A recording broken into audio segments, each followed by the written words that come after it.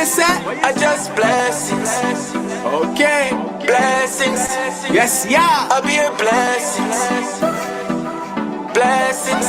Over and I over just again. blessings. I just Blessings upon blessings. Blessings. I be your blessing. Blessings upon blessings. Blessings. I be your blessing. Even when I'm stressing, I be your blessings. I'm taking every lesson as a blessing to increase my abaya. Me a blessing. I be your blessings. Every breath is a blessing. Blessings upon blessings. Blessings. I be your blessing. Blessings upon blessings. Blessings. I be a blessing. From I have mouth for talk, that a blessing. I'm a have foot for walk, another blessing. Me na outline with chalk, add up the blessings. And me heart no dark, cause of the blessing. Cause me know who bless me, and who not left me. When me wrong, me know who correct me. Through the valley of the shadow of death, yeah, take me. And then him bless me. Blessings upon blessings. Blessings. I'll be your blessing. Blessings upon blessings. Blessings. I'll be your blessing. Genesis 12 and 2. And I will make of thee a great nation, and I will bless thee and make thy name great, and thou shalt be a blessing. Blessing upon blessing. Blessings. I'll be your blessing. Blessings upon blessings. Blessings. I'll be your blessing.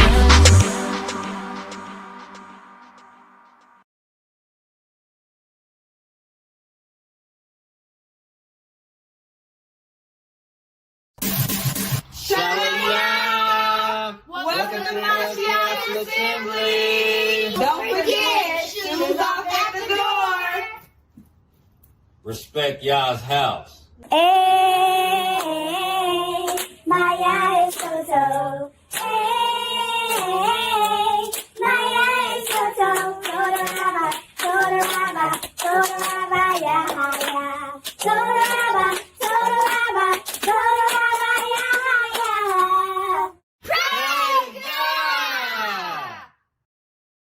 yeah.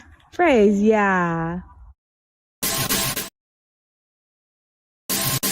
We sing praises to your name.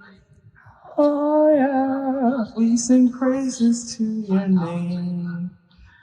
Oh yeah. For your name is great and greatly to be praised. Praise Yah. Praise Yah.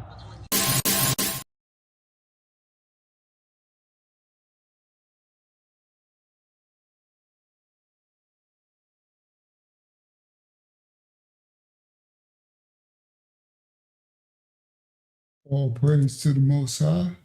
Stop screen, stop that one. Come back to you guys. Y'all should be able to hear me. Come to the comments section. Peace and blessings, everybody. Peace and blessings, peace and blessings, peace and blessings. Hopefully y'all can hear me in the chat. Y'all let me know if y'all can hear me. Let me put my battle rag on. We're going to get started. I'm really late. Peace and blessings, everyone. Praise the Lord, praise to the Most High. Tonight's lesson is going to be very thorough.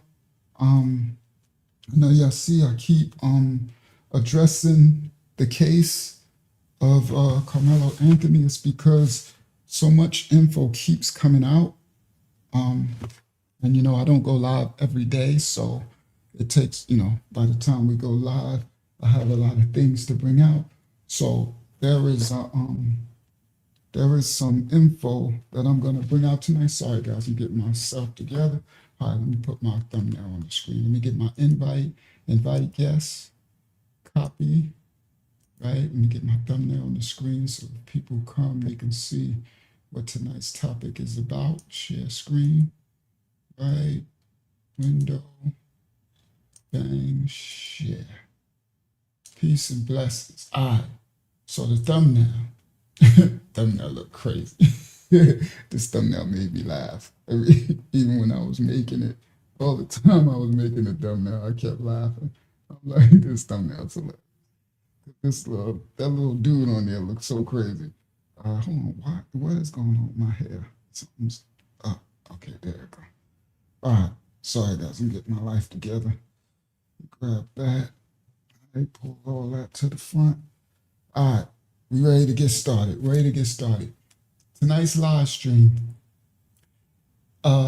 Did Eddie PARRA, hold on, there we go. That should be a little clearer. All right, there we go. Did Eddie PARRA throw something in the trash can? Karmelo Anthony video breakdown. So y'all know since they released the Karmelo Anthony video clip, right, in the court. Now, a lot of the people who saw the video from the school said it's not the same, that they doctored the video up. So we're gonna show some things. I should be showing some things that you might not have seen before, some exclusive for most of y'all, all right? And it's crazy. So we're going to rightly divide and discern what we see, what we hear, and what we perceive, and what they might have doctored, all right? So for those who don't know, Eddie PARRA was the Mexican brother who was Karmelo's friend, which I'm going to show was like one of his best friends. But Eddie went into the courtroom and said he didn't know Karmelo, right?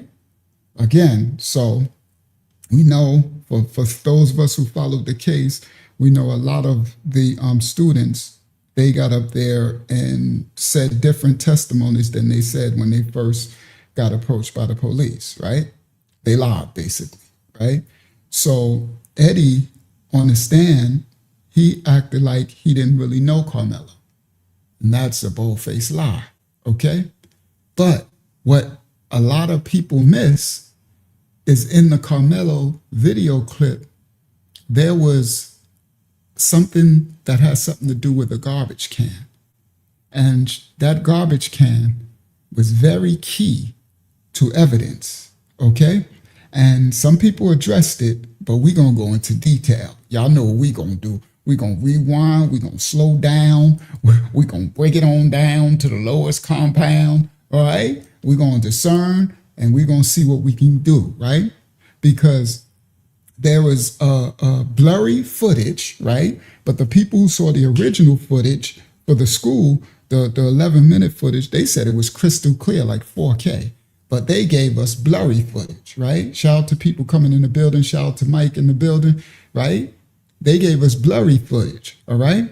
Now, the questions that are coming up as people decipher and discern the video clip, we're going to get to the video clip in a second, is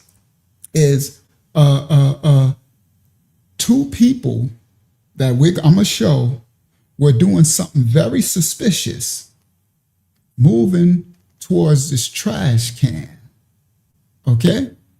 So there's two individuals that was doing a lot of craziness right after Austin Metcalf was stabbed. RIP to Austin Metcalf. Right after he was stabbed, two individuals was doing a lot of crazy movement around this trash can, right? I don't want to give it away. I want us to see it, okay? We're going to rewind, slow down. We're going to see clearly, all right?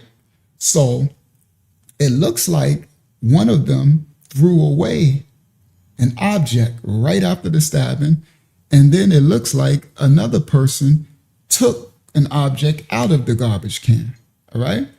Now, it's crazy because all of this should have came out in court, right?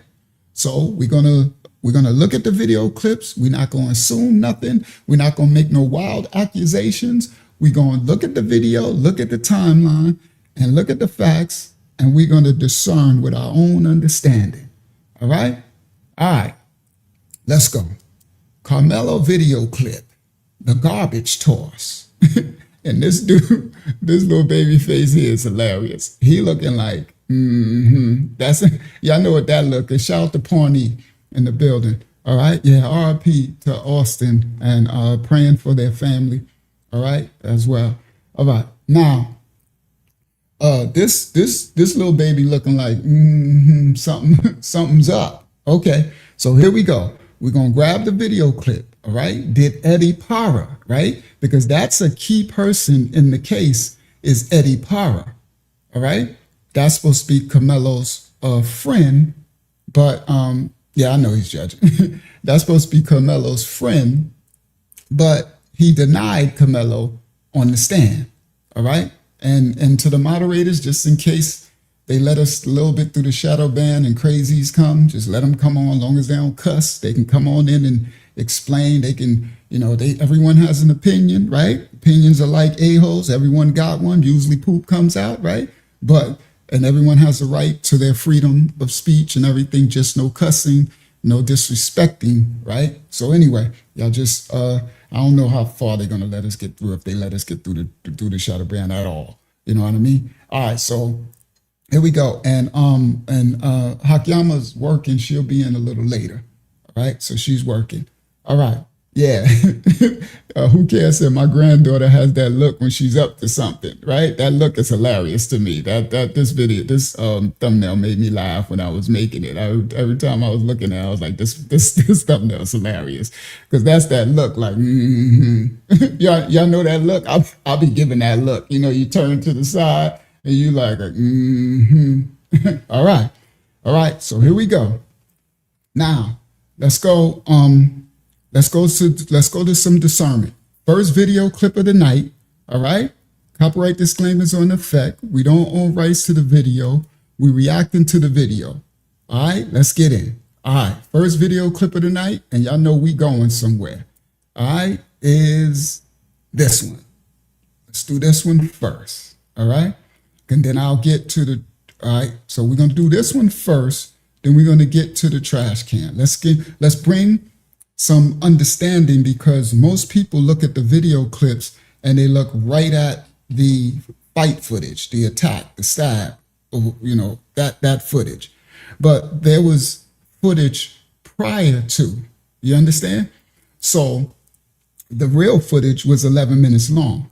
And it's crazy because this footage you're about to see is crystal clear. But then once we get to the tent, now all of a sudden they blur everything out, right? That's ridiculous, but it is what it is. All right, so let's go. Copyright disclaimers on effect. Stop share. Bang. Ooh, I'm all big on the screen.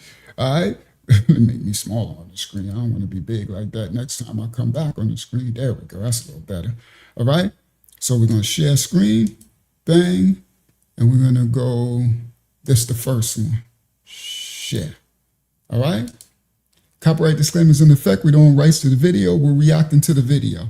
Now, this video is crystal clear. And what we're about to witness for the first, and then we're going to get to the garbage can. We're going to get, I'm going to walk this on in. What I want to do first is we're going to go back, right? Before they approached Karmelo, all right? Before. So this is, all right, here we go. Copyright disclaimers are in effect. Let's go. So now what you see in here is this right here. This is 4 individuals right here, right? This is Austin Metcalf, his brother Hunter, and 2 more individuals. And then, well, his brother's not with him right here. I think his brother is behind him right here. They're going to catch up, right? But I think this is Austin and a couple of individuals. Now, what they're doing, everybody, they are not at the tent. They are not under the tent. At this point in time, Carmelo Anthony is under the tent sitting down. And he was supposed to have been invited there by his friend Eddie, the Mexican, who said he don't know him, right? That's crazy work. Eddie said, I don't know Carmelo, right? Which that is the most craziest thing in the world, because there's plenty footage, I'm gonna show y'all, that Eddie knows Carmelo, okay? Plenty, and it's ridiculous, all right? I can show you right here, right? Let's just do it really quick, right? I'm gonna come back to this, right? Let's just knock that out the park really quick. I'm gonna come back to it later because it's gonna be important later, right? So this is Eddie right here, Eddie PARRA, right? He got on the stand and lied and said he don't know Carmelo. That's Carmelo in his bedroom playing the guitar, and they playing video games, look like they having a good old time. This is Defendant's Exhibit number 11. We in the court case right now, okay? Defendant's Exhibit number 11. Oh, I didn't post the link to the chat. My bad. Thank you, now y'all. Hold on, let me come back to you guys. Present, invite guests. I thought I did it. Copy. Thank you, now y'all. Control V. Enter. All right, there we go. Y'all let me know when somebody come in the back. All right, because Hakyama not here yet. She at work. All right, so now, let me come back to y'all. All right, so this individual, this is Defendant's Exhibit number 11. This individual here said, I don't really know Carmelo. Okay, that's Eddie. That's the one who invited him under the tent. All right, now, this is them again. That's Eddie and that's Carmelo. They say, I don't know no Carmelo. Y'all know that remind me of Peter when he denied Jesus.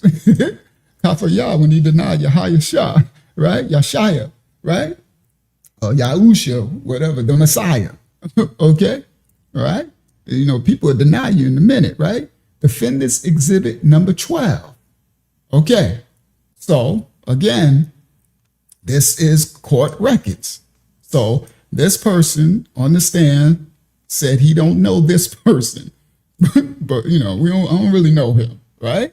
But we're gonna come back to this. All right. So I was only showing this part right here because we're going back to the video footage. All right. It's clear as day. All right. Let me let my brother in. All right. Shalom Tamaya, shout out to Oakland, California. All right, here we go. Stop share. Now let's go back, right? Because I'm always thorough. We're going to walk this down, right? All right. Condolences to all the families involved, all right? Because I wish none of this ever happened, but it did, all right? Now, let's continue. Here we go. Let me see where I'm at. There we go. Now, this is the video clip. Now, what I'm pointing out is this right here is the brothers walking, all right? Let me go further. Watch this. Let me do it this way. Let me go. There we go. I can go back a little more. Y'all see this? Everybody. This is R.I.P. to Austin, but this right here. When these goons came in, supposed to be suspended. Now, this is another brother's video. Shout out to that brother, right? Easy, I forgot his name, but right. So that's not my commentary. You know, he called them goons. You know what I mean? It just is what it is. But now listen what I'm saying. Now the funny thing is, if these were honestly, just be honest, if these were 3 black people coming and they went and accosted a white person and he ended up getting stabbed, they would have called them thugs. Y'all, let's keep it 110. What would they have called them? They would have said these thugs walked. Now, what you're seeing here is they weren't under the tent. R.I.P. That's Austin. All right? And these 3, now what had happened was, what people are assuming happened was, is they got a call and people think it was Eddie. They think Eddie set up Carmelo At this point, Karmelo is already sitting under the tent. All right, you see it's wet, so you see it's raining. Doesn't mean it's rainstorm. So he's already sitting under the tent, sitting there minding his own business. He has no idea that these people are on their way to him. All right, now you're going to see how far they came, and you're going to see the manner and the movement and the intent in their movement. Now, I used to be from the streets. So I understand when you walk in with a purpose and intent, right? It doesn't look that way here, but you're going to see the closer they get to the tent where Karmelo is, the more energy they have in their walk and stride, right? So right here, now you see they coming through the gate. Now listen. When it became an issue, right here. When these goons came in, supposed to be suspended. That's a pretty big boy. 6'1", 220 in high school. Yeah, that's a nice size. That's a pretty big boy. All right, let's continue. R.I.P. to the brother. When these goons came in, supposed to be suspended. This is when it became an issue. Not because of the adults, not because of the coaches. The coaches wasn't even worried about that tent. It became an issue when these goons and thugs walked in. So now they're walking in the gate. They're supposed to be coming, they said, from a field house or somewhere else, right? So they walked in the gate. It's just 3 of them, right? Now, the crazy thing is, nobody's worried about no tent. Now they supposed to have got a call because they intentionally walking straight beeline right to, and they're going to go straight to Karmelo. All right, so anyway, let's continue. That's 3 of them. And there is his brother. There's Hunter behind him. Now here come the other 2. Now you got 5. And then I think 1 more joins them. Okay, so now they got a call. Now, when the brother said that they were suspended right before this track meet, they were suspended for something, right? And they lifted their suspension, so they were supposed to be there because they had an assignment. They were to work off their suspension and their mess. They were assigned to put up the tents because there's more than 1 tent. So they were the ones put up the tents, right? So the tent's been up, all right? Now I'm going to show you later, I'm going to show you Karmelo walk to the tent to go sit under it. And they are nowhere there. They ain't even on the field. They ain't even at the bleachers. They are outside. Okay, right? So that's what you're seeing now. So now they're coming, right? Whatever it is, however they got the alert or the call, they're coming to Karmelo under the tent. So that's the first 3. The coaches wasn't even worried about that tent. It became an issue when these goons and thugs walked in. So that's them 3 going. Now here come his brother. And there is his brother. There's Hunter behind him.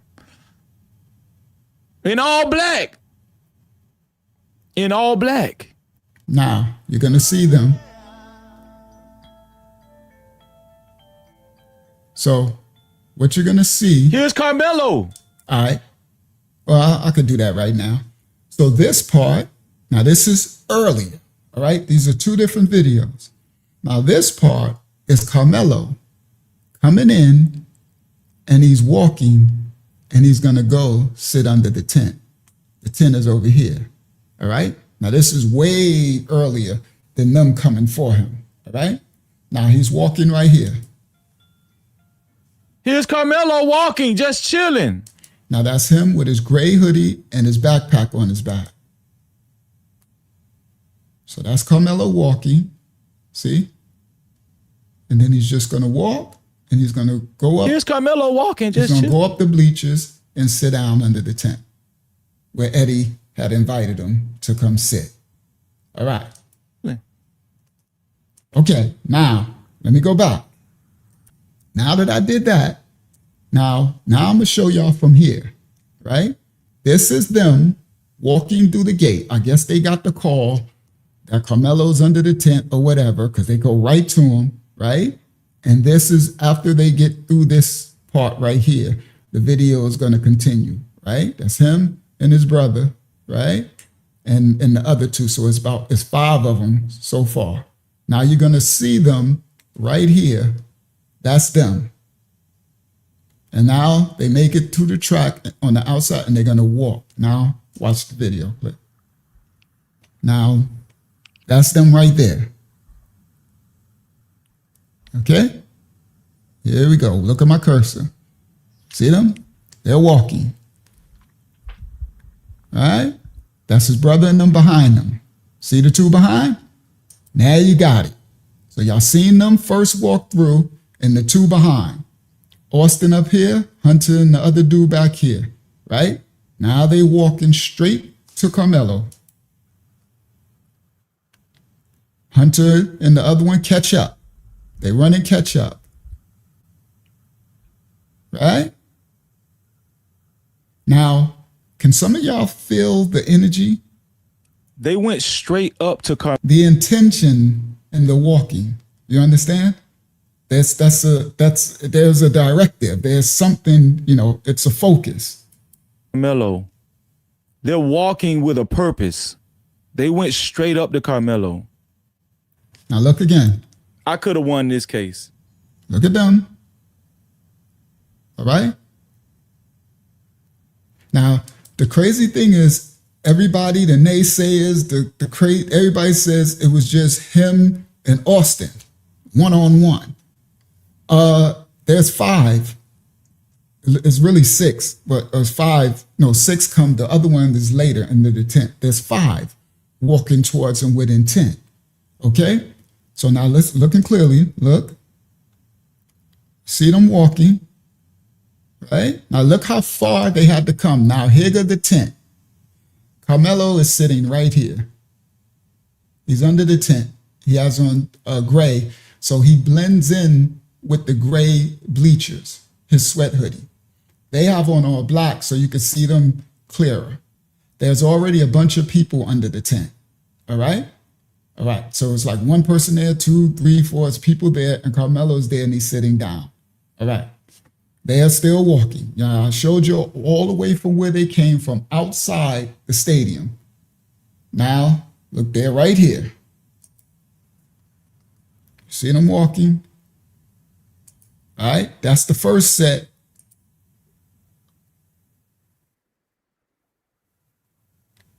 Yep, that's them. Okay, so now if you go back, I'll zoom in a little later, right?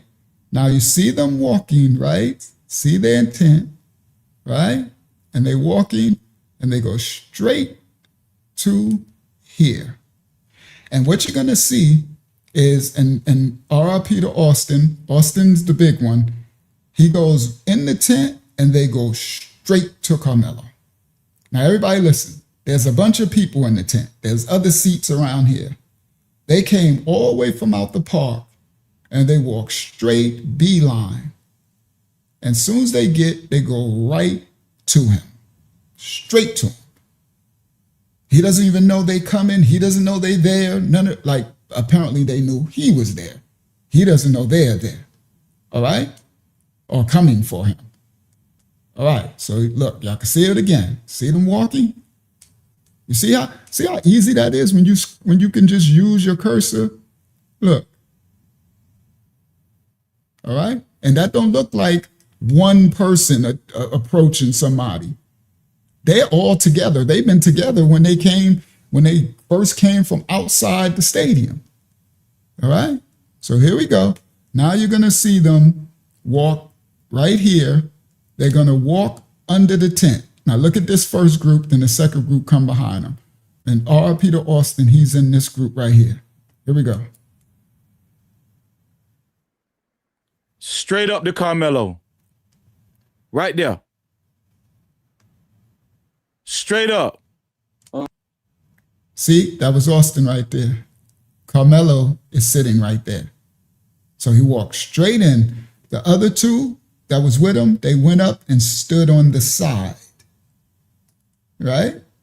And he walked straight up to him.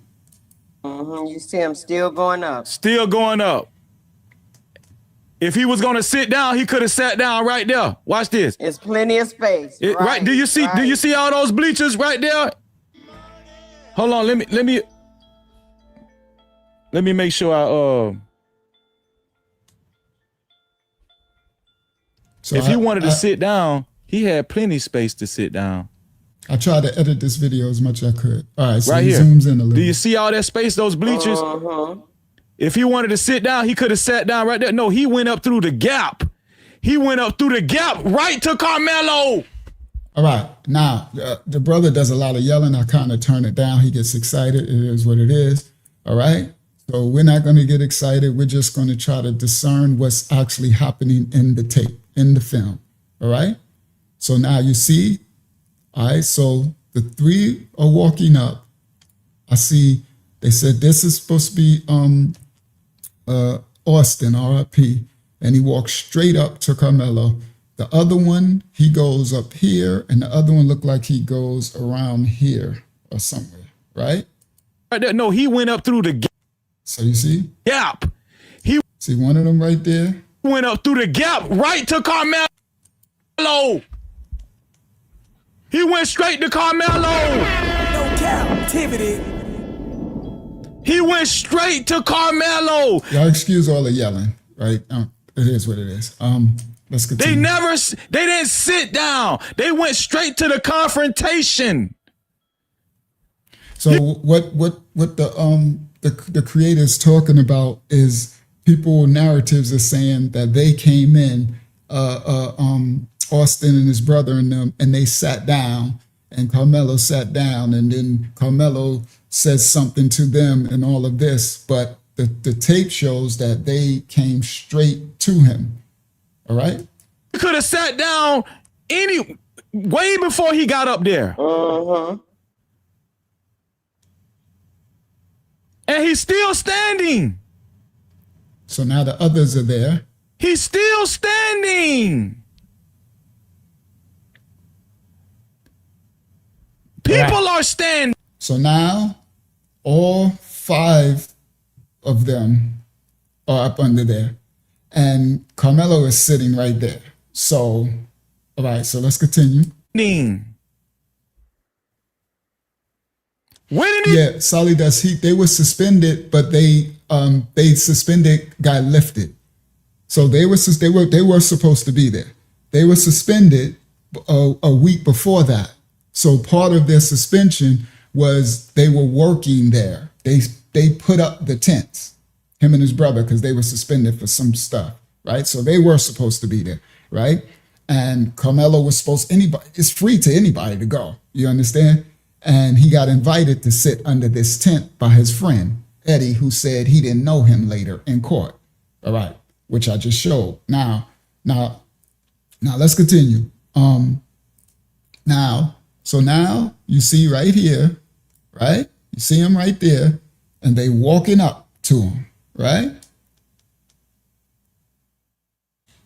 All right. Now they walking up, all right? And then, so it looks like they sit down. See? So it looks like they walk up to him, and then it looks like some of them, they sit down, and he's already sitting down. So now they like in his face, like around him. You see what I mean? So that's kind of very intimidating, especially if they come in for beef with you. But anyway, let's continue. And it's like 5 of them. So that's the thing. All right. Right. So it looks like they sit down, right? Y'all see them right here. Just look right here. These are the individuals, right? All right. So let me go back a little. There he goes, right? So you see him walking up, and they go and they get right in his face and get around him. All right. So now they all basically surrounded him. All right. You can see it. Nobody's making nothing up. This ain't nobody's opinions. This is just the video. All right. Now, let's continue. Then they're there. All right, so let's see what he's talking about. Now they're up there with Karmelo. Now they're right next to Karmelo. In the boy's face. In his face. Now they're in Karmelo's face. So somebody tell me, when was there a time when they was just chilling and Karmelo talk? When was there enough time for Karmelo, for them to just be chilling and Karmelo just start talking crap? This is when it became an issue right here. When these goons came in, supposed to be suspended. This is when it became an issue. Not because of the adults, not because of the coaches. The coaches wasn't even worried about that tent. It became an issue when these goons and thugs. Creedell, R.I.P. to your dad, Creedell. R.I.P. King, our condolences to you, young Creedell, for your dad. I know that's the rough one, King, to lose your dad. Praise the Most High that you had a dad. And I know that has to be a rough one if you guys had a relationship. R.I.P. our condolences to you, Creedell. May the Most High cover and bless you in your grief of losing your dad. Yah Most High will, and he's in Abraham's bosom in a better place than this dark second world. All in the Most High's will. All right, we love you, young Creedell. All right. So now I wanted to show that just to bring in, because now we about to go in to, all right, to the garbage can. All right. Now remember, that was them coming in, and this way earlier than that, this is Karmelo just walking by himself. And Karmelo got driven by a bus. He got dropped off by a bus, all right? And he walks. Here's Karmelo. Here's Karmelo walking, just chilling. Now the crazy thing is that this young man has no idea that within 15 minutes from where he's going to be accosted by 6 individuals. I'm going to show y'all. And he's going to end up stabbing one of them, and he's going to end up getting 35 years, and the other person's going to lose his life.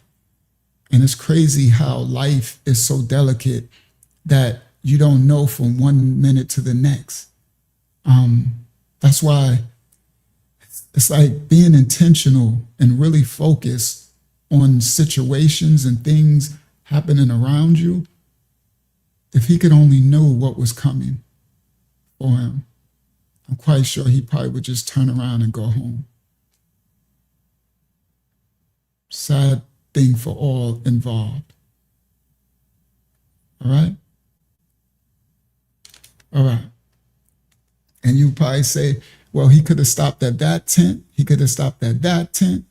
He stopped at that one because Eddie, his friend, invited him. All right. Yeah, life's going to change in the blink of an eye. All right, now let's go. Copyright disclaimers in effect. Let's get to something crazy. Let's get to share this tab instead. Copyright disclaimers in effect. We don't rights to the video. We reacting to the video. This the thumbnail. The trash can. Now we're gonna be breaking down the actual confrontation, how many it was under the tent, how many it was around him, what happened. But there's something that happened with this garbage can that a lot of people had missed. And now a lot of people are asking, yo, what's going on with this trash can? Everybody, this is the trash can right here. Trash can in question right here. Copyright disclaimers in effect. Let's go. The district court also released surveillance video. You'll see on your screen here that lit up orb in the top left hand. All right, now let me show y'all something. We're going to do this. We're going to get back to the scuffle. This is the scuffle. They came under there, and then we're going to get back to that. There was an attack on him. There was more than one. That's him. He came out of the scuffle, ran up the bleachers, faked to his right, and jetted to his left. Because the other dude was chasing him, was going to chasing him to his, Karmelo did a football move on him, faked to his right and jetted to his left. And then he went down the bleachers. And then when he gets here, because the bleachers are wet, he fell and hit the ground and got up and ran. Now watch this though. Lit up orb in See him fall? All right? All right. So you see him run, right? And we're going to get back to that. Where we going now? We're going to the garbage can. We're going to the thumbnail, all right? Now, what I want y'all to do is pay attention to this garbage can, all right? Now, remember, whatever confrontation had, they jumped him. That's what happened. They beat on him. He ran up the thing, and then he ran. Now, I want you to watch, because somebody came out of here and did something. Watch. District Court also released surveillance video. You'll see on your screen here that lit up orb in the top left-hand side of your screen. That is Karmelo Anthony exiting the tent and walking along the sideline of that track field. Now that was Karmelo running from the altercation. But did y'all see what happened? All right, now let me show you.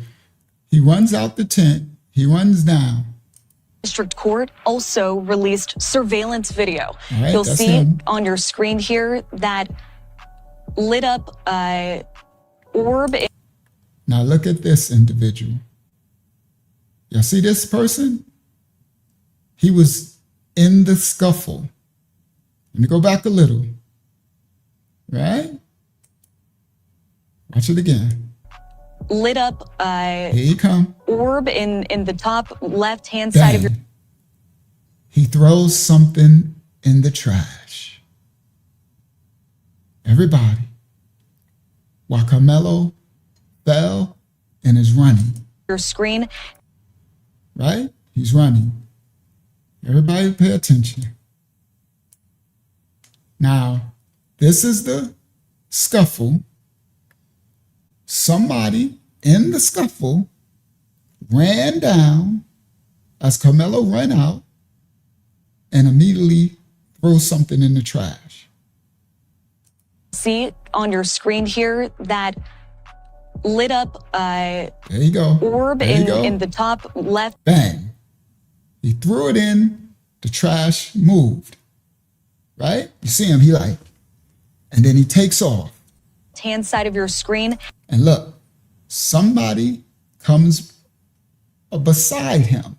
Everybody listen, right? Now remember, now I'm gonna show y'all that they be doctoring videos too. They did it to me when I was going to trial, right? Doctored my video and was trying to give me 15 to life on a doctored video, right? I told the story on my 25 to life channel before. All right, now let's continue, years ago. That is Karmelo. So now this person, so the first one, let's look what he does. Karmelo Anthony exiting the tent. Now I'm gonna show another angle that cuts it off. So you got people with different video angles, right? Different timestamps, right? So I'm gonna show you another time. So there's a lot going on with this garbage can. This should have been the biggest thing in the case out of everything. You know why?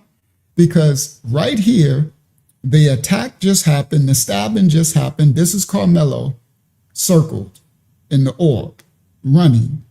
Someone already came from the melee, threw something in the garbage. Another person came, passed him. I don't know, it looked like they did something, and he went to the garbage. But then later, I'm going to show you when Karmelo finally stops and gets with the coach, they come back, right? They come back to the tent, and there's more activity going on with this garbage. This garbage is everything. That's something like this trash can is everything, right? All right, let's continue. The district court also released surveillance video. You'll see on your screen here that lit up orb Okay. in the top He throws it left-hand in. side of your screen. That is Karmelo. All right, so that right there, it looks like two people.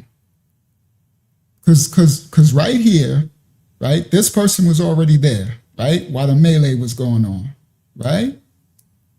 Let's see, when did he get there? District Court also released. Okay, so he walked there and stopped.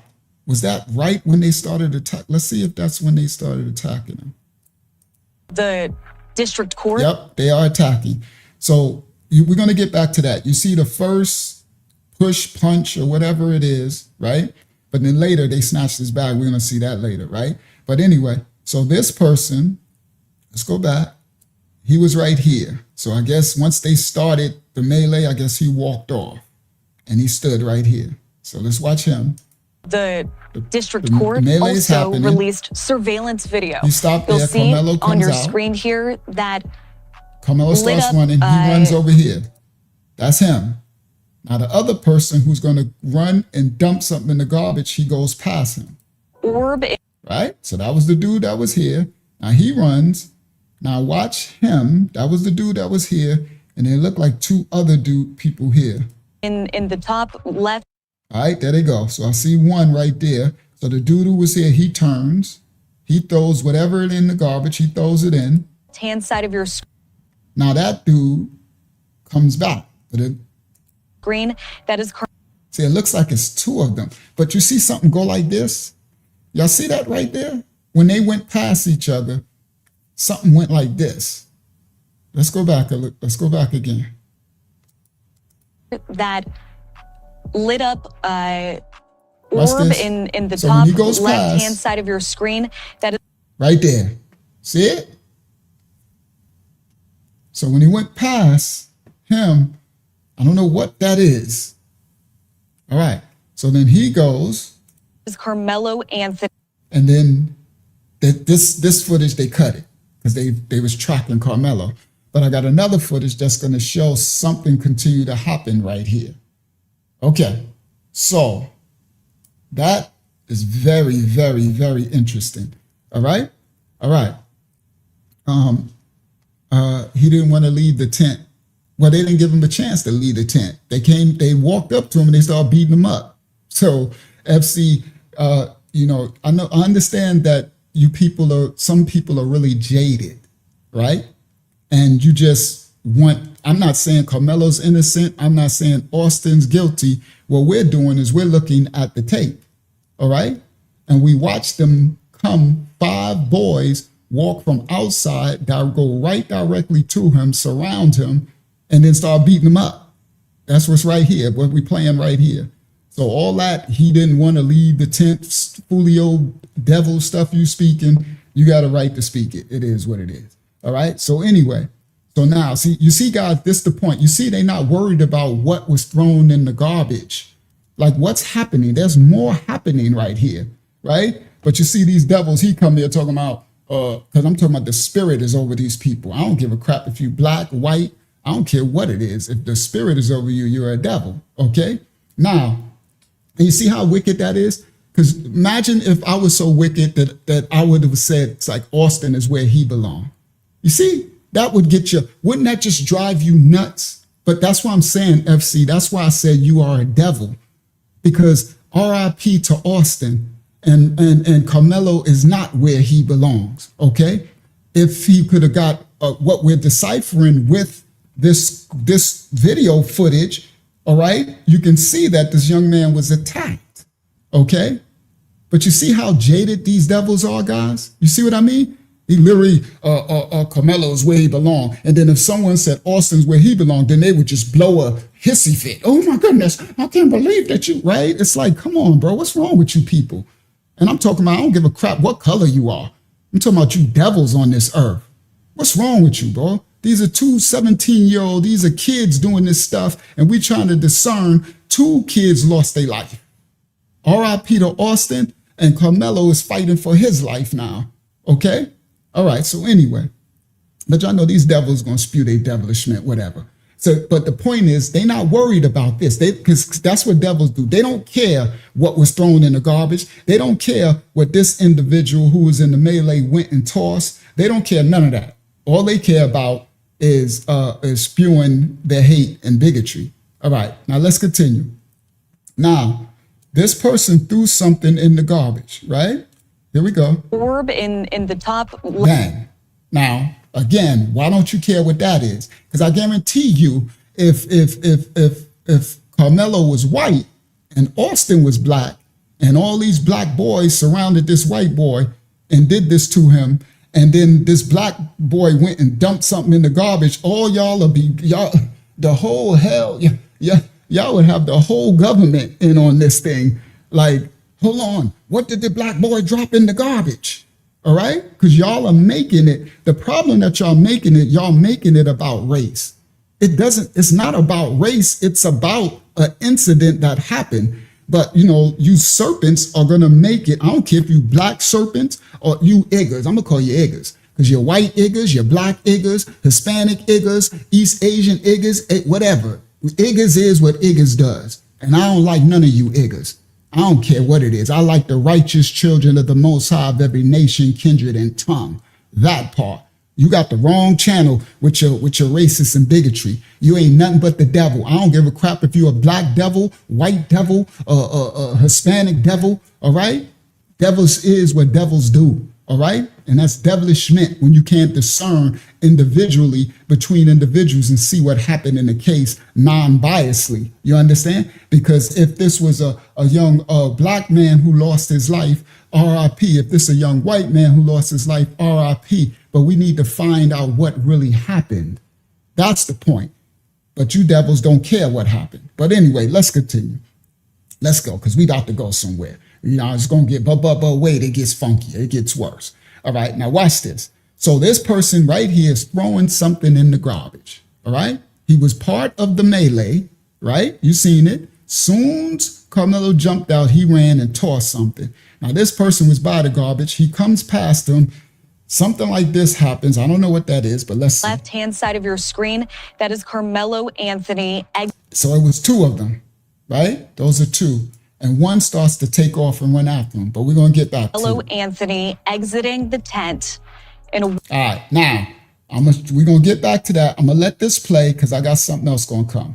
We got some clips that's going to come. And we're going to see the melee clear. You're going to see how many people was under there attacking, all right, Karmelo. You're going to see it, all right? You're going to see at least 4 of them surround him and attack. You're going to see him snatch the bag. You're going to see punches thrown. You're going to see all that type of stuff. You can see it, all right? But we're going to get there. I want to do the garbage clip first, but let's continue. So released surveillance video. You'll see on your screen here that lit up orb in the top left-hand side of your screen.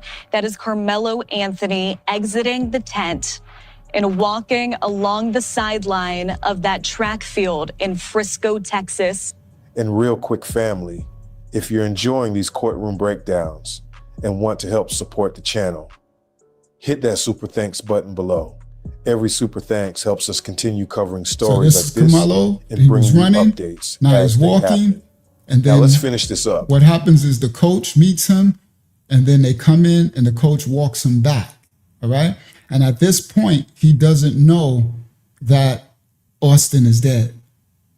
There come a time where he finds out, and you see him like panic. He jumps. So he doesn't know that he's dead. Okay. You can't know that. All right. Even if you stab somebody, you won't know that they're dead. You understand? All right. So, and then, all right, so anyway, let's continue. The trial may be over. R.I.P. to Austin Metcalf. This may already be handed down, but the legal fight is far from finished because now the focus shifts from witnesses and testimony to legal arguments and appellate strategy, and that process could take months before we get real answers. So now, take your eyes off of Karmelo. Look at Karmelo. But pay attention to what's happening under the tent. Remember, all right. Do I want to show this clip? Yeah, I want to do this because you have both sides, right? It's like it reminds me of the way they're trying to play the Democrats versus the Republicans, right? The Democrats and the Republic demons, right? And both sides are foolish because the puppet master is playing all of us against one another. So this is, I'm gonna play this part because I want you to see how you can go foolish on either side. So you got blacks making up, because you know, you got everybody, so-called black people and so-called white people, you got everybody making up their own narratives, right? And they're doing their own assessments of videos. So this black sister, she's about to make the worst assessment, but because people are getting in their feelings versus trying to discern what actually happened without bias, people are picking bias, right? You pick the side. So now it's like you get pushed to, you're trying to make everything fit your narrative. That's a biased judgment. So what you're about to hear, I'm gonna play it. This sister is doing the video, right? Because she covers the Karmelo stuff all the time. But this is a horrible assessment. She's totally wrong in this. All right. Now listen, watch what I'm telling you. Karmelo done ran off. Hold on, let me go back again. Now listen. Take your eyes off of Karmelo. Look at Karmelo, but pay attention to what's happening under the tent. Remember, Karmelo done ran off. Underneath that tent, they're still tussling. I don't know if you missed it. It was under the tent, as Karmelo done ran off, they were still tussling. Listen to what she says, guys. Very quick. Tell him Melo's already dipped up a couple steps. Now, this is a so-called Black People's Podcast, and they're coming up with these scenarios, and it's literally ridiculous and unjustified, right? So one of the sisters, so this is a person commentating on somebody else's video, and I'm commentating on a person commentating on somebody else's video. So this is a commentation on a commentation on the video. Now, what the person commentating to this video, the person who made the video, they got a panel, and they're trying to say that they're trying to make this presumption. I was trying to look for the other word. Presumption that Karmelo didn't even stab him, that one of them stabbed each other. You see what I mean? So that's what I mean by when you're biased in your opinion, you're going to look for anything to make things fit your narrative, and then it just starts to get messier and messier and messier. That's why you got to have clear discernment.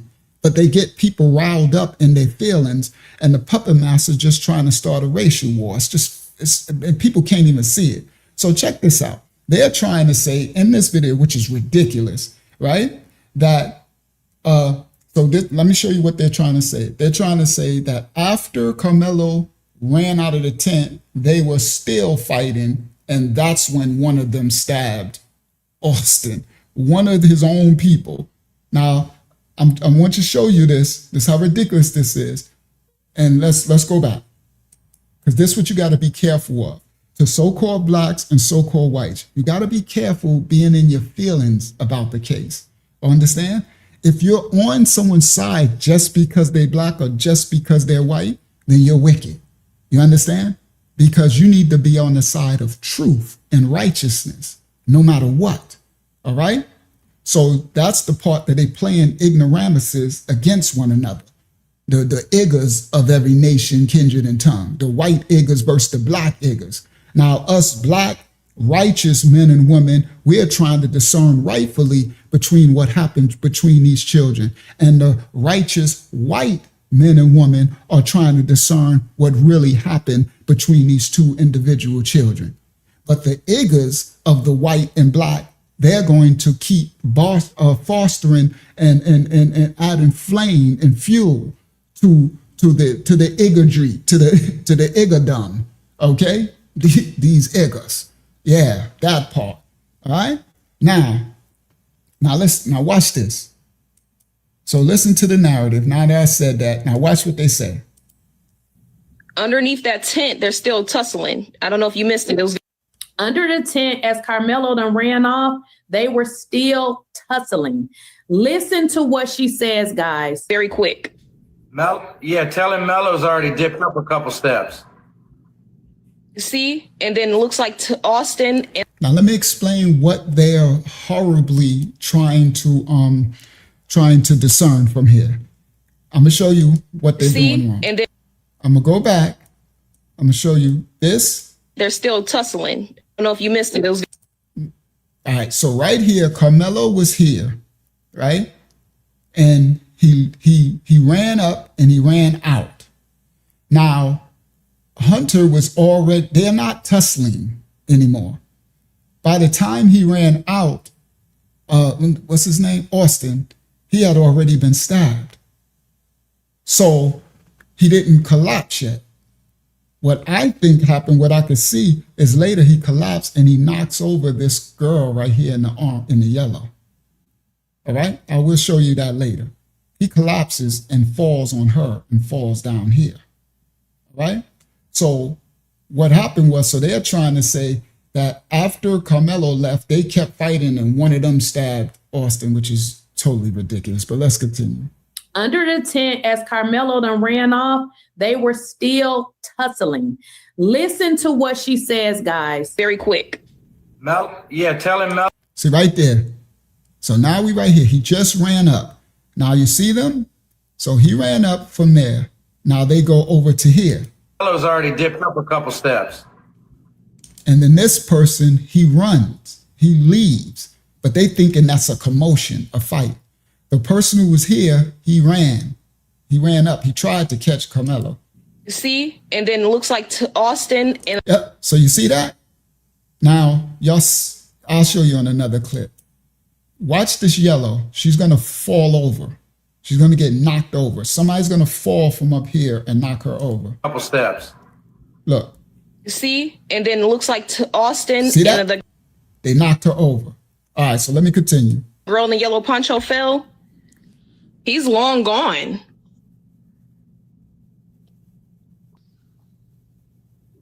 Now they're trying to make the point to say he didn't even do it at all. So he's You guys, look, they're still fighting under the tent. Karmelo is out. Like, somehow they done threw him out the back. But I believe they even, although we know they lied. You see what she said? Somehow they done threw him out the back.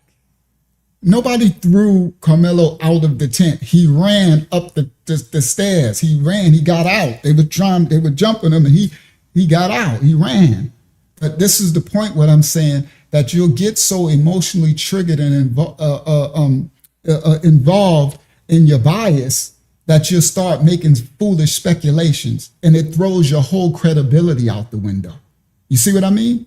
On both sides, right? She like they threw him out. Like they beating somebody up and they threw him up the go ahead, you can leave. You guys, look, they're still fighting under the tent. Karmelo is out. Like, somehow they done threw him out the back. But I believe they even, although we know they lied in court, they did say, I don't remember the exact words, I would have to look it up, but they did not know that he was gone. You know, they were fighting. I mean, they were throwing some bowls because we know his face was swole. But listen to this. Look how many steps he's up, Chris, already. So the point she's trying to make is they did not know he was gone. So they beating him up. He runs from up them. As soon as he do it, the other dudes start to run after him and chase him. But she's saying they didn't know he was gone and they kept fighting each other and one of them stabbed Austin. See, that part, that you do more damage. If you're trying to say that Karmelo had a self-defense case and you want an appeal and exoneration or whatever, you're doing more damage by making these foolish assumptions and just foolish, and they're making videos and videos and videos and videos. And, you know, and these videos getting 30, 40,000 views and stuff like that. And you're putting, you know, it's just making, it's just a mess, bro. It's just crazy. But anyway, let's continue. 10, Karmelo is out. You guys, look, they're still fighting under the tent. Karmelo is out. Like, somehow they done threw him out the back. But I believe they even, although we know they lied in court, they did say, I don't remember the exact words, I would have to look it up, but they did not know that he was gone. You know, they were fighting. I mean, they were throwing some bowls because we know his face was swole. But listen to this. Look how many steps he's up, Chris, already.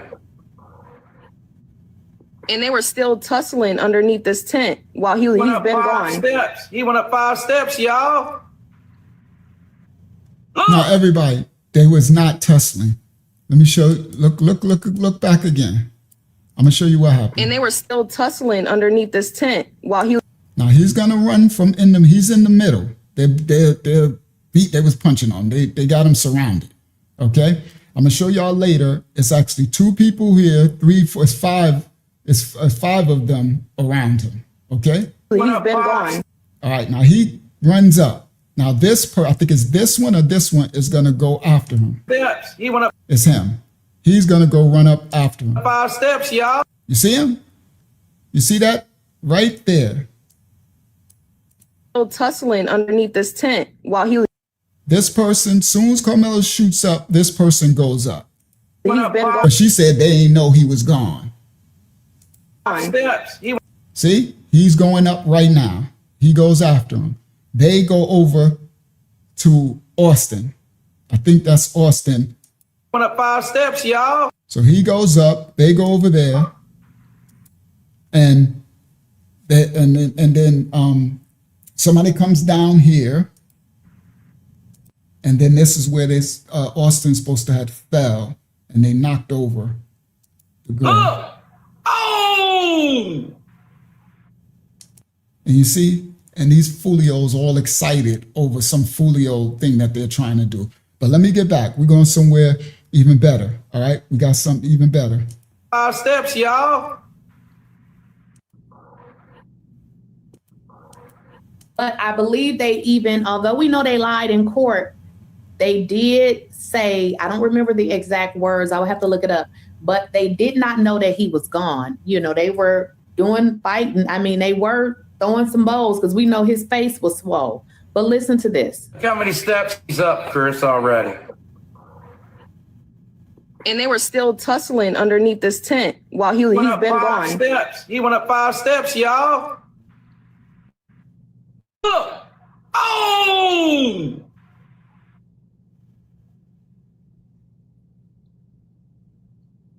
Yes. So 423. Pay attention to this boy right here. All right. Now, I wanted to show that mess. All right. So I just wanted to show the extremes, how if you get in your feelings of race, your racial feelings, biases, then you'll be given over to strong delusion. Meaning now some of the black brothers and sisters, they all gather up making all these foolish assumptions that make no basis, even with the video, right? And you'll just go further and further in la-la land, and it actually hurts your credibility if you're trying to make a credible case of defense or whatever, all right? Whether you are for offense or defense or whatever.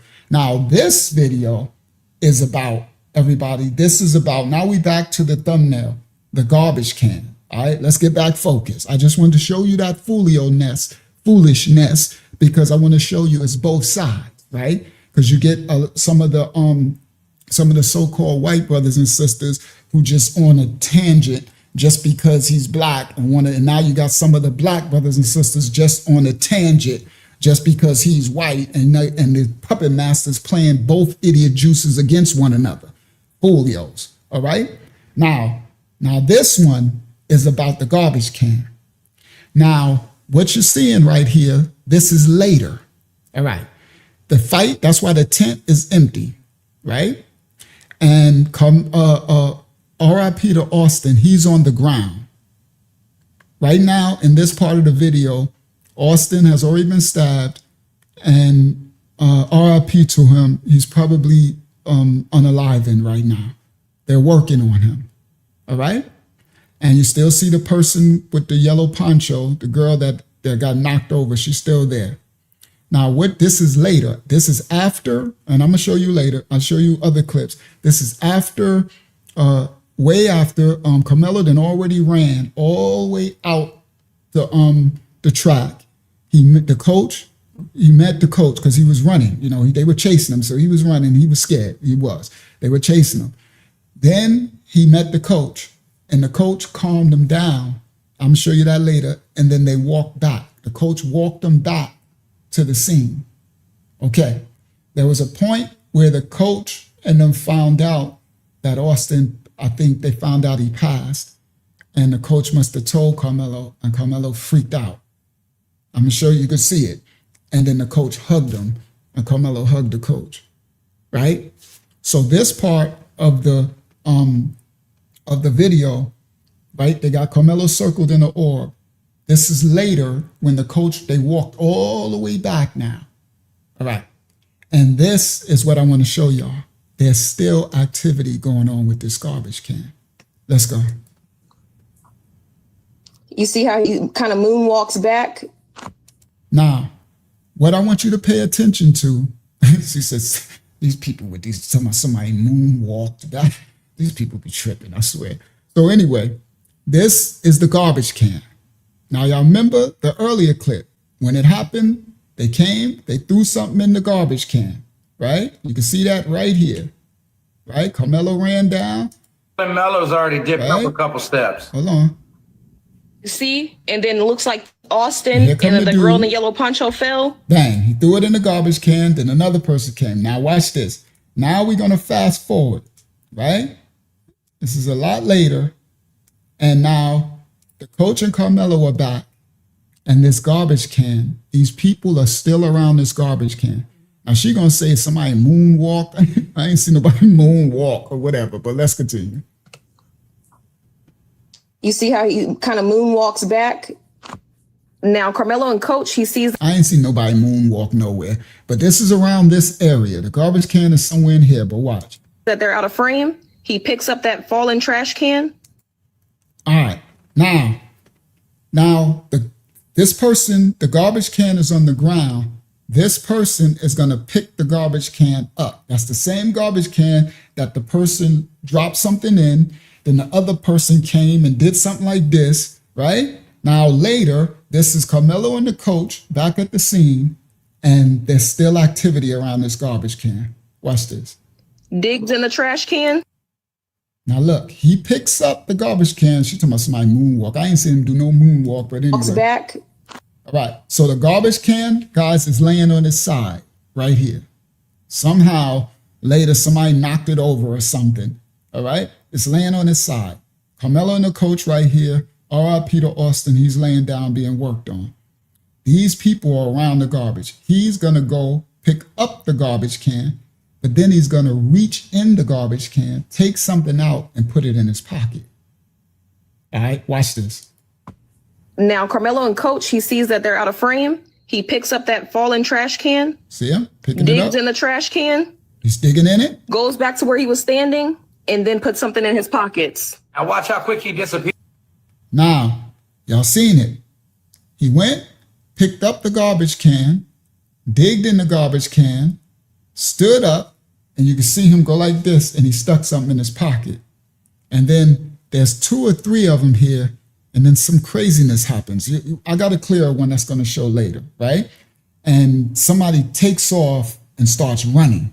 It's like they pass something to them, and someone runs out the park, right? Now, this is much later while R.I.P. Austin is on the ground and Karmelo is with the coach. All right? Now, here we go. See? I'm going to go forward, then I'm going to come back. Watch. Yeah, watch him. Watch him. You'll see. You'll see he's going to start dipping. Watch. He's going to go from all the way over there to all the way down here, out of frame. He'll start walking quick. Right there, right there. There he goes. Look at him running. He knew they were not looking at him, so that's when he took off, Chris. Now this person, go back. Now this person, whatever was going on with this garbage can, this person was allowed to run out of the park. Whatever they got out of it, whatever's going on, they took it out the park. Go back. Okay. Now they're gonna go back again. To where he was digging in the trash can? Okay. Keep playing. So watch when they walk Melo through. Watch. All right, so that's Karmelo and the coach again. And what these people are saying is that these people who doing the garbage can, they're making sure nobody's paying attention to them. So when Karmelo and the coach is by them, they're not doing it. But once they go over there and all eyes is off, he picks up the garbage can, all right? He digs into it, You're gonna see it again. The other guy running behind Melo and Coach. Now, when they going back to the right, when they going back. So that's Karmelo and Okay, the keep coach. watching because it might be after he dug in the trash can. So somebody walked over. Hold on. So it's, whoa, I just saw that. There's a lot of stuff going on. This person, as Karmelo and the coach walked back over towards Austin, this person walked over to the fence where the garbage is laid and did like this or something. And then he comes and picks up the garbage, goes in the garbage, takes something out, put it in his pocket. Then he stands there with somebody else. And I think he passed it off because we're going to see another video because they cut it. I wish they would have left it where we could see exactly who starts running. So either he starts running or he passes it off because about 2 or 3 people here to someone else and they start running. All right. But anyway, so I'm going to go back a little. I've never seen him. He walks up and goes like this. All right, let's continue. When they walk Melo through, watch the other guy running behind Melo and Coach. All right. So here we go. Once Karmelo and the coach start walking. Now watch him. When they going back to the right, when they going back. Him right here. Okay, there keep watching because it might be see him? And then after he dug. Look, he leaning over. You see? The garbage can is on, he ain't throwing nothing in the garbage because the garbage can is on his side. He's leaning over, doing something. In the trash can then. And then he comes down. Years I seen it. And he Chris picks up the trash can. Okay. Then he bends in, goes in the trash can, takes something out. Look. And right there, he puts something in his pocket. So that's the boy that dug. All right. Now, Karmelo and the coach, and them, now they walking past, right? In a trash can. So you see what? And now he walks to, it's a group of them right here, individuals. I wonder where that other dude who reached over, what he does. He's it right there. He's. All right, let me go back a little bit. The one who leaned over. Okay. Him. Where does he go from there? Oh, he looked like he started walking with Karmelo and the coach. Hold on, let's go back. Let me go back a little. Okay. Sorry, guys, I'm figuring this out. To where he was digging in the trash can?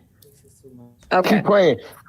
So watch when they walk Melo through. Watch the guy running behind Melo and Coach. Now, when they going back to the right, when they going back. Okay, keep watching because it might be after it was him. Okay. So because he looked like he got on shorts. So he reaches over. In the trash can then. I just wanted to make sure it was him. Chris is making a copy. He stands here. Okay. Coach and Karmelo come, and he looks like he walks to them. Yeah. And then he starts walking with them. So that's the boy that dug in the trash can. So you see what it says right there? He's holding somebody back. So that was to be said that EP was right here. Some girl said that. Well, some people say Eddie was in that mix right there. That's what they're talking about. They said some girl said Eddie was in this mix of these people with this garbage can. And people are surmising Eddie set him up, right? And we know Eddie said he don't know him on the stand, which was a lie. But I wanted to show Chris that boy, he saw that they were no longer paying attention to him. That boy that picked up out whatever was out that trash can, he ran all the way out of frame and was no more to be seen this whole video. After they seen all right. So I can't see. So somebody. Thank you. Yes. So I don't know. People I can't say that that's the same person who took it out or one of the others, but somebody. Nobody stopped this boy. The district. All right. Now here we go. Now I'm about to show y'all some exclusive. Well, some people might have seen it, but this is a doctored video because they doctoring the video, right? So the people who saw the actual 11-minute footage from 2025 when the case first happened and went to the school to see it, what they released to us now is a lot of doctored video. So this image, what you're about to see, is video that's out there. In this image, you're going to see a ghost figure walking through. Now, they be doctoring videos because I had it happen to me. I took it to trial. This was 2006 when I went to trial. And it was because the police doctored a video against me. And praise the Most High that I was able to beat it, but it was only because I had a lot of money at the time. That was it. If I didn't have the money, I would have not been nothing. I would have been done for. All right. So I had a lawyer team of investigators and everything, a whole superstar lawyer team.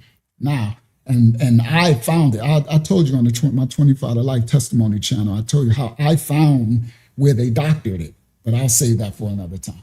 All right. So anyway, because this ain't about me. So this, what you about to see, this clip right here is somebody's footage of this doctored video. Copyright disclaimers in effect. We don't own rights to the video. We reacting to the video. Court also released surveillance video. You'll see on your screen here that that ain't lit it up yet. Right. So that ain't it yet. This is orb in the top left-hand side of your screen. That is Karmelo Anthony. So that was the clean one that I wanted to show y'all of the garbage can, right? So now y'all see, so this is Karmelo, right? On your screen here, right? That he runs. Lit up this person runs, in the top throws something in the left-hand garbage, side of your screen. He come that past is Karmelo. And he looked like he put something in there too, right? It's crazy. I'm like, what is happening with this garbage, bro? Right? This garbage is a star in this crime thriller. This doggone whodunit case, right? Surveillance video. You'll see so he was on your standing screen there by here the garbage. that lit up. He runs because Karmelo comes. He runs past him. In the top Bang, left. drops something in the garbage. He was standing there. He comes back past him, does something like this, look like he grabs something, and he throws something in there. Hand side of your screen. That is Karmelo. Look, he goes and throws something Anthony in there. Exit. Then we lose footage because they start chasing him. Then I just showed you later in the clip, Karmelo runs all the way around, right? Leaves the field, then meets the coach. The coach grabs him, then they later walk all the way back to the scene. And then I showed you the garbage can house, however, got knocked over, and you showed you somebody pick it up and go back in and all that. So all this stuff with this garbage can is crazy. Sitting the tent and walking along the sideline of that track field in Frisco, Texas. And real quick, family, if you're enjoying these courtroom breakdowns, all right, so that's and want to help Karmelo. support the channel, Still running. Hit that super right? thanks button and they below. Others are still chasing him. Now he's asking the court to appoint him an appeals attorney. ABC's News legal contributor Bernardo Villalona here with the details. Can somebody please give me something to drink, please? Bernardo, how strong are the grounds for appeal here?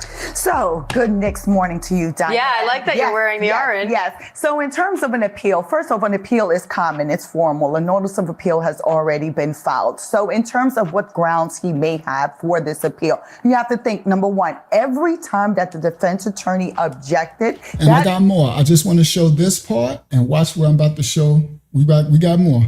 Watch this. Is a ground right there that he preserved for appeal. Secondly, having to deal with jury selection. Remember, there was a Batson challenge that the prosecution excluded 3 black female jurors and that there were no race neutral reasons for that exclusion. Third, having to deal with the jury instructions in terms of self-defense and in terms of provocation. Fourth, having to deal with whether the judge should have gave criminal negligent homicide to the jury to consider. But fifth, having just to take everything into account in terms of the courtroom and cameras in the courtroom. These are all grounds for appeal that I think, of course, that an appellate attorney is going to bring forward. Now, the question would be ultimately is whether an appeal will actually be granted and the conviction reversed. The jury sentenced Anthony to 35 years. He could have gotten 90.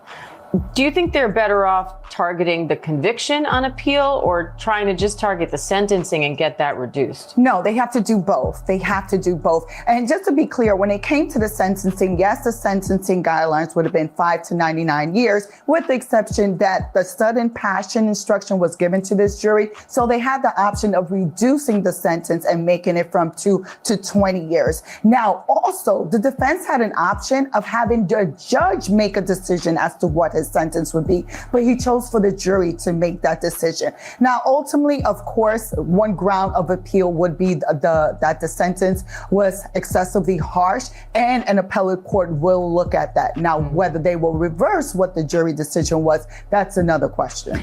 The judge in the Karmelo Anthony trial just released evidence, including body camera footage showing the moments an officer took him into custody after the stabbing. Anthony is heard saying, quote, "He put his hands on me. I told him not to. He put his hands on me." We do have more details in this, including pictures of the murder weapon, the aftermath, and Anthony's backpack. We are going to put those up on your screen here. Take a look. This is. Well, for those who never saw the murder weapon, the tool that was used, it was a multi-tool, right? It has a can opener. It has a couple of things. It's a multi-tool. Y'all know they sell them all over the place, Walmart, Amazon, or whatever, right? So this is supposed to be the actual object that was used. RIP to Austin Metcalf, right? So for those who didn't see it, this is supposed to be the actual object. Courtesy Collin County District Court, showing photos with evidence markers, the murder weapon, that blade. And this is supposed to be the where the incident happened. All right. So the tent was up here. They got the tape. So the tent was up here, and this is where. So later, when it first was going down, a tent was up. Karmelo was sitting on one of these bleachers. So when they came up, they were surrounding him. So whatever happened, and then he ran up the bleachers. When you see him run up the tent, he ran up the bleachers and then ran around, okay, and came down. All right, so this is, again, where the incident took place. RIP to Austin Metcalf. Let's continue. There is the scene of where the stabbing took place, and his backpack, Karmelo Anthony's backpack, right there. Now, you're going to see later, we're going to show in the video tonight, you're going to see them, they said they snatched his backpack. All right. I think it was Hunter who said it when Hunter described it. And we're going to show in the video clip where they snatched the backpack from him. All right. So they came and they took his, that's part people, I don't understand how people just fixate on one thing in this case. But if someone admits that they snatched your property, that's not, they try to make it seem like, they just told him to leave the tent and he didn't leave, like he was the problem when he was sitting there minding his business, right? And I showed where they all came and addressed him, and then they snatched his backpack. So this is the backpack we're gonna see. Now, the district court also released surveillance video. You'll see on your screen here that lit up orb in the top left-hand side of your screen. That is Karmelo Anthony. Boy, that thing with that garbage can just kills me. I can't get over the garbage can. We're going somewhere, right? I'm gonna let it play, but. And his backpack, Karmelo Anthony's backpack, right there. Now, the district court also released surveillance video. He runs up. You'll see on your screen here that he runs lit down. up He's gonna fall. orb This person in runs. the top left-hand side of your screen. That is Karmelo Anthony exiting the tent and he's gone. walking along the sideline of that track field in Frisco, Texas. The district court also released surveillance video. You'll see on your screen here that. So there you go. Now this is from the news, right? Very clear clip. Texas. So that's them. But for those who don't know, he's in between all these black figures. He got on the silver hoodie so you can't see him. He's in between. This is the commotion going on. District court also. Then you're going to see they over him now. All that, right? Then you're going to see him pop out. Released surveillance. Right here. There you go. He just popped out. And now he's going to come out. You're going to see him come out. All right? So all these individuals, he came from out from under it. Surveillance video. You'll see on your screen. Then the other one went out after him. Here that He runs down. lit up This dude runs. orb in throws the something top in the garbage, left-hand side of and your he's screen. running. That is Karmelo And he's Anthony exiting the tent and walking along the sideline of that track field in Frisco, Texas. Shout out to everybody coming in the building. Treating the victim. Again, he's on the north end of the Now this is when the police got Karmelo. Tent and walking along the sideline of that track field in Frisco, Texas. And they're currently treating the victim. Again, he's on the north end of the stadium. All right. Any weapons on you like that? Go ahead. I'll look here. So this is when the police first get him. Help me, y'all back up a little bit. Come over here for me. Come over here. I'm gonna put your handcuffs for now, okay?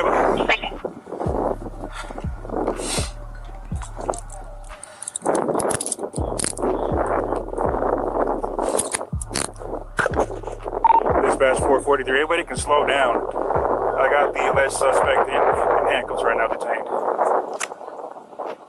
Everyone else can slow down. Suspect's detained in handcuffs. Hold on.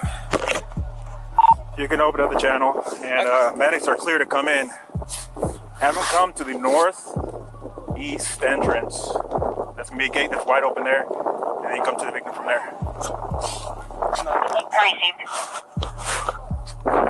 Yo, Ray's Shamrock. Good, stay. Don't go nowhere. You said it's lies, because right after this, we're gonna see the clip. And you got eyes, tell me we're gonna slow it down, we're gonna zoom it in, and you tell me what's a lie. All right, let's go. I've been waiting for you biased iggers. I don't care if you're a white igger, a black igger, or whatever ignorant igger you is. All right, we're gonna see show me what's a lie. We're gonna see the videotape. Let this part play. They arrested him, and I want to see you and anybody else, right? Because you got a freedom, you got the right to express yourself and say, but I want you to show me. I'll stop it, I'll rewind, I'll do everything. Show me the lie. Let's go.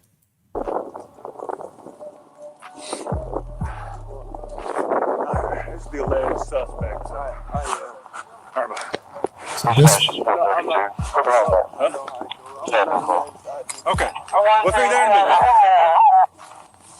So nothing on your person at all? Nothing? Mind if I reach in your pockets and stuff and all that? Nothing been stabbing? Okay. I'm gonna be out with this.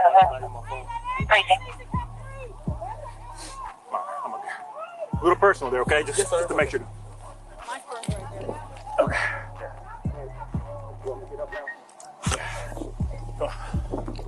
All right. Stick around, Ray. Don't just drop off that lie you telling without defending it, because we about to play the clip. I want you to defend it. I'm gonna show the video and you show me where somebody's telling a lie. All right, let's go. Because I want to see what you're gonna say. If 6 people are surrounding you and jumping you, would you defend yourself? All right, and I didn't have a dog in this fight, but the video clip show everything. We about to see. All right, stick around, Ray. Don't be a turncoat. Don't be a scaredy cat.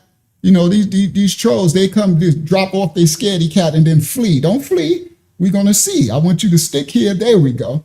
We're gonna see. Good. Stay for a second, because right after this clip, we're gonna show. It's gonna show actually what happened. So you tell me. We're gonna see, and you're gonna see with your eyes. You tell me if this is a lie. The victim's gonna be underneath that tent over there, so I'll get medics.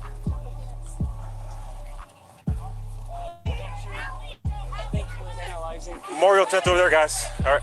He put his hands on me. I told him not to. He put his hands on me. Memorial tent over there, guys. All right. He put his hands on me. I told him not to. He put his hands on me. A Kirkendale Stadium video. I want y'all to see how this video. All right, do I want to do this now? Now, let me get to Ray. I'm gonna come back to this. This is 11:05. I'm gonna come back to that. 11:05. Let me write it down. I want to handle Ray now. Let's handle those who said somebody's lying. Anybody's lying. All right, let's go. Now let's get to, here we go. Now, here go a zoom in of the altercation. All right, let's go. Watch this. Now somebody tell me, here we go. Everybody thought this was Karmelo. It's not Karmelo. That's one of the goons. Let me play it in real time so you guys can see it. Did you see? Okay. Now, what we're going to show exactly how many people were around him. You just saw him in the middle run out. Okay? Let's go back a little, right? It's clear as, well, it's not clear as day, but you can see the figures. Then you're going to see about 5 figures around. And he's sitting in the middle because you see him when he actually runs from in between everybody. Okay? So right there, you see? Now he's going to pop up at the top. Right there. You go back again, right? You can see him in the middle of the confrontation. Everybody thought this was Karmelo. All right, watch it's this. not Karmelo. See all that? He's already sitting right there. You see him pop out from the middle, right? So we're going to go back. You're going to be able to see a little clearer. Well, you got to blame the courts because this is what they put out, right? The people who actually saw the original footage in the school last year said it was crystal clear, but the courts put out this blurry thing. But we're going to make it, it's going to be a little clearer. Let's not just, Karmelo. That's one of the goons. Get Let me past play it this in real time so commentators. you guys can see it. Did you see it? That guy. Back it up one more time. Did you see how that guy chased Karmelo out of the tent? Watch this. all right. Now, what it's kind of hard to see. This is a figure, an individual here, right? This is 2 individuals here. Karmelo is sitting in here. He has silver on. You know, because once they clear up, he just runs from up, right from here, right? The other goon. See?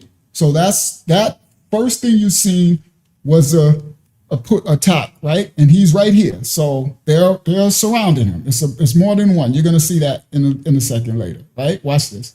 Boom. Karmelo left the kid. Right there. So when it broke off, apparently he must stabbed him right up in there, and then he ran up. So he's right here this whole time. That's why they over him. All right, and he ran up. All right. Now this guy is about to go, and then he goes up to chase him out of the tent too. Did you see? All right. Now I'm gonna go. What's that? 12:33. Let me write that. I'm gonna get back to the 11 one. 12 because I'm gonna show something a little. Because none of them is clear, but I want to show it a little bit better, right? Because when you zoom in, the more you zoom in, the fuzzier it get. All right, hold on. I'm going to come back to that. All right, this one. Now, this one's real fuzzy, but the person put a lot of arrows, all right? It's the best you could do because they gave us this blurry film. That's what they presented to people, all right? Now, watch this. So this content creator, I'm not, the reactions of the content creators are their own. I don't condone their reactions. You know what I mean? But I'm just using their content. Now watch this. Now, what this person in this content creator is showing is very blurry, but the arrows are pointing to individuals. All right? Now watch. You're gonna see my them sister move. said that we should be able to see them grab his bag as well right here. Let's see. Look right here. Look right here. So that right there, I know that people are like, what in the world was that? This because Hunter said that they grabbed his book bag, right? So the people who saw the video from the school, they're describing what they showed when the court released this, right? Now this is really zoomed, so the arrows is pointing to individuals. So he's saying that, now there's speculation, they're saying that that's the part where they grabbed the book bag. All right? So there you go. So you've seen one person. So these are a couple of people standing next to each other. All right? Now everybody, Karmelo's down here. Okay. So you've seen one person go like this. I know y'all can see that. So just look at figures because they made everything blurry. Okay? So just look at figures. All right? All we can do, because this is what they put out. You've got to blame the courts for that. All right. So this is figures, right? Now you're going to see a figure. There you go. You're seeing a figure. Now people are saying that's when Hunter said they snatched his book back. I don't know if that's true, but now what I am pointing out, you're seeing these are bodies. These are figures. Okay, and then later you're going to see Karmelo shoot out from in between. So you see they are around him. But let's continue. That it right there? So anyway, they trying to say... Sis, was that it, sis? They trying to say that this... Right there. Right there is when he snatched the book bag. That had to be it. I don't know, all that. All right, but look. So now you can see, you can also see figureheads. Okay? You're going to see the movement of the bodies. So if this person went back over here and Hunter said that Austin snatched his bag, if this person is supposed to be Austin, because that's what Hunter said. Hunter said Austin snatched his bag. Who is this? We know this is Karmelo right here.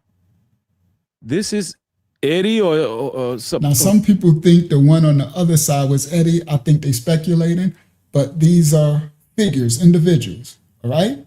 Now, you've seen one that was on the side of this one go over here, but let's continue. Or whoever the other goon is, they saying this is Eddie. Let me go back to the bag snatch right here. Who says that was a bag snatch, but whatever. Right here. All right. Now you see some individual come from the other individual right there. Now, the only reason why we know Karmelo is right here is because he was there the whole time, and then he flees from here and goes up, and you get to see that clearly. Right there. Did you see clear that? as you can. All right, let's continue. Let's go back. Right here. There you go. So that's one individual. This is another individual. This is another individual. That's at least three. Let's continue. See the bag snatch. So now remember, I showed in the video earlier where they all walked from outside. All five of them walked straight to the tent and went up to him. So people kill me when they talk about it was just one individual or whatever. It was a group of them, and they came and questioned him and surrounded him and whatever. But anyway, let's continue. Who is these people attacking my boy right here? Let's play it. Let's play the rest of it. Watch this. Let's go through it.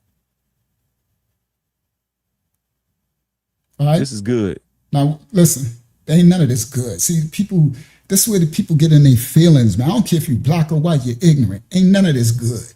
You know what I mean? This is all bad because a young man lost his life and two young men lost their life because that boy got 35 to life in prison if he doesn't come out on appeal, and Austin lost his life. All right, so ain't nothing good about this. All right, so now what they're trying to show, and this is how grainy it is, all right, but you're gonna see movement. All right, so you've seen the one movement. Look, they saying this, he snatched the bag. That sounds foolish. I mean, how are you gonna know that's what it was? But that you've seen one person move from out over there, right? Now let's continue. That's another person that moved right there. There's another person. Did you see that shadow move just then? Watch this. Let's see, what are you talking about? Watch, it's gonna be a shadow. It's gonna be a person move right there. This is another person. It's gonna be another person. This is another person. Watch this. This is the fourth person over here. This is a person. Well, I know the person here because he came, you seen him move over, but I don't see, let's see if what he's talking about shows. He says you're going to see another image pop outside of here. This is a person. This is a person. It's going to be another person. You're going to see step in right here. Watch this. Did you see that? I did see that. All right. So you did see someone movement, and it looked like two, whatever that is. That person right there step in. That's another shadow. That's another shadow. All right, let's try. Look again. So that's one. That's supposed to be one. Then it says he's saying you see another image of something move right here. Right there. I did see it. All right. Now I know people like, what in the world? It's because this is. When you zoom in, this is all you got. But when you zoom out, you see What we're going to do, you're going to zoom out. You're going to see these individuals are attacking. Then you see Karmelo go run out of the thing. All right. So again, it's so zoomed in, but that's the best you can to be able to try to figure out how many and what's going on. All right. Now we remember from when we first saw the clip tonight, you seen 5 of them leave from outside the track and go right straight into the tent and go straight to Karmelo sitting down. So all 5 of them are under there. And then even when he ran out, you see the one run out and throw something in the garbage can and all that. So anyway, let's continue. You see the other person? Just step in. So you got 1, 2, 3, 4. They're assaulting him right now. Let me back it up so y'all can see that shadow we figure in the background. Snatch the bag right here. Snatch the bag. 1, 2, 3. Then the shadow is going to be the 4th person. Watch this. Watch this. Right here. Right here. 4. Did you see that? Did you see that person? 1, 2, 3, 4. And then you're going to see Karmelo shoot up the gap. Watch this. Boom. This is Karmelo. Now you're going to see. Now that you can see. You're going to see. Now, remember the boom. That's so when we zoom out, you can see it. Now Karmelo's in the midst of this. And then what you are going to see is shoot. You're going to see an image shoot up. And that's him running up the tent. Karmelo got hit and his momentum pushed that person back right here.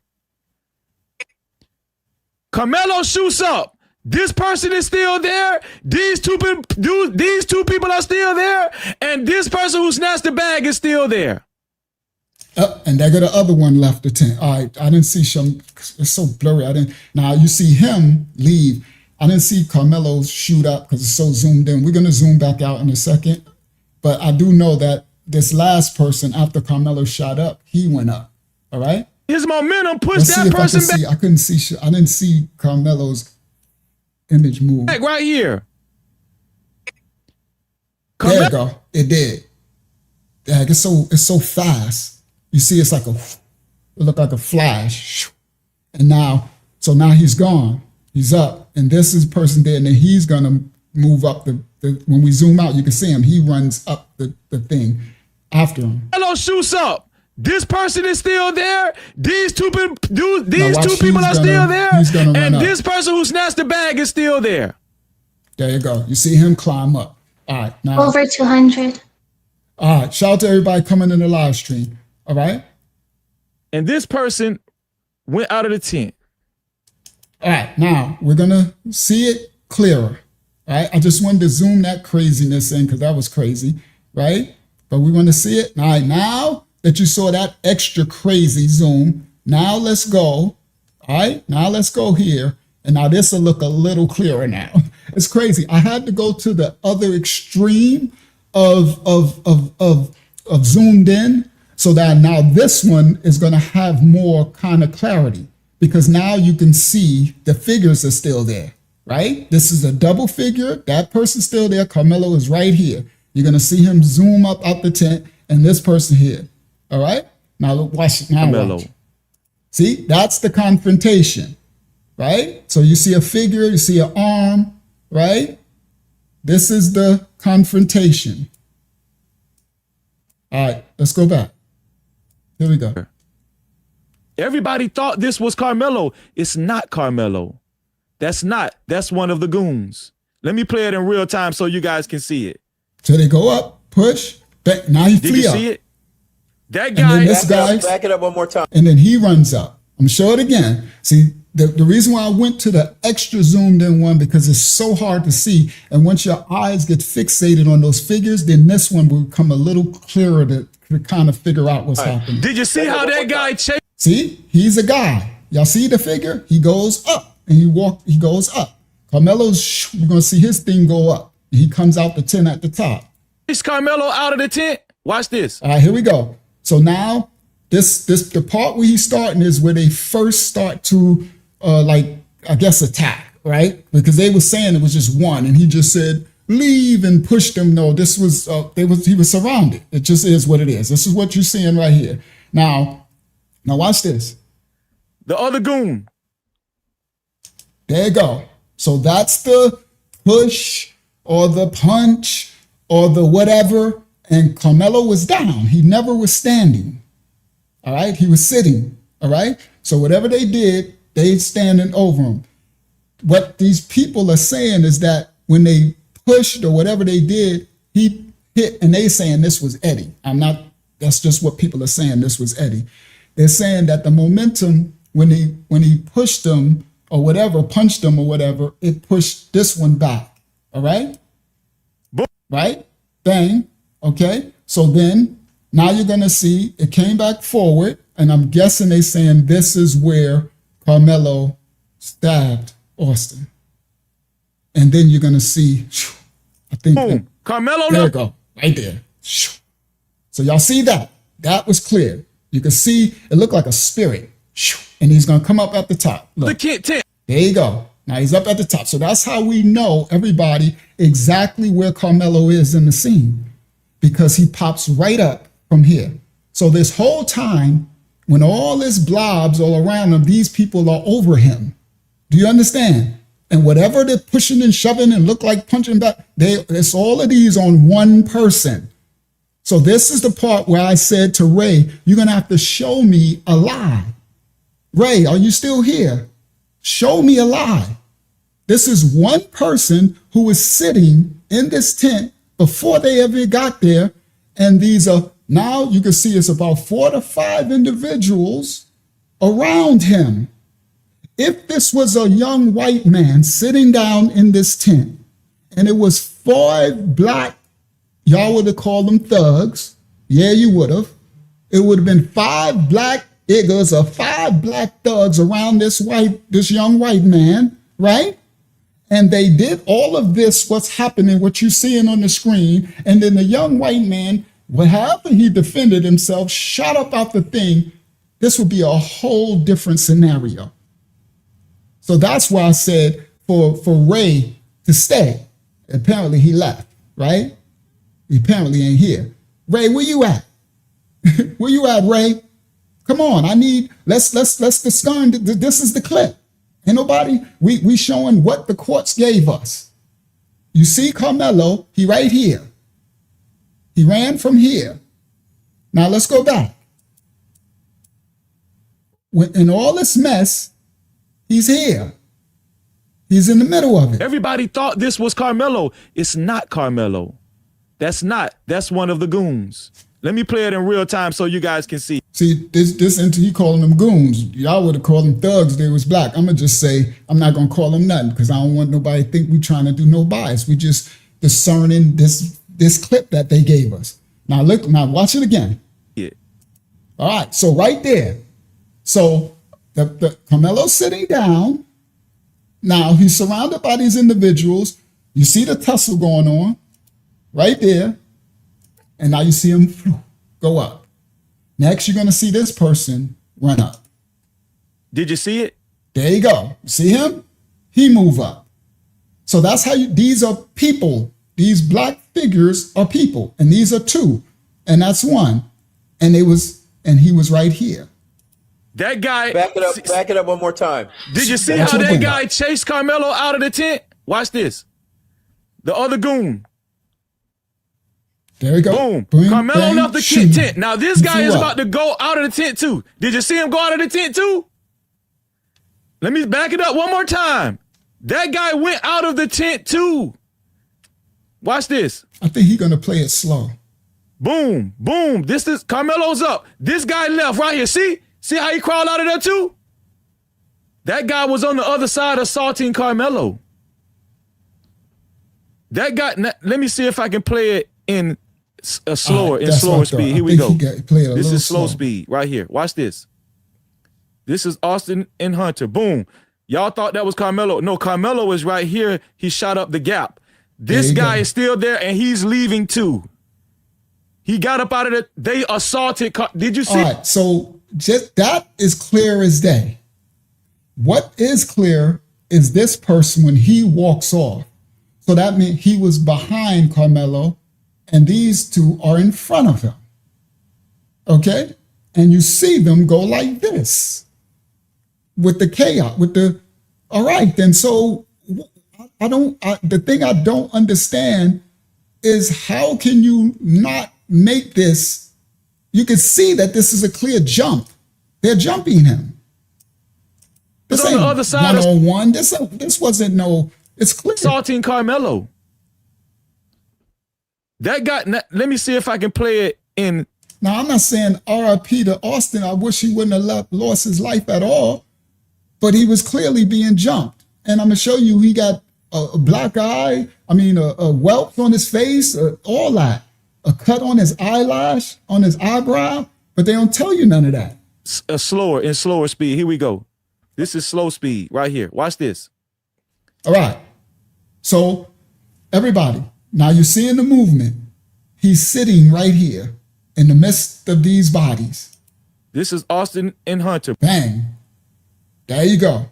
So that, you see, whatever they did it to him. Then this person moves back. Boom. Now, that part is where I think the reaction happened. Y'all thought that was the stabbing, and then you're going to see him. Karmelo. No, Karmelo is right here. There you go. It was still going, and then he's going to shoot up. He shot up the gap. There you go. This guy is still there, and he's leaving too. He got up out of the, they assaulted. Did you see it, Chris? I did. He's leaving to chase Karmelo. Yes. But yeah. Karmelo did a 52 fake and went that way. The reason why that guy went this way, because Karmelo looked to the left and to the right. Remember? He looked to the left and the right. He looked to the right first, and then that guy went that way to check. Let me show y'all one more time. This proves he was assaulted. This proves he was assaulted, and he was gained up. All right, they too excited. On and jumped. Here we go. I agree with that. I see a jumpy. If this was me and my boys surrounding a white brother, then that's me and my boys jumping him. Same as if reversed. Sorry. If me and 3 of my boys or 4 of my boys were surrounding a white dude and telling them to get from wherever we try and tell him to move, and then we start to pushing and punching on him and all that type stuff, we're jumping him. That's what that is. I'm sorry, y'all can get out your feelings and make it what it was. R.I.P. to Austin. I wish none of this happened, but this is definitely a jump. Hunter and Austin, boom. Y'all thought that was, no, Karmelo was in the middle. Right here, he shoots up. This is one of the guys that assaulted him. Then he leaves the tent. And that part is clear as day. That part, the reason why I'm saying is, you see how you can't see nobody there? And then later, once this clear up, he shoots out because they're over him. Here we go. That part is clear. Boom. Hunter and Austin, boom. Y'all thought that was, no, Karmelo was in the middle. Now right here, he shoots up. So how did he come from in the middle of all of them if he wasn't being covered? He wasn't being jumped. It's not like he came from over here and ran, or he was over here and ran. He was in the midst of when they became one black blob, right? He was covered in the blob. This is one of the guys according to this video footage, assaulted him. Then he leaves the tent. They lied to us the whole time.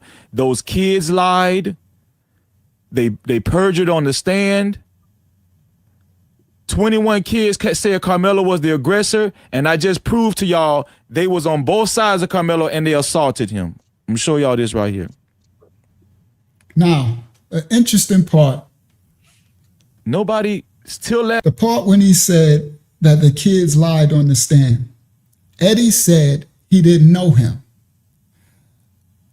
All of the kids, what I found interesting is this right here, this image right here.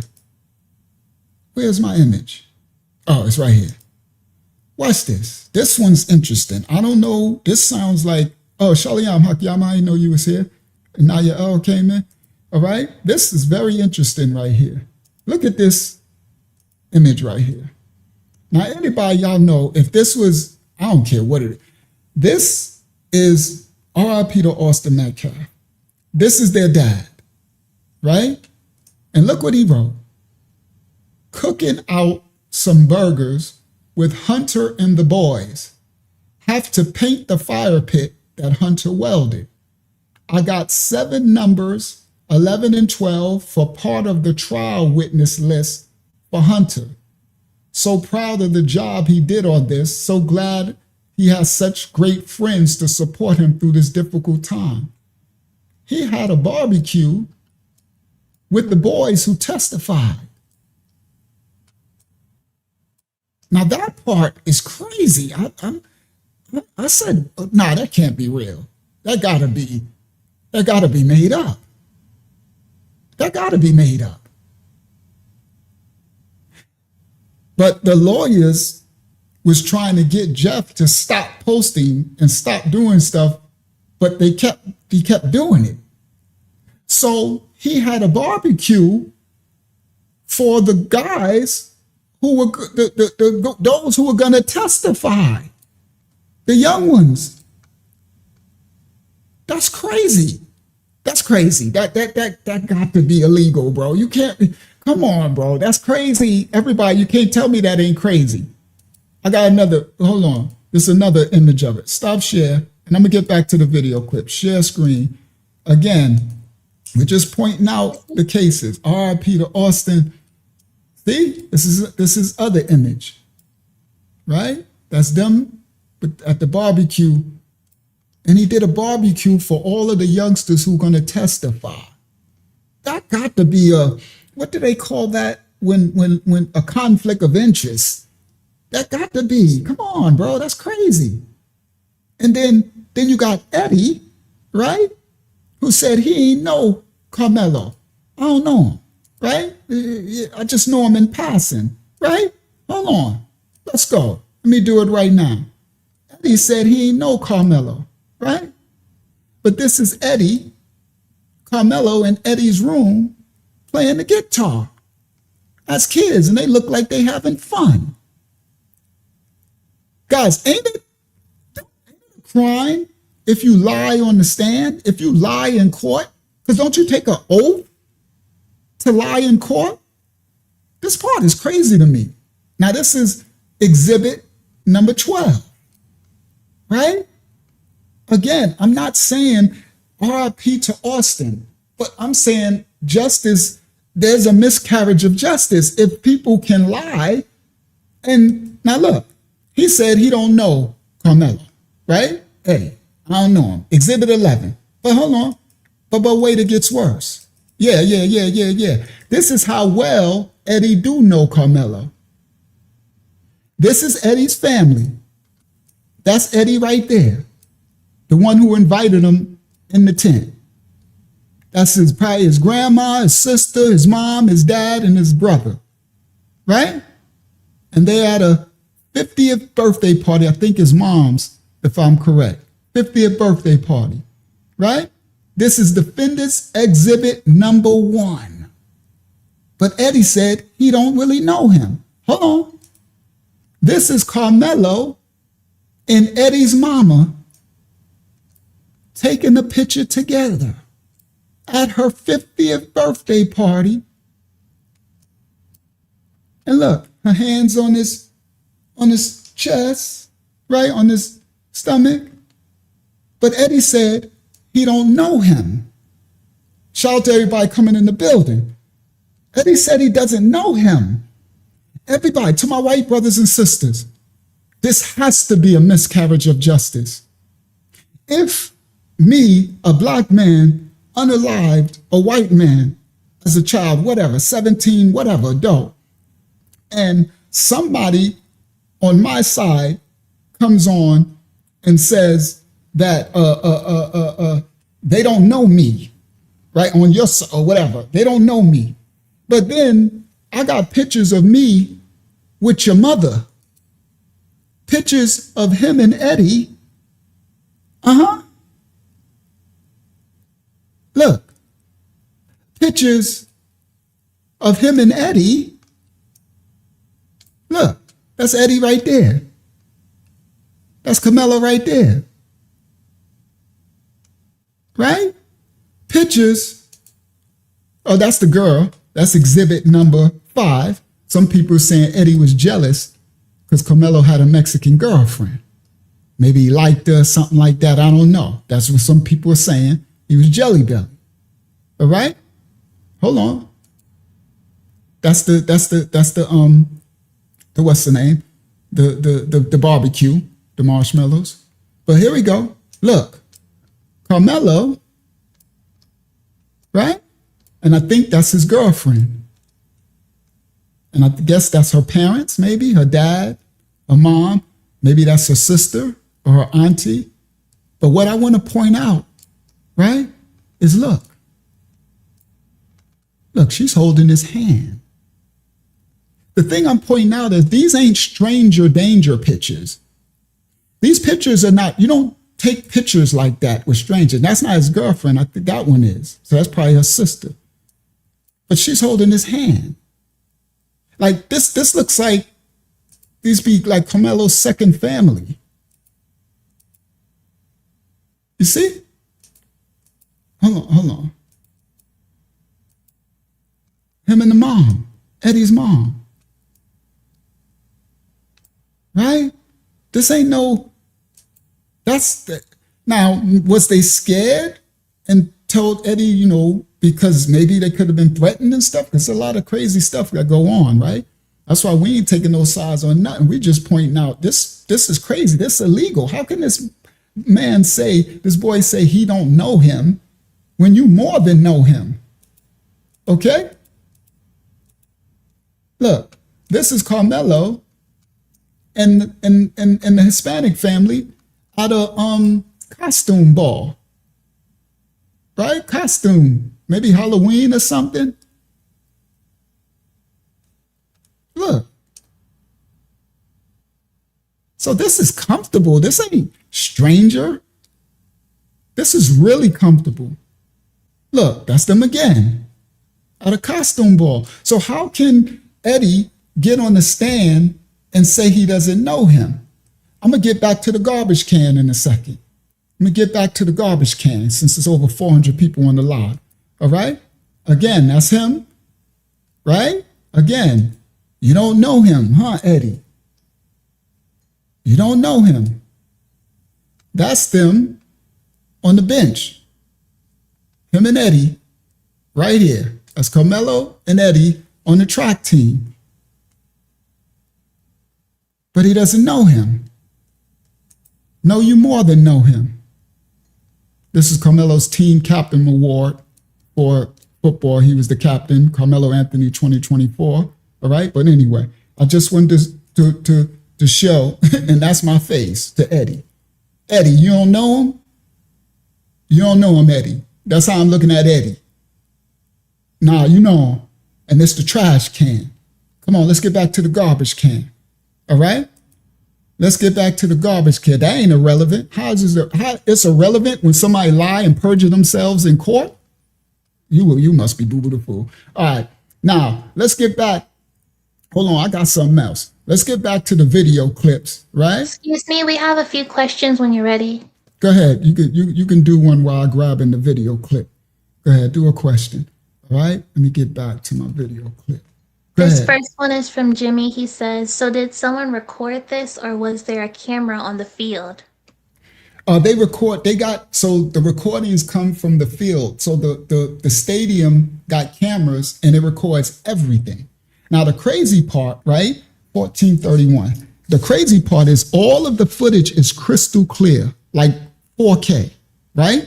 But what they did was the system, the courts, they blurred out the video. So like at the beginning of this, watch this. I show you crystal, hold on. Is it this video? There you go. See, this part is crystal clear. So this is the part of the video, right? See how clear this is? But then when they show, hold on, where's my part? I want to show, there you go, this part, crystal clear. So when they get to the under the tent, then they blurred everything, which should have been the opposite. They should have left it alone.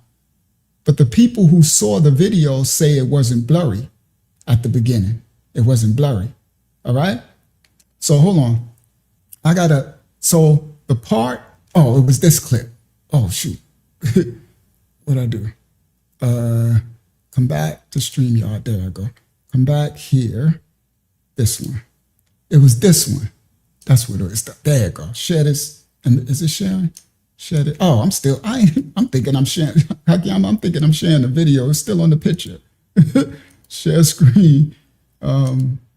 Share. Sorry, guys. It's this one. I thought it was still on the picture. All right. So this was the first video clip I showed. Now look how clear this is. Now, everybody, this right here is the video.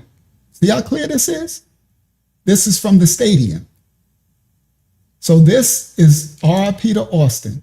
This is the beginning of this whole mess. This is when Austin and them, they weren't in the stadium.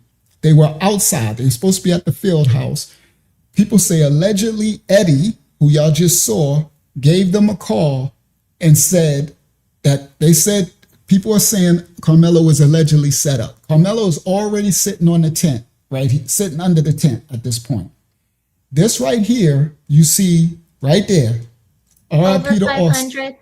RIP to Austin. Shout out to everybody in the building. This is when they first entered the field.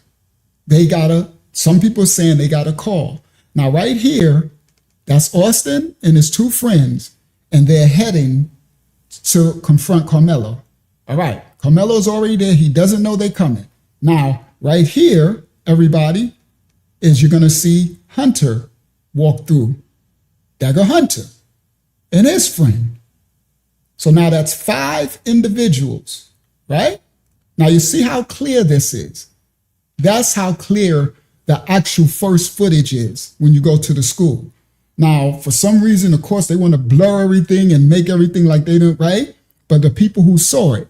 Now, right here, you see RIP to Austin. You see him walk through the gate, and they're headed to confront Karmelo. And now you're going to see Hunter, his brother, his twin brother, come through the gate. And then they're going to go catch up with them. So now what you're about to see now, you're going to see them go through. You're going to see them go through, right? The gate. You're going to see them go through the fence. And when they come through the fence, what's his name? Hunter. And this one, they're going to catch up with his brother, RIP to Austin, and his other 2 buddies. These 2 are going to catch up with these 2. So it's going to be all 5 of them beelining to the tent. And Karmelo's already sitting under the tent. He has no idea what's coming. All right. So that's the part where people like to, they leave out. But this is how clear the tape is. Excuse See? So hold on, Akima. So right here, they're going to go through, and right there, now I'm about to show that's them walking. Well, that part, that's Karmelo, but I'll get back to that.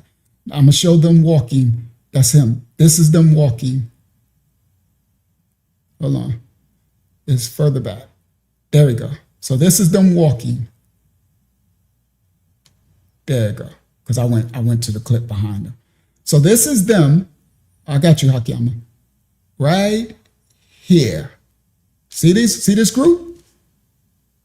That's the first 3 and the second 2. What I just showed y'all, they came through the gate, and now they're walking on the side of the sidewalk where the track is. And they're headed to the tent to confront Karmelo. See them? That's them. And they walk in with intent. See them walking? Now right there, that's Hunter and the other one running to catch up with the other 3. RIP to Austin. See? So they running to catch up. Now all 5 of them are walking. They went straight up to. They're walking with intent. Right? Let's play it again. See? I could have won this case. And they're going straight. Look where they're going. They're going straight to the tent. And then when they get to the tent, all 5 of them, they're going to head straight for Karmelo. Now, Karmelo is already sitting there. He's under the tent. He has no idea what's coming for them. They say Eddie allegedly called and set him up or whatever they're saying, people are saying. He has no idea what's coming. And these are 5 individuals coming. You saw them from outside the park. Now you see how clear this is. Now they blur it up later to try to whatever, the courts. So then you're going to see them walk and they're going to go straight in and you're going to see R.I.P. to Austin, him go straight up to where Karmelo is sitting. All right? And it's hard to see Karmelo because his hoodie is the same color as the bleachers. So look at them. I got you, Hakama.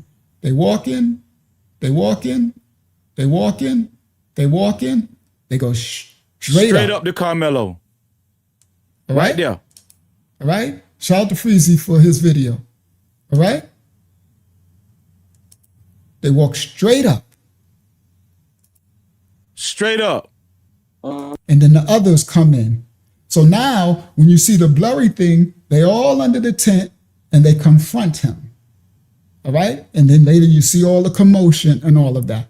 So what they did with the courts is they blurred it out. Now this right here is where Karmelo came in at. Way before any of this happened. They weren't, so this is a tent, this is another tent, and it's the yellow tent that Karmelo got invited to from Eddie. Karmelo got dropped off by a school bus to come to the event. He came from under here, and this is him. You're going to see him walk, and he's walking with his backpack on to go sit under the tent. Now, he has no idea what's coming for him. This is him right here. See the circle? Now, you're going to see him walk. Here's Karmelo. Here's Karmelo walking, just chilling. All right. So he has no idea that in a few, his whole life is going to be turned upside down. He has no idea, I think, allegedly, that his friend Eddie is setting him up. They're saying Eddie was jelly belly over him and the girl or something like that. Somebody liked the girl that Karmelo got because she was a pretty girl and whatever. But he has no idea what's coming. I know, like I said, if he did, he probably would have turned and went back home. All right? So all of this premeditated, he went there to harm somebody. He had no idea. He's walking, he get a call to come sit under the tent, and he walks and he goes and he takes a seat. And he's sitting down under the tent. That's him walking. And then they get a call. This is what people are saying. Allegedly, they had a phone, they got a call. People are saying it was Eddie. And they are headed towards him. He's already sitting there. He's been there for a while. And they got the other 2. They got Hunter. And then this is them beelining towards them. See? See him? You can see it clear as day. All the way from outside. See? All the way. They come through the gate, and that's them walking. Walking. Right here. Walking. That ain't one person, that's a group. I know if it was me and 4 of my homies going and approach a young white dude and do it, yeah, I would have been the thug pack. Yeah, we'd have been, what they call, wilding. What's the other stuff they say? We'd have been a bunch of thugs, wilding, and all this other stuff. All right? R.I.P. to Austin. But this is what the video shows. Right? So then they run and catch up to them, and then they're on a mission. They got somewhere, they're going with a purpose. You know how people walk with a purpose, and then they get to the tent and they go right in. And then later the commotion happens. Right? So now you can see he zoomed in, Freezy zoomed in, and look, that's them. And they walk and they go right in. And that's where Karmelo is sitting. And you know it because that's where he ran. He never moved. The crazy thing about this is when the thing breaks out, when they jump, because this is a jump, when they start jumping him, he flees from the same position. He never moved. He never stood up. He never moved. He flee from the same position. Now some are saying it was the force or whatever. I don't know, but I don't know all that. But anyway, we're just discerning. Go ahead, Akiyama. What did you have to say? There were some comments in the chat that you might want to address. Okay. So here you can see some of the confrontation. No, that's when they first sat down. That's not the confrontation. All right, the confrontation. This was my first clip. All right, what was it? Now let me show you how they doctor videos. Yeah. I got that part. That's at 11:05. Go ahead, Akama. What was it? You got it? Go ahead. It's from someone named Dell. I'm just going to say Dell. They say, completely irrelevant to the case, you blind preacher, repent and turn to Yahweh Shah. Can you hear me okay? What you say? Yeah, I hear. Okay. There was no need for me to address that devil. I don't give a crap about no what Yahweh Shah you talking about something's irrelevant to the case. All of this is relevant to the case. How is any of this irrelevant to the case? All right? These individuals dropping something in the garbage can, all right after the act, all right, for everybody. Here go the garbage can, right? So right after the act, these individuals, right? So you're going to see Karmelo run out of the tent, right? You think I care about these? I don't care about these Israelite clowns, these Christian clowns, these white iggers, black iggers. I don't care about none of you iggers, right? We rightly dividing the truth and spirit in the truth. I don't care if you for or against, you should be pro-truth, okay? And that's what we're trying to figure out. And now this part is the truth. This is Karmelo running out of the tent. You're going to see him run down the side, and then you're going to see one of the people who was in the tent when he was accosted run out of the tent and throw something in the garbage. All right? Here we go. You're not sharing. What you say? Oh, I'm not sharing? Oh, my goodness. Thank you. Thank you, now y'all. Who was that said it? Now y'all? Thank you. All right.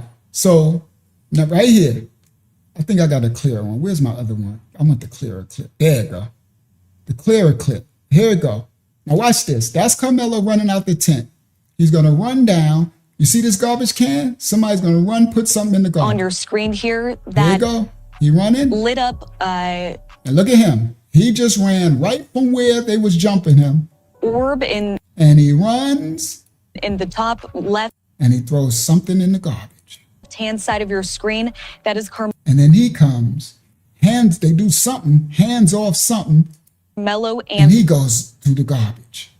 And this idiot Jew's talking about something, Yahweh Shah, talking about nothing, none of that matters. Ain't nothing but boy, I don't give a crap about you black devils, white devils. Devil is what devil does. You heard that part. All right. Now, let's continue. Now, that part of the garbage can, and then later, they come back to the garbage can, right? And that's what we show. That later, the garbage can comes back. But let me show you this. Let me show you how they doctor videos. For some of y'all, they call this the ghost video. Yeah, they could doctor video. They did it to me, all right, when I went to trial. Watch this. Copyright disclaimers on the effect. We don't write the video. We're reacting to the video. This is called the ghost video. Watch this. Kirkendale Stadium video. I want y'all to see how this video was doctored and how this person explains it. Shout out to Freezy for this video. People, again, ladies and gentlemen, this is like the Kanika Jenkins footage. Let me go back a little bit. Pay attention. It's zoomed in, but you're going to be able to see it. You're going to see a ghost figure. Okay, there you go. You see it? Look at this figure right here. There it is. Okay. Did y'all see that? Here we go.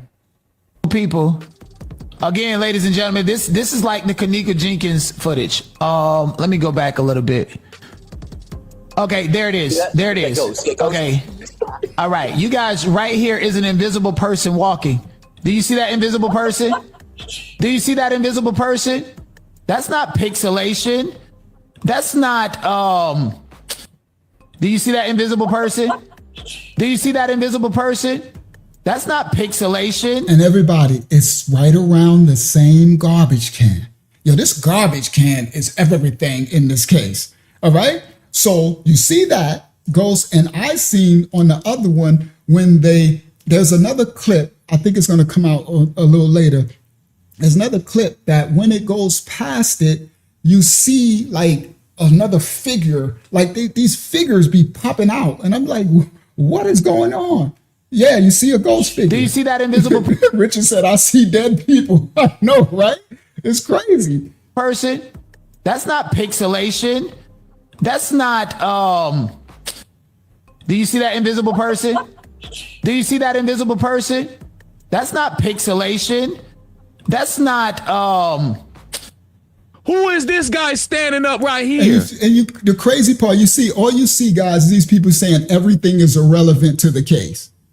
We literally showing people right after, people who were in the scuffle, soon as it's over, go throw something in the garbage. We showing other people come later, pick up the garbage, take something out, somebody runs out the park. We see all this, and it's all irrelevant to the case. You are irrelevant to your case. Okay? Somebody said that's Eddie. I know, right? Eddie all over the place. They said Eddie was the one with the garbage can and stuff, right? So anyway, you are irrelevant to yourself. You understand? You're relevant to your own life. All right? All this has relevance. Everything has relevance in the case. I'm sitting up here talking about Eddie lied on the stand. That's irrelevant. This person came that was in the scuffle, threw something in the garbage. Someone came, took it out of the garbage. All that's irrelevant. Yeah, everything is irrelevant because you're irrelevant. All right. Now, this RIP to Austin Metcalf. All right. We just want to understand what is going on with all these footage. What is going on? All right. Now, some people don't know about this part, right? Feezy, I didn't even know this stuff that they're talking about. He had, a cut. Nobody till last night. Now we've been noticed the gash right here. We've been noticed the gash underneath his eye. Now, what Feezy and them is pointing out was because the case, they say nobody did anything to him. He was just pushed, right? But there is his eye is red. Everybody, y'all can see that clear as day. His eye is bloodshot. There is a swelling under his eye, but there's also a cut in his eyebrow. A slash. None of that was there. But this is the point. And everybody, know what they're going to say, guys? All of this is irrelevant, right? So that's why I'm like, you're going to have to miss me, all right? We're not for or against. We're just trying to discern what's actually facts, what's happening. You can't tell me that you don't see this, all right? His eye is bloodshot. There's a little slight swelling under it, but there's a clear cut in his eyebrow. Not gash, but I'm sorry, swelling. The swelling underneath his eye. Also, shout out to Lace and others in the chat last night pointed out. Can y'all see this? Am I? Okay, now y'all see it. Now y'all see it. We've been noticed the gash, not the gash, but the swelling underneath his eye. You see the swelling underneath the eye. There is swelling noticeable. I know some of those against it be like, well, swell his other eye. Now, see, I'm not for or against. We're just trying to discern what happened in the trial. R.I.P. to Austin Metcalf. All right? R.I.P. to that young bro. I wish none of this happened. I wish they could have just took it out on the field and in battle. They said, Karmelo was talking about their team because Austin's team was 1-9, right? So that's a very horrible losing season. And Karmelo's team wasn't that much better. They was 3-9, right? So, sports talk. They're like, your team sucks. No, your team sucks. I wish it would have just stayed there. And neither, nobody advanced anything. Nobody put their hands on nobody, either side. Okay? That's when you're not jaded, when you understand that these are children. And RIP to Austin, and nobody should have lost their life, bro.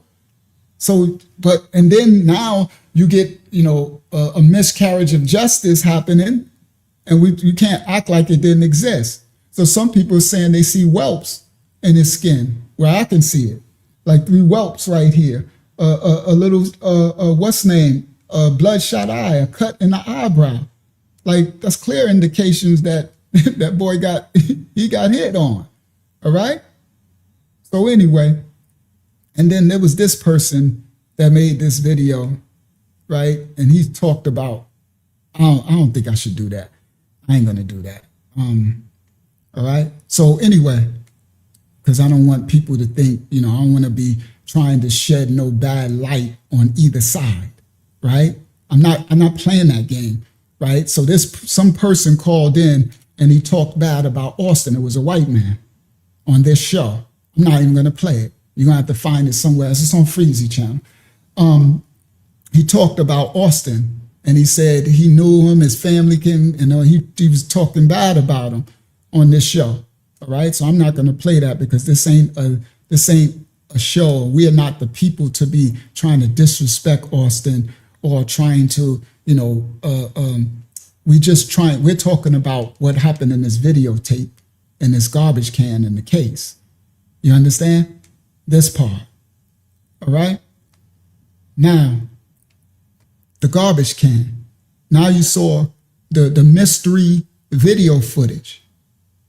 And this garbage can is everything because after the case, they came back to the garbage can. Let me find the clip for the people who wasn't here earlier. Let me find the part where they came back to the garbage can. It's right here. There we go. So after, what's his name? Karmelo ran out the park, the coach met him, right? Oh, I was supposed to have that clip. Do I got that clip? Oh, I must don't have it. I thought I had it in here. The coach met him and the coach walked him back to the tent. So this is Karmelo they're in the Globe, him and the coach, and they walking back. This is way later after it happened. R.I.P. to Austin. This is Austin on the ground and they're working on Austin. And they walk Karmelo back, right? The coach. Now this garbage can is laying on his side, right? It's the same garbage can that the other person ran and dumped something in, the other person. And then this person picks up first of all, this person goes and does something. So watch when they walk Melo through. Watch the other guy running behind Melo and coach. It's coming. Now so now the garbage can's laying on the side. This person gonna go and he's gonna do something over the side of it. And then this person gonna go pick up the garbage and go in it and take something out. And then he's gonna pass something and somebody gonna run out the park. Going back to the right. That's irrelevant to the case. Right, when they going back. This is a crime scene. Everything is relevant to the case. Fools, everything. I don't for or against. It's all relevant to the case. I keep watching. Now he walks. Now this the garbage can on the side. He's gonna walk and he's gonna reach over the fence. Because it might be after he dug in the See? So he's reaching over the fence. Now he's gonna come down. Trash can then. It is, I seen it. Chris and he's gonna pick up the trash can. He's making a copy, I think. Stand it up. Okay. Now he's going in the trash can. He takes something out, puts it in his pocket, right there. So that's the boy. And then they do something, they cut the frame. Boy that dug in the trash can. Which I wish they didn't. So see, with the other people, something's happening. It's it right there. And then later, you're gonna see someone.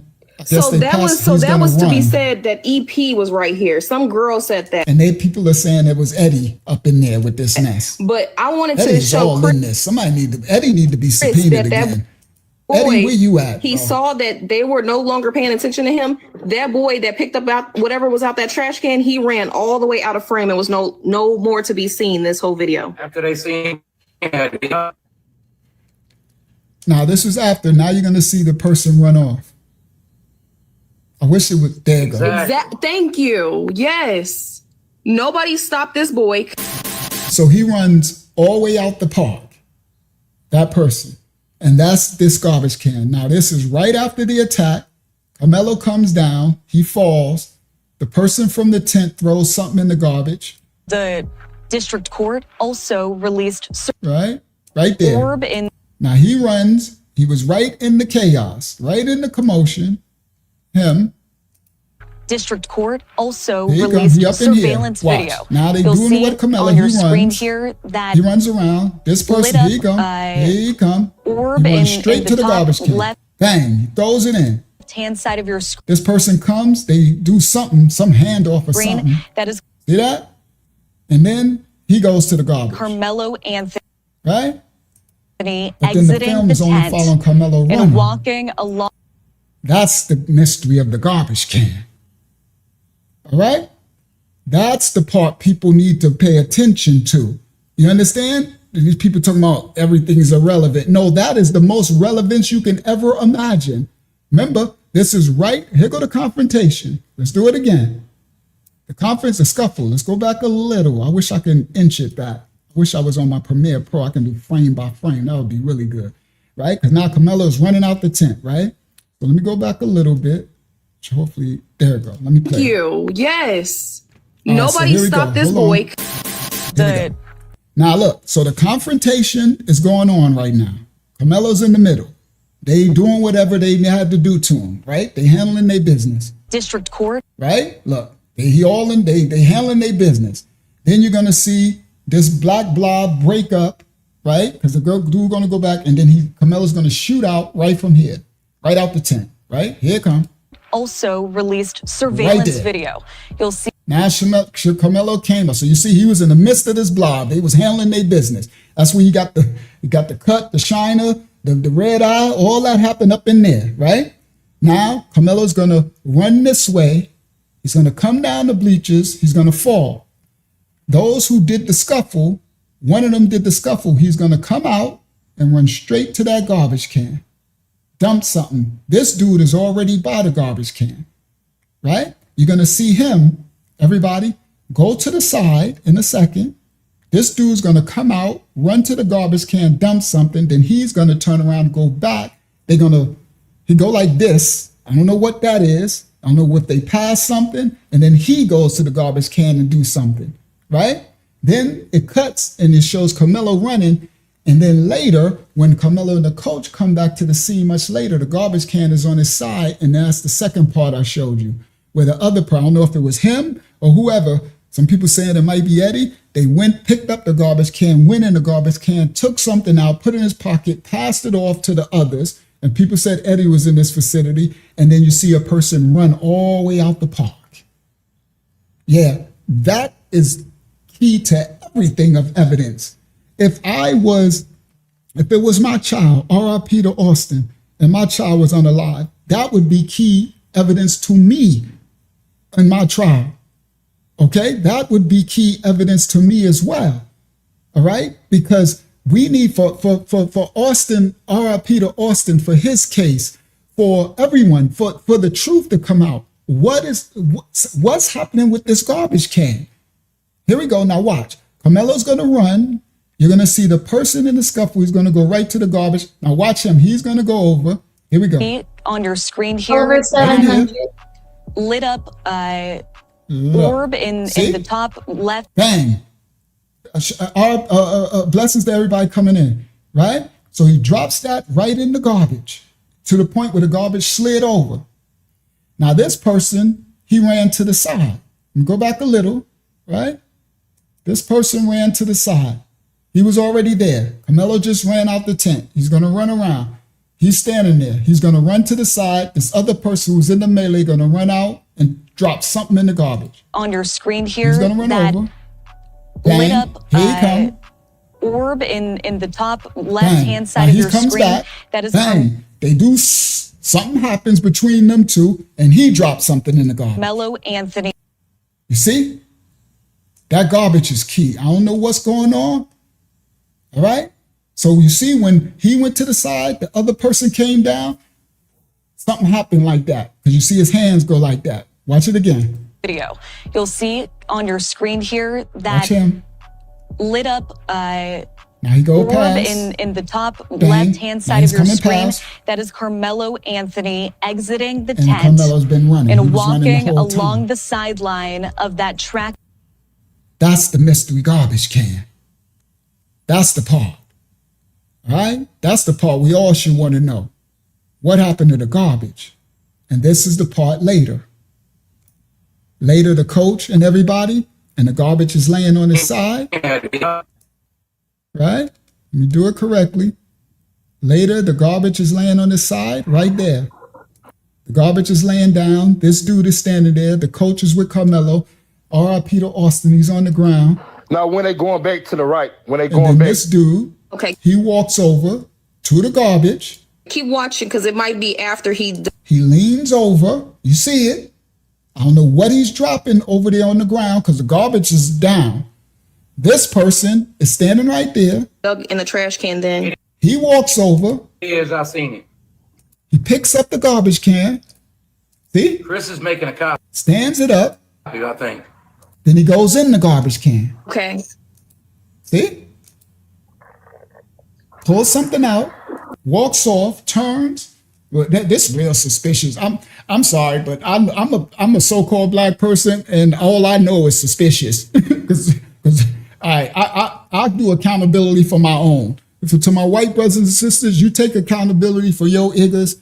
I take accountability for my iggers, right? Hispanics take accountability for your iggers. I don't trust no black iggers, white iggers, nothing. So I know if I see a black igger around me doing all this, that's suspicious behavior to me. If it's a white igger doing it around me, it's still suspicious. I'm getting away from all that. I don't be playing around with other nations. I'm just, what I mean by that is, if I'm around a bunch of another nation of people, I don't care what it is, Hispanic, white, whatever, I'm kind of watching everything, you know what I mean? Even if I'm around a bunch of blacks, you know what I mean? Because then you got your iggers of your nation of people. Y'all know what I'm talking about. For the righteous people, y'all know exactly what I'm talking about, all right? Everybody need to call out the iggers in their nation of people. Iggers are the ignorant ones in your nation of people. You know what I see? Like these trolls that come here. All right, I don't give a crap if you white, black, or whatever. Igger is what an igger does. All right, these none but devils. Okay, so this dude, this shady behavior. Okay, he done went in the garbage. See, I would have seen that. I'm the type. I'll be gone though. I'm the type. Once all that jumping and someone got stabbed, I'm out of here. I'm not be waiting around to be questioned about nothing. You know, because I grew up around a lot of racism, a lot of crazy. I grew up in the 70s. I'm an elder guy, so I got a lot of old trauma from the crack era in the 70s and the 80s. I grew up, it was really crazy, right? So I'm out of there, period. The minute some chaos going on, I'm the first one out of there, right? I'm not hanging around trying to be seeing this dude snooping around a garbage can. He done picked up a garbage can and dug in the garbage can. If I would have seen that, I'd be like, that is my sign to go. Right? That's my cue to be out of here. I ain't seen nothing, don't see nothing, don't want nothing, there ain't about to be nothing, I don't need to be questioned about nothing. I ain't see no evil, hear no evil. I'm out of I'm away from all this evil. You heard? That part. All right? And that's my advice to all y'all too. Stay away from evil. You see it, get going. Be gone from evil, man. And pay attention. Keep your discernment. Keep your head on swivel for wickedness in people. And deceitfulness and stuff. Movements, energies. You know what I mean? Dark spirits and energies. Be careful, right? Use your discernment, all right? So this dude right here, this mad, crazy suspect energy. You understand? I done seen the dude, like if I was there, I'm like, that dude just reached over there and the garbage was down. This dude came over to the garbage and put it, I'm like, man, they got guns or something. That's what I'll be like, I don't know if that's guns or drugs. I don't know what that is, but I don't want to be nowhere near it. You understand? I don't want to be in no frame around where they be, they be like, wasn't that Unc sitting up there? No, that wasn't Unc. Unc ain't seen none of that. Unc got cataracts.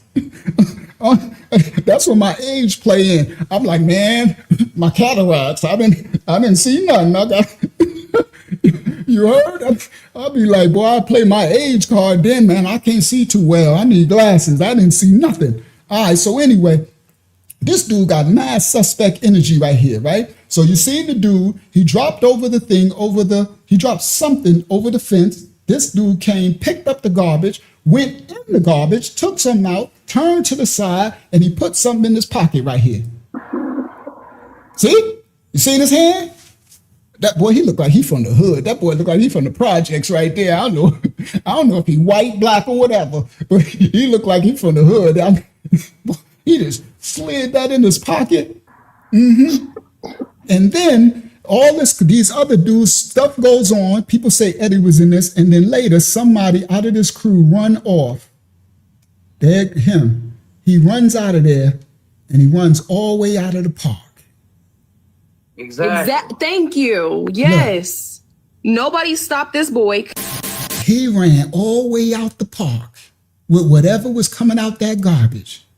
That's the mystery garbage can. That's all relevant to this case. Somebody done told y'all crazy wrong. All right?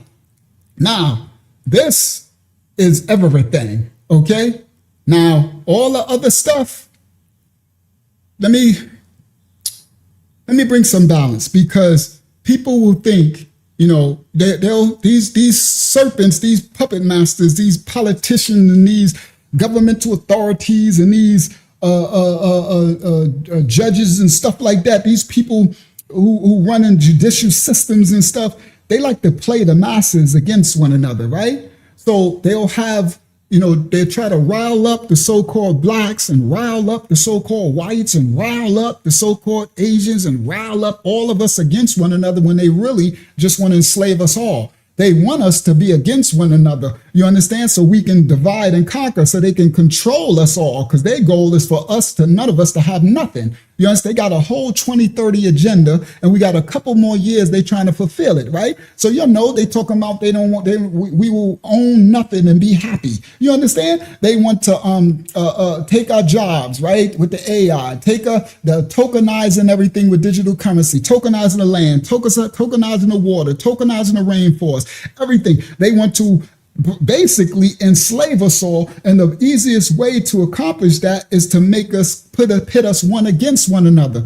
So they'll make people think that all white people are wicked, or all black people are wicked, or all this people are wicked, and they'll keep us all divided. We need to judge everybody from an individual basis. Do you understand? I don't give a crap if you black. I don't give a crap if you talking about some Yahweh, God, you love God, or you love Jesus. Y'all know people love Jesus, and you love Yahweh, you love Yahusha, you love whatever. I'm like, I need to see your fruit. I don't care that you call it on no God or something, but boy, these churches and these assemblies is full of hypocrites and wicked people. You gonna miss me with that. I need to know you by your fruit. My Messiah told me, judge everybody individually by their works, actions, and deeds, fruit. I need to discern individuals, right? So they'll push all these narratives to make all of the so-called blacks be against all the so-called whites, and all the so-called whites against the so-called blacks, and all of the blacks against the Asians, and the Asians against this and everything, while they divide and consume us all.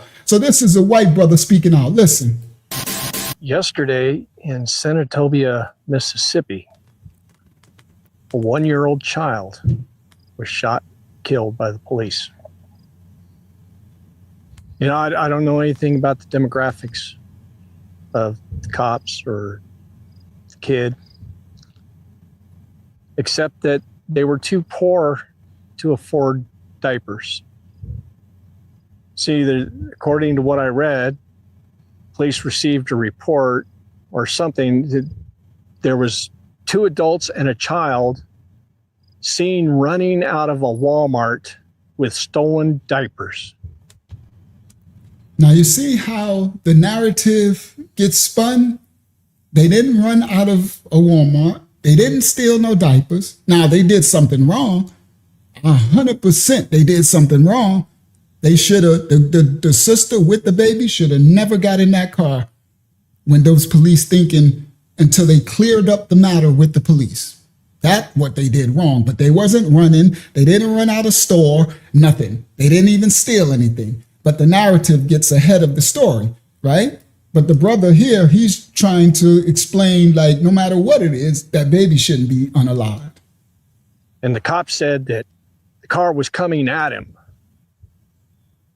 Funny thing is, the bullets went through the side window of the car. A 1-year-old child who at the end of the day is gone because mom couldn't afford diapers. This is America today, 2020. No, she had diapers. They bought the diapers. And where do you place the blame? There's going to be a lot of idiots out there. Mom should have got a job. Mom shouldn't have been stealing. There was a box of diapers, for fuck's sake. And a cop shot a kid over the cost of diapers. They knew that kid was in the car. What kind of a cop shoots into a car with kids in it? A devil. Shout out to any of the righteous cops out there who won't do this, who don't have the devil possessing them, right? And to the unrighteous cop, let the Most High will be done. A devil. Excuse. This is our America. How do we get here? Because a lot of devils in this dark second world. Fact. Shout out to the righteous. So we rebuke. Shout out to the light of every nation, kindred, and tongue that got to speak out against the darkness. You heard? And don't get everybody riled up in your foolishness and biasness by the media narratives, and they're spinning to make us rile us up to hate on individual, to rile us up general when things are on individual basis. That's what media manipulation. These puppet masters manipulating us through events that happen, even if they manufacture the event or not, they still never let a good thing go to waste, a good cause. You understand? They run down that Hegelian dialectic all day and everything. They'll cause the problem, all this stuff, right? Play us all against one another. I think part of it's because we've turned our police forces into gun happy, shoot first, ask questions later law enforcement. So I just wanted to show that little thing because, right? Because the incident. All right, here we go. Now, there's an incident, the incident with the little boy. A lot of people are easily triggered because there's so many situations that happen, right? So this brother made this video. So your first name is Karmelo? Where was that same outrage when Daniel Penny murdered an innocent black man, bro? Oh, they raised over $2 million for him. Where was that same outrage when George Zimmerman murdered Trayvon? Oh, they was online. They was on the internet trolling with when George. Everybody listen clearly. For those who are old enough, do y'all remember when this happened? When this Zimmerman devil unalived this boy? I don't care if Zimmerman was black and Trayvon was white. The black dude would have been the devil for killing that white young man. Do y'all remember what they was doing online? They had hoodies that said hang. Now he's dead. The point I'm trying to make is that Austin is dead. R.I.P. to Austin. For the most part, I don't see blacks online making parodies about Austin being unalived.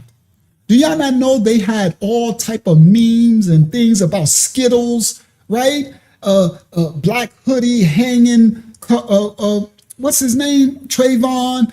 And they had the Arizona. Because remember, he went to the store to get an Arizona and Skittles. He was a child. And the police told this Zimmerman devil, don't follow him. Remember on the thing, they said, do not follow him. He chased them down, did all this, and ended up killing this young man. This young man didn't have a gun. He didn't have nothing. He killed him, and all over the media, they were mocking this dead little boy. The people. These are the devils of the so-called white community. Shout out to my righteous white brothers and sisters who don't partake in that. Any black person who mimic and mock a dead, whatever color skin a person is a devil.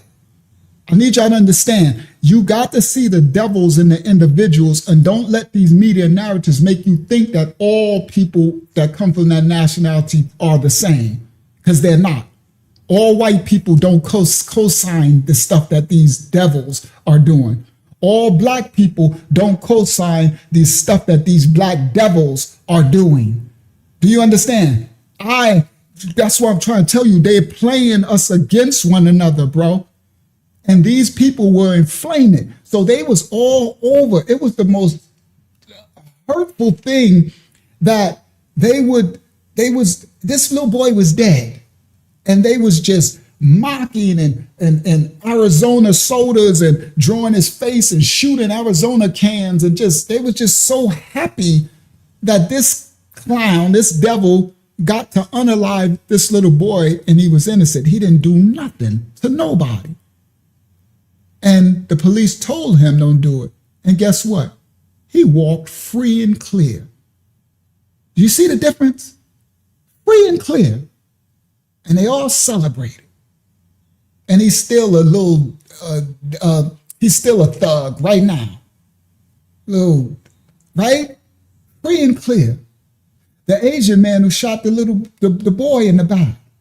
Free and clear.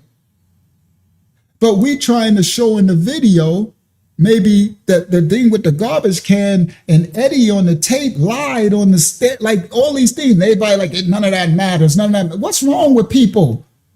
You people are devils. I don't care what color your skin is. I don't care what you are. I don't care if you're black, white, whatever. If you're not on the side of truth and righteousness outside of bias of some skin color, all skin folk ain't kin folk anyway. Y'all are eating the Kool-Aid if you think, because you so-called white, you think every white person on your side, you're wrong. Because you so-called black, if you think every black person is on your side, you are wrong.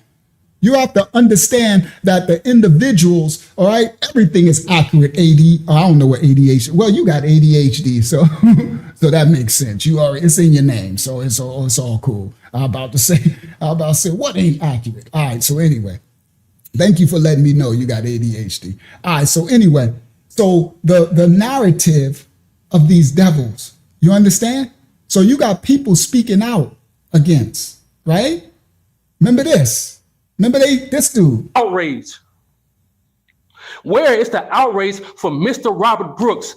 18 prison workers, bro. 18 prison workers. They handcuffed him and they beat him to death, bro. Remember? We got all the footage. Look at them. They beat that man to death, to pulp. And nobody's charged, free and clear. So you see how easy it is for them to rile up? That's why I said don't fall for it, bro. And people, come on, bro, y'all gotta snap out of it. But everybody white is not on the side of this unrighteousness. And everybody black is not on the side of this unrighteousness. You see, this is some of my white brothers and sisters. Listen to them. I want to genuinely give my condolences to Jeremiah's family. Jeremiah is a dog that was recently just shot and killed by 15 plus selfish and careless police officers that were responding to a singular noise complaint. Remember they shot the dog? And everybody like they shot Jeremiah. R.I.P. to Jeremiah the dog. That's the Most High's child. I got the me. I'm supposed to take care of the animals. Right? They make a big fuss over Jeremiah, right? They said that they felt threatened and that Jeremiah was going to attack them because he barked at them. A couple things. I don't know if you've ever been around a dog before. They tend to bark at people they don't recognize in their space. Crazy concept, I know. And why 15 plus police officers needed to respond to a singular noise complaint is beyond me, because they sat there with their thumbs up their ass looking stupid. One thing I know for sure is ACAB is true. And now I see droves of white people on my social media, like all over, flooding it over this dog that unfortunately lost his life. And they're saying that these police officers need to be held accountable. And I agree. It's absolutely disgusting. They need to be held accountable. And in the same thought, I already know the answer in my head, but I'm like, would these same white people carry this exact same energy had it been a person and not a pet? Maybe say a 1-year-old black boy that was shot in his car in a Walmart parking lot by a police officer less than 24 hours from Jeremiah over a box of fucking diapers because they assumed that they were stealing them, which they weren't. Not that that's important, because now a baby's dead. Listen to my white brother make this point. He said, are they going to have that same energy over the dog Jeremiah? They put up a hoopus and a ruckus over Jeremiah. And it was a black sister's dog. See, the race didn't matter there. It was a dog that was killed. How dare they shoot a dog? But now they shot a 1-year-old baby, and this white brother right here is like, where's the same energy? A black baby was now just killed by a police officer. Why isn't that in my newsfeed? Oh, I know why. Because it's a police officer killing another black person, a black baby at that. So I just want to say, for all you white people that are giving all this like wonderful, empathetic, warm energy to Jeremiah's family, which they deserve, keep that very same energy for human beings. I love animals just as much as the next person, probably more than a lot of people that I know. And I still have enough empathy to see and not turn and look away when I see police officers are very clearly targeting and killing people who don't look like me. Black people. Police officers are targeting and killing black people. And it's been in the news for years, and you're willfully and ignorantly looking away from it. But not when it's a pet. Keep that same energy, babe. There's going to be a lot of discussion about the use of force in the Cohen-Wiley case in the days to come.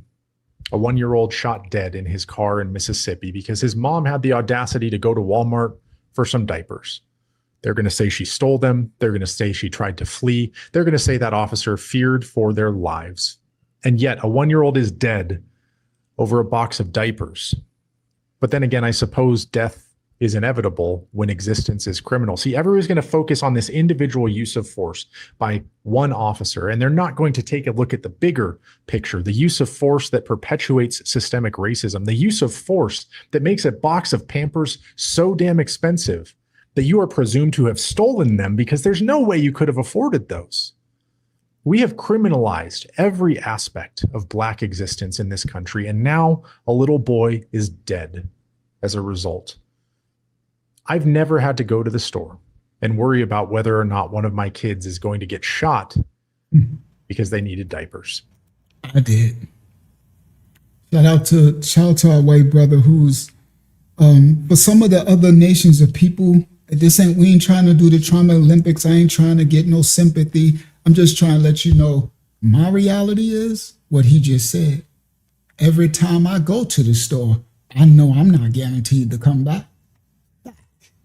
Whole facts every day of my life. And I'm one of the most righteous people I know on this earth. I don't lie, I don't cheat, I don't steal, I don't drink, I don't smoke. I try to help, I love my neighbors and do myself. I try to help anybody I can. But every time I get in my car and every time I go somewhere, I'm not guaranteed to come back. Facts. That's a whole different reality. Some days over others, it's easier. All right. I could have went on with this, but the point is a lot of the white brothers and sisters are speaking out. See? In a vehicle, and police said that she pointed the vehicle at an officer and they opened fire, killing Cohen and critically injuring the passenger.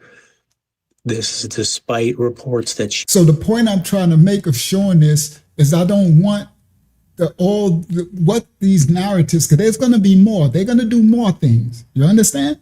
Trust me. They did the little boy now. They did this. They're going to do something else. And they're going to keep on both sides pushing things to keep rallying each side up, the black against the white and this. Because as long as they get the black against the white, everybody in the middle is just fodder. You feel what I mean?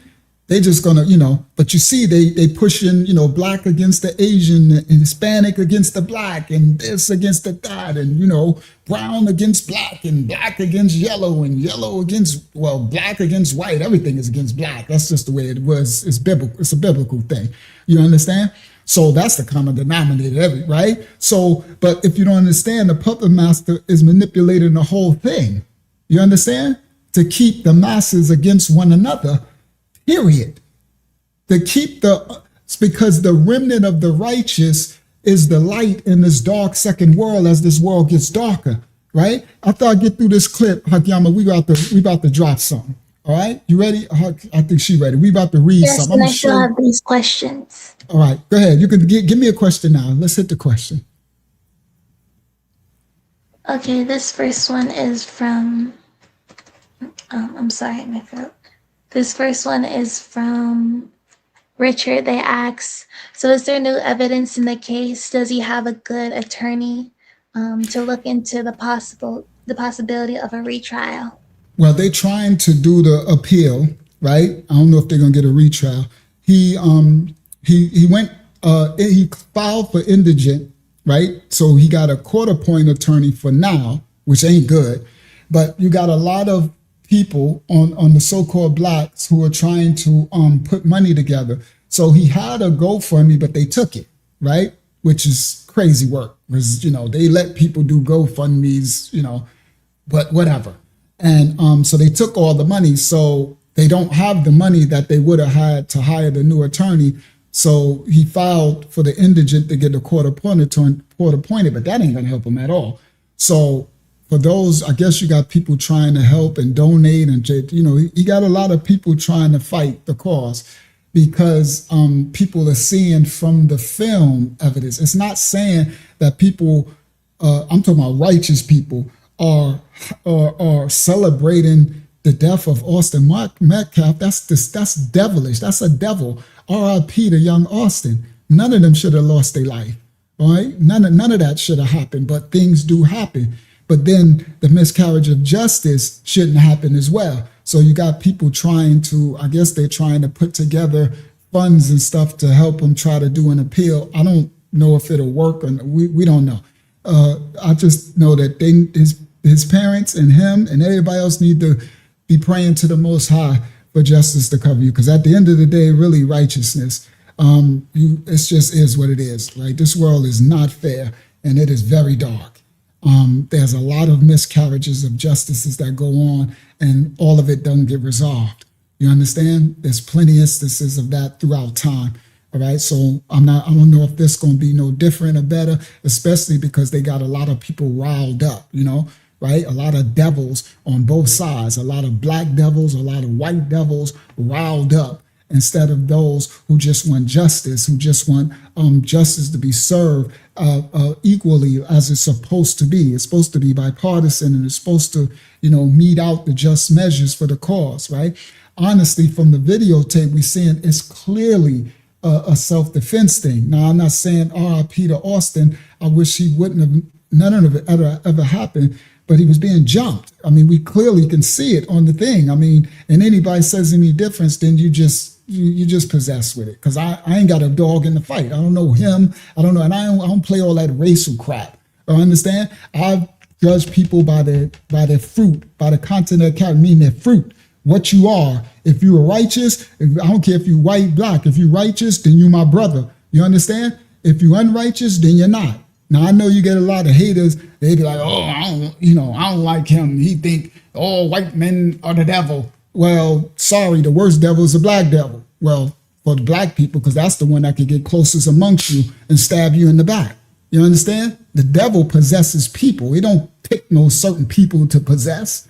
Somebody done told y'all wrong. You're in your Kool-Aid bag with your feelings. You understand? And you'll miss a blessing. You understand? Because I know back then when my ancestors was going through slavery, I know I would have stood with John Brown before I stood with Django any day. You understand? Before I stood with what's his name? The Samuel Jackson character in Django, Sambo. No, I would have stood with Thaddeus Stevens before I stood with the other black sellouts any day, right? You judge people by the content.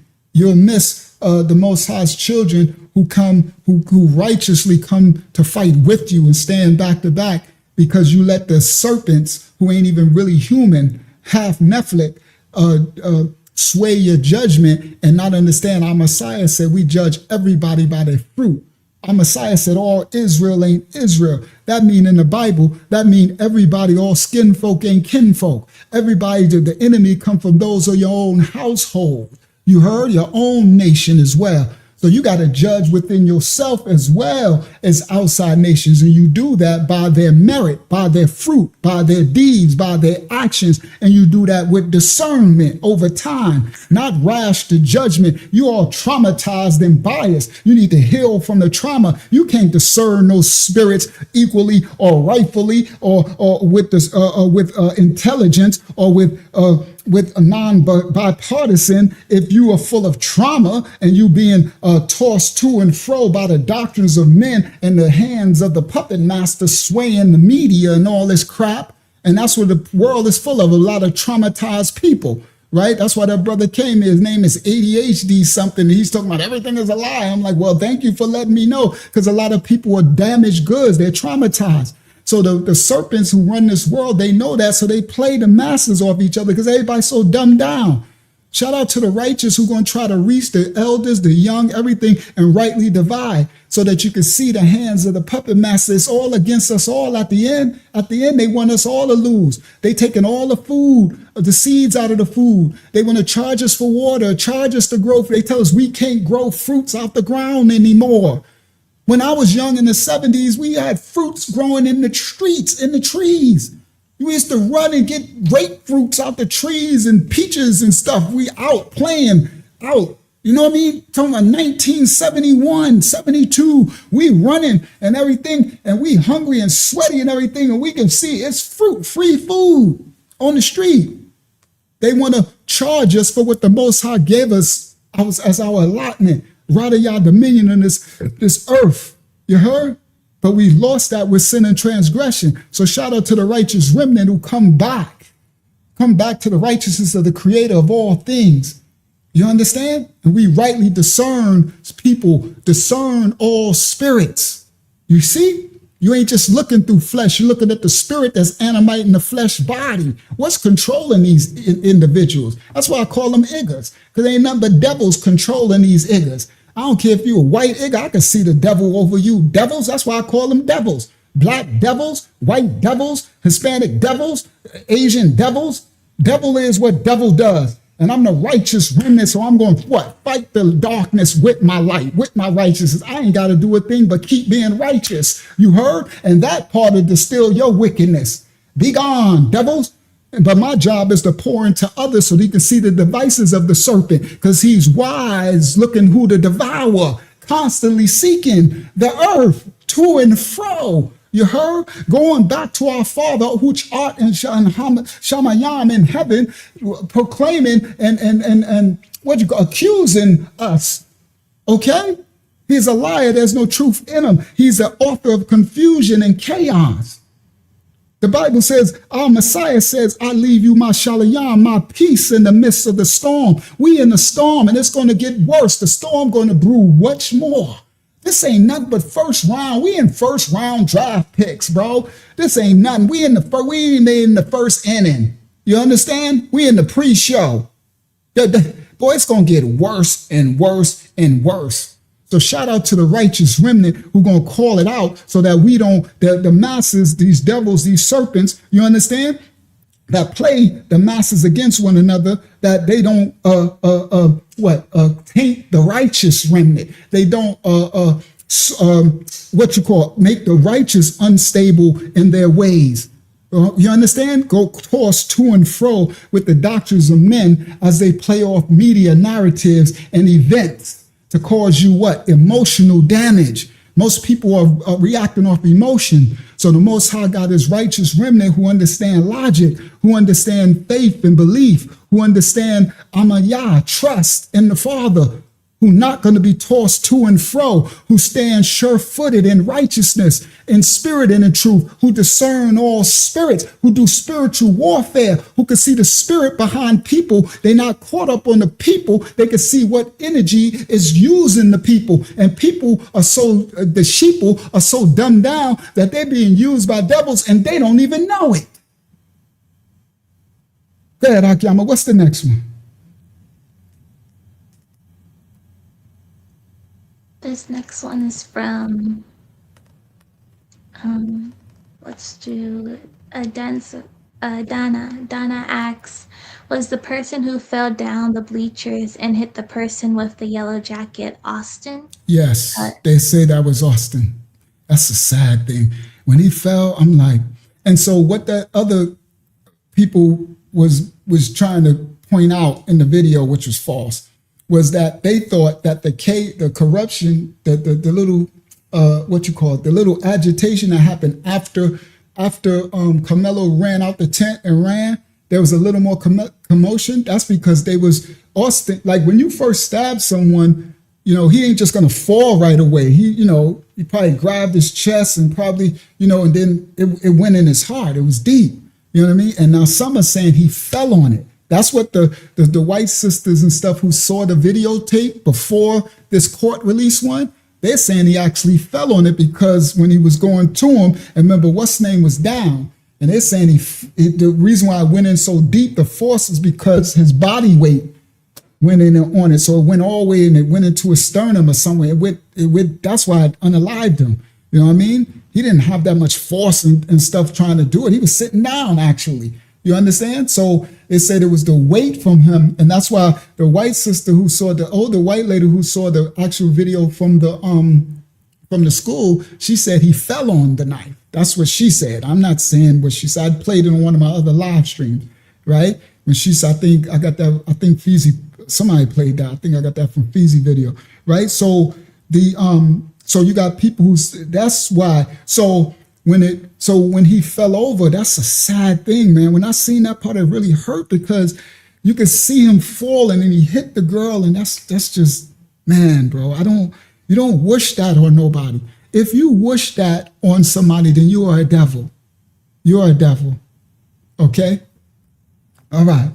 Go ahead. This next one is from Narius. Narius asks, I do ask why his parents was not present at his sentencing.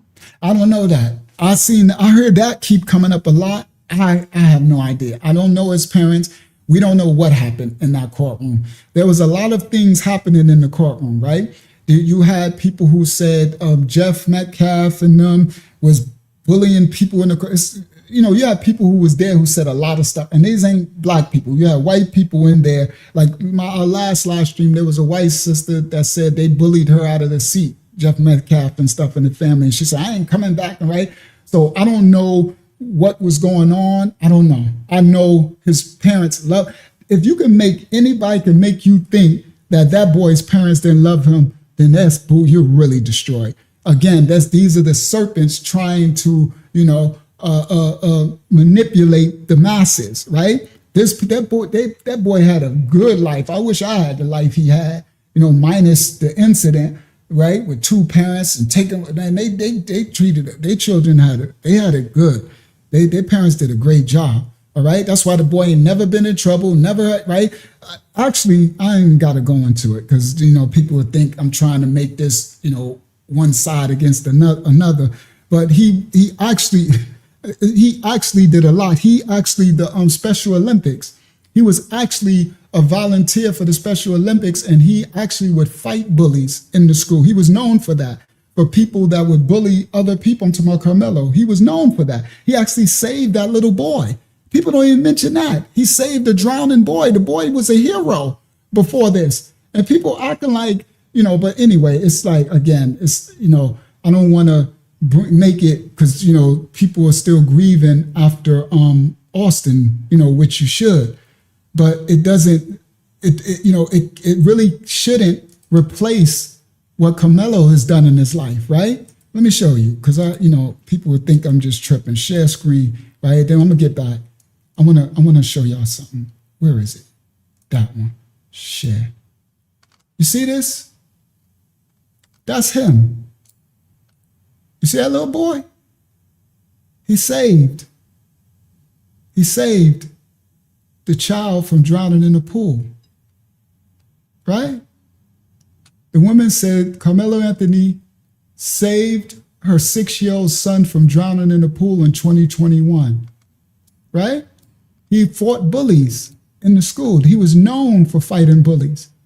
And he always worked with the, in the school with with the special ed, the Special Olympics, the people. And so, they would tease him for it and all, like they call him a goody two shoes and stuff, right? So anyway, it's just some of the characteristics, but people ignore all of that, right? They don't even show that, But again, it's enough of that. Because, people would think like, you're just trying to be biased. I'm not being against or for. You got to speak facts at some time. You got to, tell the facts of the case and the truth and what really happened and stuff. at some point. You know what I mean? But people are so biased in their feelings. All right. Go ahead, Hakiyama. This next one is from Zach. Zach says, any thoughts as what was discarded in the garbage can? We don't know. That's the whole point of this live stream, is what they put in the garbage. And then I'm about to break down what we can do about all this unrighteousness. And I'm going to show you. So I'm about to get to it. Hakiyama, could you go through them quickly? Because I want to get to it. How many more is it? We had 22 in total. Ooh, that was a lot. Yeah, could you kind of go through them quickly? Could you Okay. Richard says, is there any new evidence? Not that I know of. Go ahead. 384 says, what do you think was, okay, that's placed in the garbage can. All right. The next one is from Chosen. Chosen asks, it was reported by the elder, a white woman and others, Austin RIP fell on the alleged, let's see. I just spoke on that. Yep. That's what the elder white woman said. We played out one other live stream about him falling. Go ahead. What's next? Chosen also said, why are the twins not dressed in rain gear? Everyone else, jackets, hoodies, backpacks, etc. They came in shorts and no jacket? Question mark. Well, at that point, they was probably on a mission to so when I showed that part where they entered the park coming from outside, when they entered the field, the track, they was on a focused mission to go, so they was about it. The people said they was fighters. They was sporty. Some people say they was bullies and all that, but we don't have to do all that. But they was definitely fighters. You know what I mean? So they was coming, they had an agenda. So, when people coming for agenda, they don't care about they don't want, because that stuff will stop you when you fighting. You don't want a hoodie on. Somebody will grab your hoodie. You understand, when you fighting. So when you fighting, you don't want nothing on. You want to be clear. You know what I mean? The more you got on, somebody grab that. That's all they got to do is grab the back of that hoodie. You done for. If a person know how to fight, you know what I mean? Right? You be trying to slide up out of it or something, especially if you get in jump, you done for. They grab that hoodie, pull it over your head, and it's over. Go ahead. The next one is from Really Z32. They say, I'm new here. Y'all love God? Question mark. We need his help. Say it again. He said, y'all are y'all of God? Question mark. Y'all love God? Question mark. Absolutely. Yeah, absolutely. We love the Most High. Welcome to the house of the Most High in spirit and in truth. I'm about to break down what all of us from every nation, kindred, and tongue, what we can do about this darkness that's going to get strong and stronger. I'm going to show you in a minute. We're about to do it right after this. Go ahead, Hakim. Let's hurry up and knock these out. Okay, this next question is also from Chosen. Chosen asks, I'm saying... Welcome to the channel, too, everybody new. I'm saying, was the tape played or allowed to be played during the witness testimonies? Yeah, they played that. So they played what we saw. And it was all blurry. So the people in the court really couldn't see it. See, you see how I zoomed in and slowed down and it was still blurry. Imagine being in court and the screen was all the way, it was all fuzzy. They didn't see nothing. But the real tape that the people saw from the school, that was 11 minutes, it was clear as 4K. So this is a miscarriage of justice. That's the point we're trying to make. That's all a miscarriage of justice. But we've seen that. That ain't nothing new. You know what I mean? Especially in the state of Texas. Go ahead, continue, Hakim. This next one is from Zach. And we want justice for either side, not Karmelo's side or Austin's side. Justice, period. Period. Righteousness. Justice. Go ahead. Okay, we're going to do the stage of rage. How come you don't have any of this energy towards Black kids that were killed every single weekend in Chicago? Question mark. Okay. What energy do you want me to have against Black kids killed every single weekend in Chicago? What do you want me to say? That some Blacks don't kill Blacks? Okay, white people kill more white people than anybody else. Hispanics kill more Hispanics than anybody else. blacks kill more blacks than anybody, right? The people of their nation, because that's where they're grouped around, their environment. Now, are you talking about the other people coming in with masks and all this stuff, the crisis that's unaliving, right? Are you talking about back in COINTELPRO and back in California when they shipped in all the drugs and the guns by to Rick Ross, not the rapper, to the right from the drug cartel, from the Iran Contra affair? Come on, bro. Tell me you're not slow without saying it. Come on. All right. So you're not, one thing, this is the point at which I don't mean to disrespect you, but this is the point what this channel is. We have a certain election on this channel. We understand facts and history. We understand psyops. We understand systemic manipulation. We understand now that they got all type of skin suits and masks. Have you not heard that all of those unalivings on Chicago, that a lot of Chicago people, like nobody was even out for that weekend? You understand that they would use the events and then they would ride and they put on masks and come on, bro. You don't know this? No, you probably don't, because you're in your little bubble. A lot of people are in a safety bubble. That's a blessing.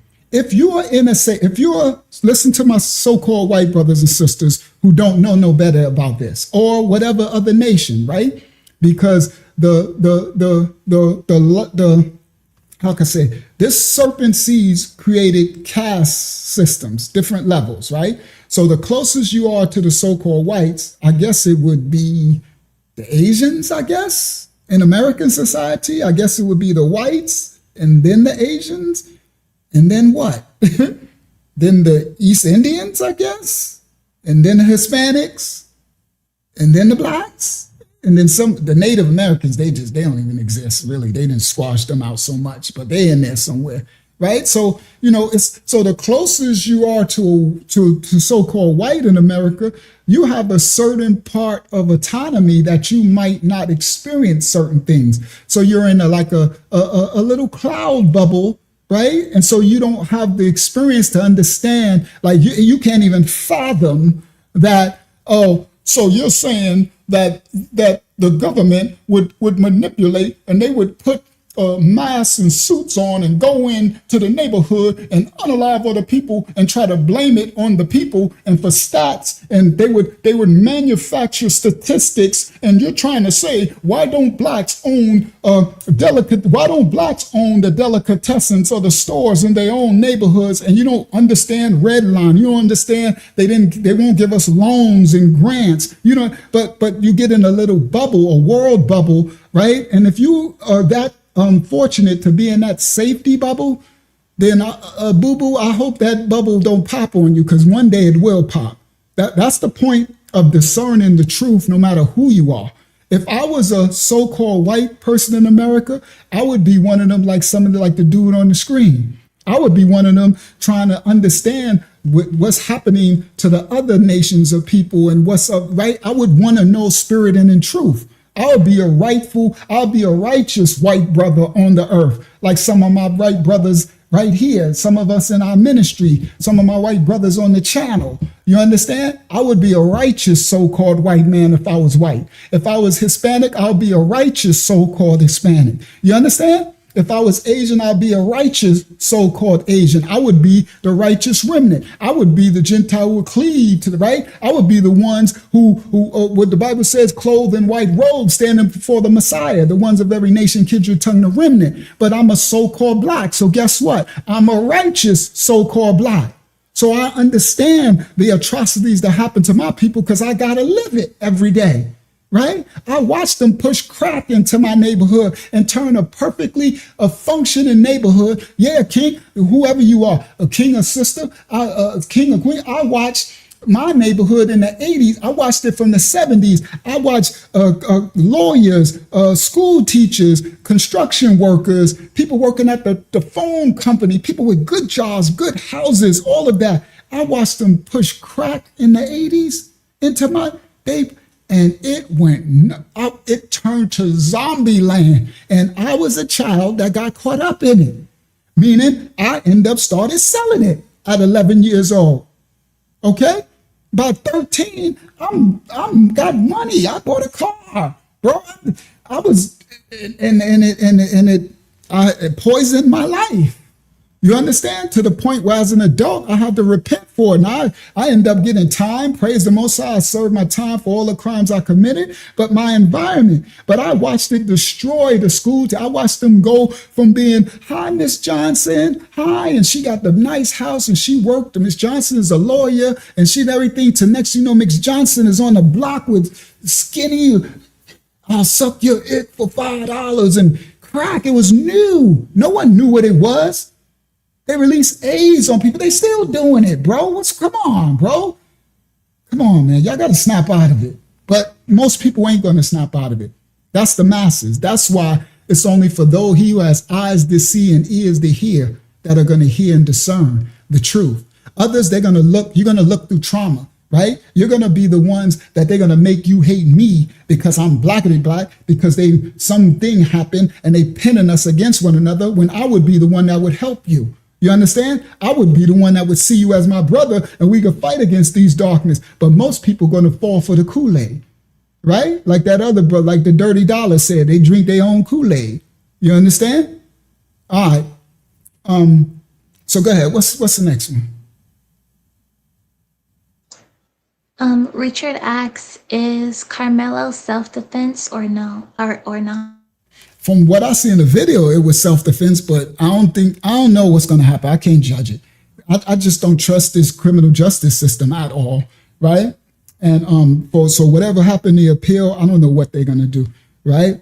I have no idea, but from that video file, come on, anybody with common sense, everything I just showed, if it was my child that did it, right? Listen, if it was my child that was unalived, I would still see, okay, that was self-defense because my child went with his friends and they did he shouldn't have, maybe he fell on the tool. Some people saying it was the tool that was there already there for the tent.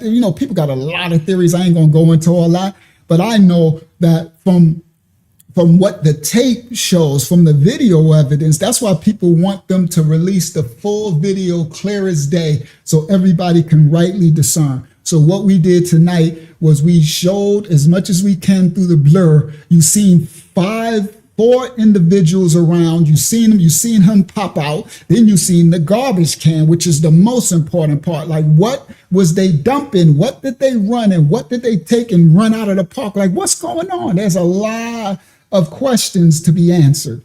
You see what I mean? So that's the miscarriage of justice. Now, you think justice is going to be reserved? I don't know. I don't trust the justice system, so I can't say that. More than likely, no, right? Because it's such a big, what they call that when it's a big exposure case? It's big exposed. You got a lot weighing against you. You understand? That's no matter what side it was. You know what I mean? But if you flip this whole thing upside down, oh please. Ain't no way in the world nobody be making no hoopla over there. What a black boy did this to this young white boy and surrounded him with four other black, they be calling them thugs, like I said. Those four thugs, they would have had it, boy, please. But anyway, this is, again, it's RIP to Austin, and the case is horrible, and I don't know what's going to come from it. We just wanted to look at the video evidence. I was really focused on what happened in that garbage. And to me, Eddie got a lot to do with it. It's like there's people that got something to do with this that are not being held accountable. And for those, whether you for Austin, for Karmelo, you should be for truth being spoken. That's what you should be pro. You should be pro truth, pro spirit and in truth, righteousness, no matter what color of what happened, right? What did Eddie do? What did this one do? What did y'all do? What happened? So that you can mediate proper understanding, right? And not have bias, and not people manipulating. That's why I even showed the video with them white and like ghost people in the video, and people talking about none of that matters in the case, huh? All right, go ahead, Akiyama. All right, I probably need to get, because how many more? We got a lot more, right? A couple. Yeah. Go ahead. Try to do it fast. I know Next one is some questions make me answer. It takes a long time to answer it. Go ahead. Next one is from the Butterfly Voice. They asked, there was another kid that crawled out from the tent after Karmelo ran out from the back of the tent also, right? Yeah, I think that was the dude who was behind him. He ran. So what he did was he went to go up after Karmelo, but Karmelo faked him out and went to the other way, and he went out, unless it's somebody else. But that's the one that I know went out. Then you had others come down. So you had people leaving. Then you seen the one that ran to the garbage. All right, go ahead, Akiyama. What's next? Next one is from C. Sutton. They ask, whose video is this? Which video? I just sold a bunch of them. A bunch of videos, all right, from all over the internet. All right. And some of the clips I got from Feezy channel. Go ahead, Akiyama. This next one is from Lania. She says, on looking at this footage, how can a senior citizen white lady be able to see Austin fall on the night? Because that's not the video she saw.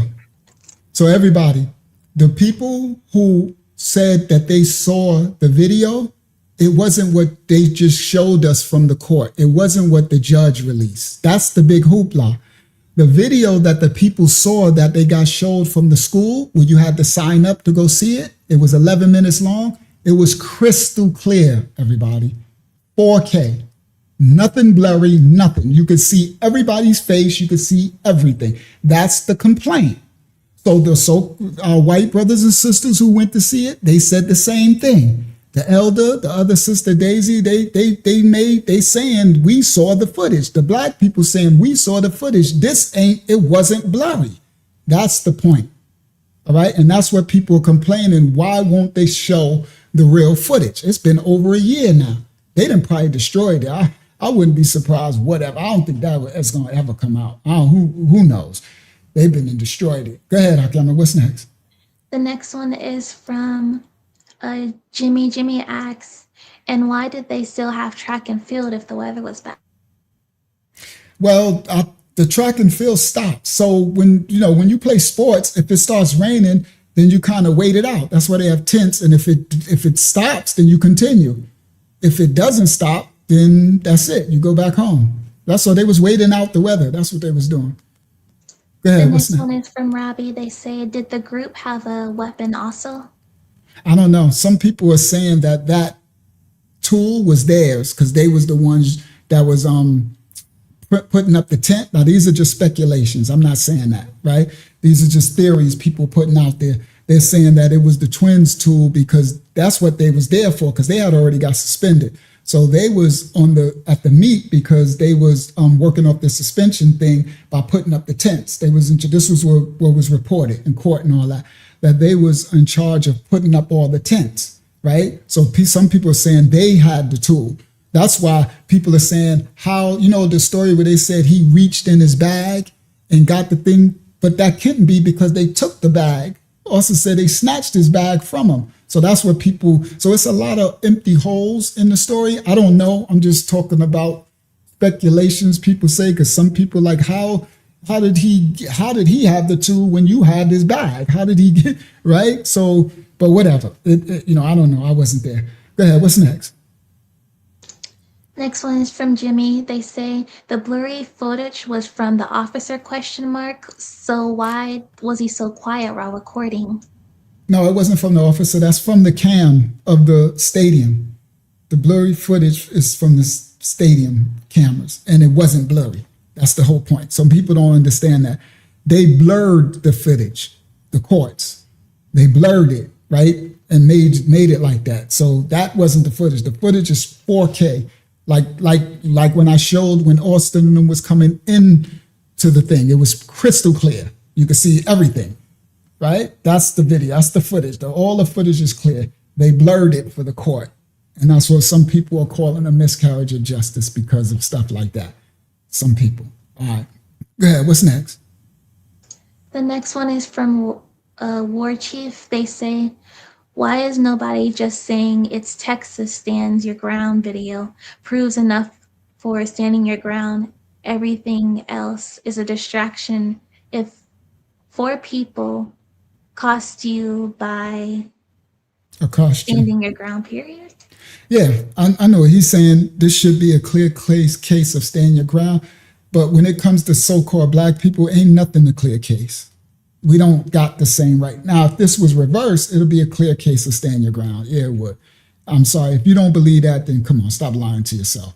If this was, another nations against another nation, then it would probably still been stand your ground. But when it comes to anybody against black, remember, we just had the case where the Chinese store owner chased the young boy down, shot him in the back, killed him, and he got off scot-free. Okay? Acquitted. So again, we understand the reality, right, of the so-called black's plight. Now that's actually biblical. Those are curses. I'm sorry, not sorry. For those who don't know, you really lost. If you so-called black, you need to really be understanding why these plights are happening to your nation of people, which I belong to that nation of people. But I'm not under those curses because I know what curses is, so I repent. And my righteousness, these things won't befall me. Do you understand? That's why I'm here trying to reach the remnant of every nation, kindred, tongue, and people. And I'm not sitting up here now, you got these old other people, which we about to show. You got these Israelites and stuff out there that we are the people of the book and we are the only people and everybody's going to be our slaves and all this stupid stuff. That's just a whole nother devilishment. You understand? Shout out to the righteous remnant who might know who they discern, who they descend from those biblical scriptures and know that they are called to lower themselves so they can be a light to the nation, every nation, kindred, tongue, and people to lead them back to righteousness of the Father. And once they lower themselves into that righteous state, that's what covers them from all the sins and the curses that will pursue you that the Bible spoke of when it spoke of these people who every nation is going to hate them. They're going to be, every nation going to have a biblical hatred for them, right? You understand? They will plant a vineyard and won't eat from the grapes. They will build a house and won't be able to, everything will be taken and people don't understand. So these people running around and then, the Bible says if we get them to curse themselves, so they got these black people running around, talking about, they run around in Igadum, you know what I mean? With their pants sagging and we got the bag and mother effers and they're all sin and transgression. The curse is just having a field day. You see? Like the sister, right? This right here, perfect example, perfect segue. I need to get back. Perfect segue. Okay, I'll get back to them. Like this sister. This sister had a baby and a 1-year-old. And they came out of Walmart and the cops told them to stop, saying you fit the description of somebody who stole something. Now she got a 1-year-old baby. Now everybody listen to me. I ain't blaming her, I ain't nothing. But this is where you need to have some wisdom to understand who and whose you are. You better understand your reality in this world. Ain't no way in HE double hockey sticks that if I had my 1-year-old baby, daughter, girl, son, whatever, and I came out of Walmart and me and my boy or a girl or whatever, it don't matter, and my baby in my arm and a cop stop him or her, and I'm going to keep walking and go get in the car. First of all, I want to see what's happening, right? Okay, so that's first of all. I'm like, now if they say this ain't got nothing to do with you, keep on going. I'm saying, okay, well, I'm gonna be in the car when y'all finish. Then I'll go get in the car, but guess what I'm doing? My head is on 180. I'm gonna be just like this. Now the crazy thing, she got in the front seat, no car seat. Now that's because people be riding dirty. That's riding dirty. Y'all know the young generation, they riding around. I did it before. I have car seat, but I did it before. Right? People who say people try to act like they so self-righteous. The devil's a lie. Right? So anyway, but I would have been, if I wouldn't have had a car seat, I'd have been like this looking the whole time. So all of a sudden she coming, huh? You share screen? No, I'm not yet. So all of a sudden, she's coming, right? I'm looking back, and I think this might be the baby's daddy. R.I.P. to the young, I think his name was Cohen. I think this might be the child's father. Let me get to this other clip, right? Right here. And I would have been looking back, and if the sister, whoever I was riding with, came to the car, Hakiyama, give me that scripture from Matthew, please, about when it tells you, because Yesharallah wrote it. I meant to remember that last time. When the scripture tells us what we are to do when we get in this situation. It's in the book of Matthew. He says, agree quickly. Find that for me, Hakiyama. Let me know when you got it. And put it on the screen. Now, I would have been looking back. And if that sister or brother would have started coming to the car, and I see the police is kind of like, freeze, don't you stop, or whatever, because that's what was happening, okay? And they, you know, sometimes people get like, you know, black people, we want our rights, right? Like, y'all ain't got to stop me, I ain't steal nothing. You walking, they telling you to freeze. Oh, I'm getting out the car with the baby. Oh, not with my baby. No, you ain't about, I done seen this way too much. You ain't about to shoot me up in this, I'm getting out this car, I'm like, excuse me, I ain't got nothing to do with that. I'm gonna sit on the ground. Do you want me to lay down? You understand? I ain't got nothing to do with that. I'm not about to be in this car. And then the girl backed up the car and crashed into another car and trying to pull, come on, bro. Hakiyama, you got the scripture for me? Did you find it yet? It's this one, Matthew 5:25. Is it on the screen? Yep. Could you read it for me? And put it on the screen. If it's it, it's telling you to agree with agree with them. So lest they take you to jail.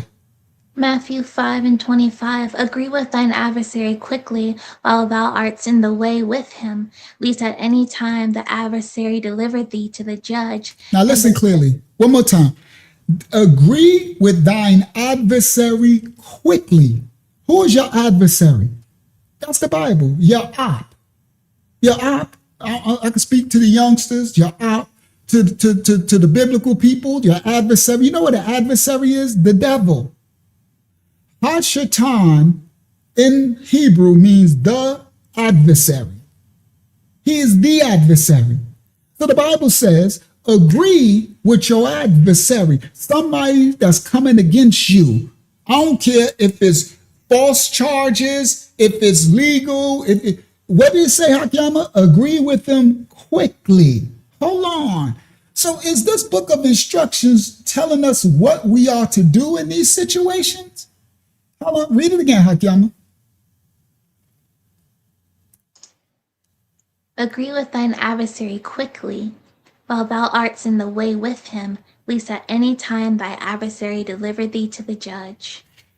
While you are in the midst of the mess, agree with thine adversary quickly while thou art in the way with him, while he's got you pulled over, while he's telling you to freeze, while he's falsely accused, while he's doing his mess. While you're in the midst of him, agree with him. Yes, sir. No, sir. Yes. Lay down. I'm going to lay down. Put my hands behind my back. There they go. Whatever it is you want me to do, I'm going to agree quickly.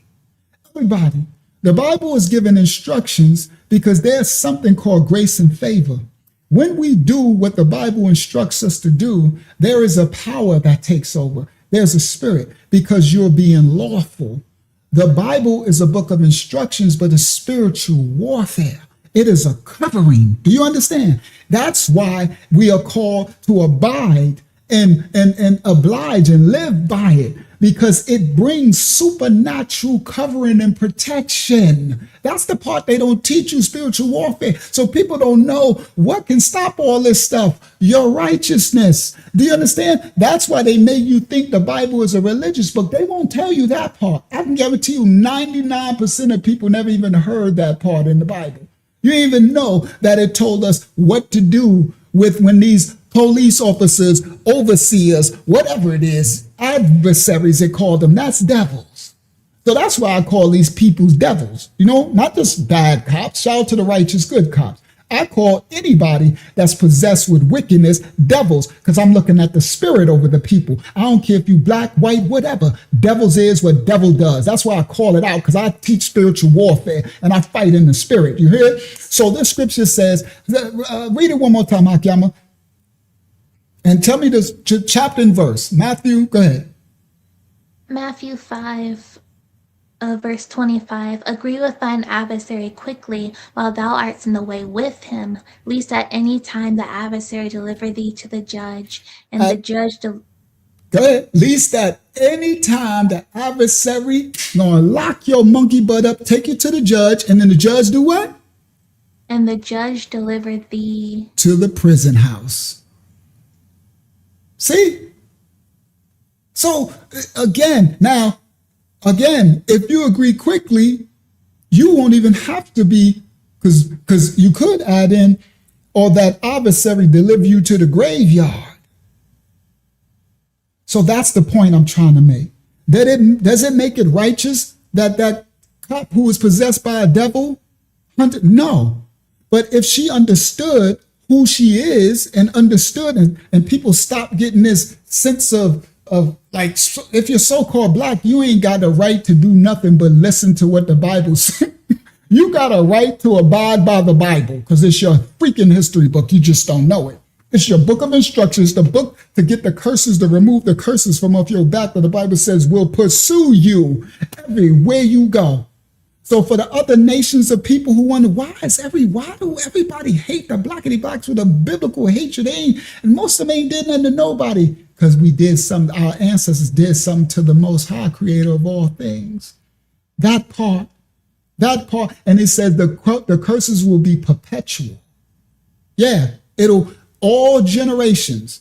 Now, it was a time limit of it to be fulfilled, but unless the individual come to repentance and start to live righteous, the curses will constantly pursue them. It's righteousness that gets it off the so-called black spot. For every other nation, it's righteousness that'll cover you and your children and everything else. That's why we are to raise the children in the way, in righteousness, okay? In spirit and in truth and in discernment.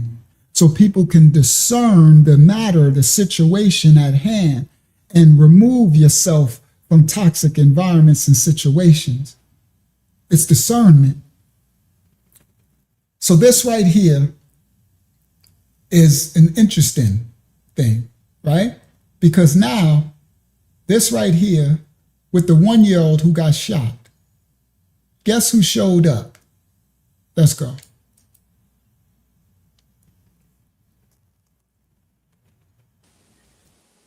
You share screen? Oh, crap. What was I sharing this whole time? What was on the screen?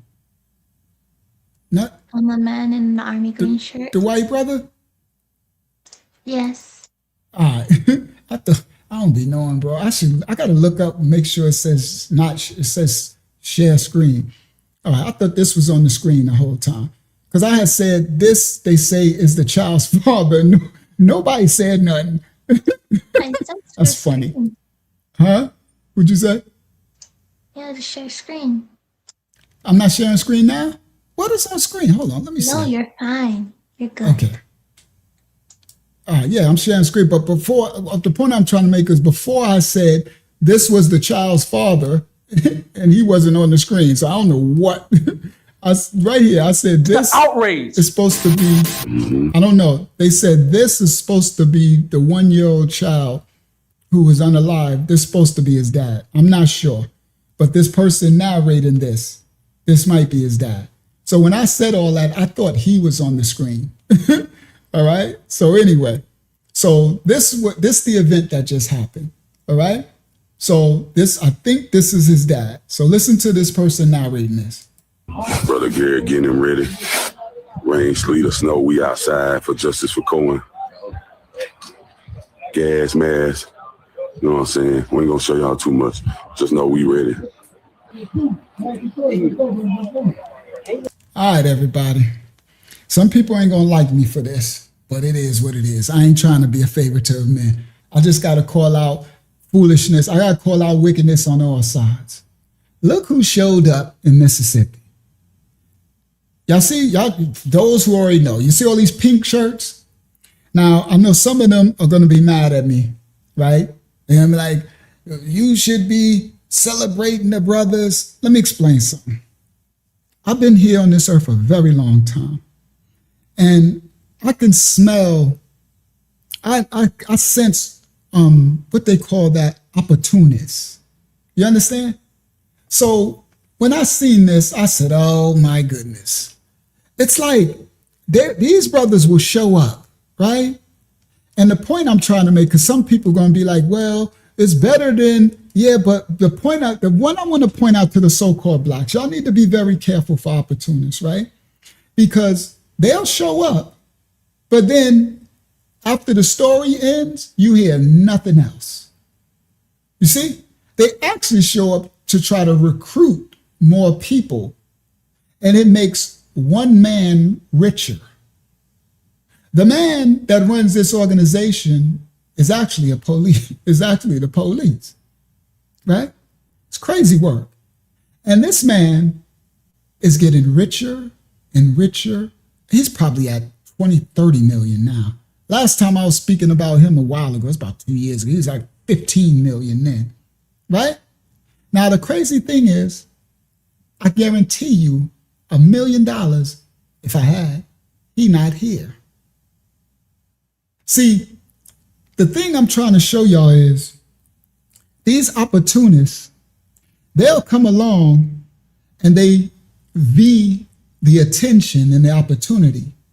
They get more views, they get more people, they play on the trauma, and the money goes, and all these people pay dues and money. This is big money. You're talking millions. This dude probably 20 million. So he sends all of them all the time when he be in his mansion or in some rich hotel, like when they went over to Africa and them Africans, they wasn't trying to have it.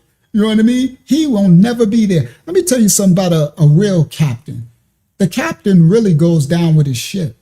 A real captain is on the front line with his soldiers. You black people, y'all need to wake up. I'm not following nobody that's going to push me out like a crash dummy, and everything you have me going, let's wait, doing all this stuff, and you ain't nowhere to be found on none of it, but you reaping all the monetary benefit. But then when it's a Passover feast, you coming in on a big horse and like you King Saul. This is all wickedness, bro. So I'm sorry. I know y'all gonna be mad at me. You know what I mean? Well, at least the black brothers. Let me explain something to you. It'd be different if something came from it. Let me give you another example. Y'all remember one of the big ones when they was there? I'm gonna show you. And they was it was New York City. I think it was the Barclays Center, right? And they was there. They had 10,000 of them, and and everybody was like, ooh, 10,000 black men, and they all look purple. And what came of it? The point what came of it? They got more attention, more views on their channel, more people joining, more money for the dude running it. And everybody, he a police. That's the part. Sorry, shout out to the righteous police. Okay? So I'm explaining something. Watch what happens. Now, I'm putting this back because I know you're gonna be like, well, Uncle, how dare you? I talk about, I don't give a crap. I don't give a black devil, white devil. I call out foolishness, bro. You ain't gonna, I'm from the old school, all right? And I'm old as he is, so you can miss me with any of that, all right? I knew him back when he was a young a swindler out there with these fake 12 tribe chart, these clowns out there lying, putting people in more transgression, thinking your skin is your salvation. You're wrong again, cursing you again. Now listen. 18 prison workers, they handcuffed him and they beat him to death, bro. Where is the outrage? Brother Garrett getting him ready. Rain, sleet, or snow, we outside for justice for Cohen. Gas mask. You know what I'm saying? We ain't gonna show y'all too much. Just know we ready.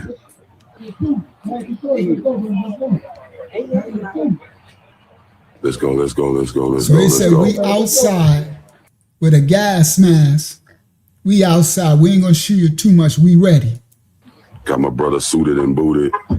Yes, indeed. Real soldiers step every time. Now I think that's the father of the young 1-year-old, right? And the person who narrated, I think he's like an activist. And more than likely, I bet you they probably called him. It's like, we'll come down and march, because they just opportunist stuff. I'm just calling what it. I don't give a crap. I've been calling fake Christians out, fake Israelites out for years and years. Somebody don't know. Welcome to the channel. If you didn't know, go back in my archive. Go back years. I called all the top ones out, the biggest ones, 300,000, 500,000 followers. Everybody following all these people into another, what Martin Luther King say? I walk my people into a burning building. You see? Nah, they're not walking them in the spirit and the truth. They walk them into another damnation. Now listen, watch this. When it's convenient. And booted. Yes, indeed. Real soldiers step every time. Not when it's convenient. Boycott Walmart. Unity. This is the first. This is the first. This is the first. This is the first. This is the first. Organization, city of Senatobia. We're capable of. Ain't no police approach us because they scared of black organized. They scared of black unity because they know what we are capable of. They scared of black men. Let them get in formation. Now listen to what he said. He said, this is the first. This is the first. This is the first. This is the first. Ain't no police approaching us because they scared of black. That ain't why no police is approaching you. Hold on, everybody. You see, that's the part. I ain't no favorite to me. I'm going to call out all this stuff what it is. I'm going to call it what it is, all right? I'm calling out all niggerdom and all that, right? Listen clearly. This ain't the first protest. Oh, no. That's where you're wrong. The first protest was with the people from Mississippi. And what did they do? They tear gassed them. They wasn't doing all this. The people was just out there trying to get understanding to show support. And they tear gassed them. Now he's saying they not tear gassing these people. Everybody listen clearly. You know why they not tear gassing these? See, black people, y'all need to wake up. You gotta see. You understand? You gotta see the hand, the devices. Oh, they let them go everywhere, right? They be 10,000 deep.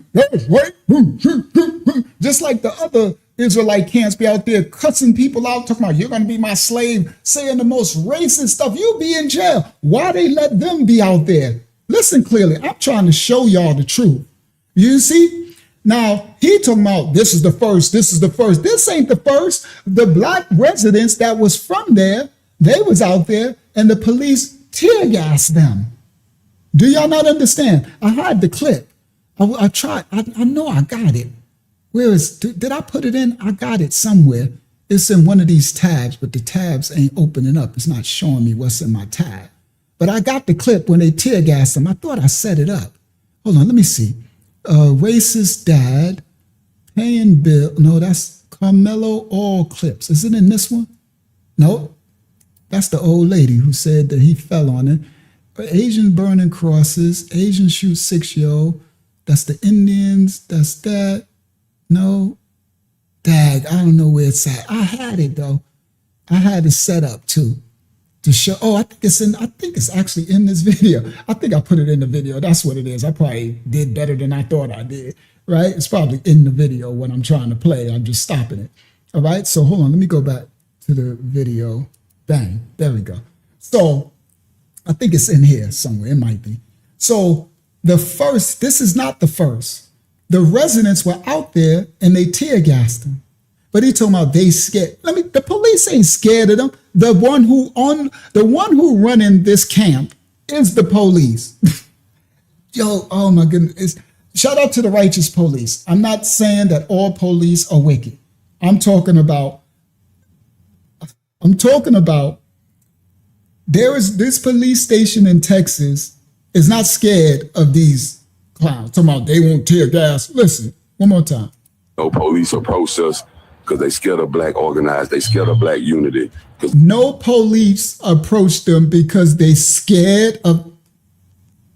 Y'all cannot be that serious. Black people, you cannot be this foolish.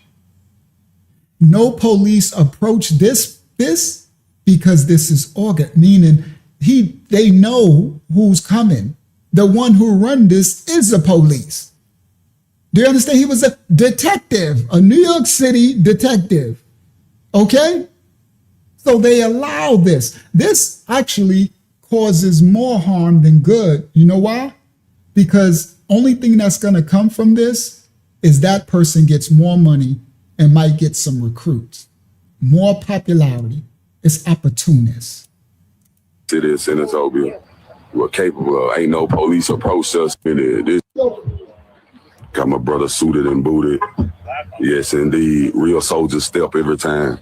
Not when it's convenient. Boycott Walmart. Unity. This is the first. This is the first. This is the first. This is the first. This is the first. Organization, City of Senatobia. We're capable of. Ain't no police approach us because they scared of black organized. They scared of black unity because they know what we are capable of. They scared of black men. Them getting in formation. And these black men are gone.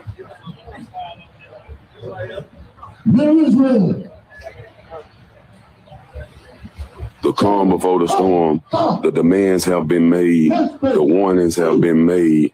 This is all a show. I want y'all to understand the difference between a show. This is a show. Okay? That's the point. And this show shows up every time it's a big event to be taken advantage of. And now they're going to, they're going to do all that. And then when nothing's going to come from it, when the story blows over, they move on to the next one. And they'll be at the next one, right? And they just get more money and everything. Come on, bro. If it was something that to help, then I would be pro all of it. I would be pro for it. I'll be like, salute to those brothers that go out there and they do stuff behind the scenes. After all this is a show. Please don't force us. See? And they walking all backwards. And the one who gets all the money ain't never there. That's the real part I'm trying to tell you. He ain't never there. He in the back. He's somewhere else. Send them out, right? Send the crash dummies out to do whatever. And he reaps all the benefits. Space. Move. Space. Come. They spending taxpayer dollars walking people to their cars. They got a constant police presence. Constant police presence. But you got to understand. Hold on. Where the tear gas at? Where the police?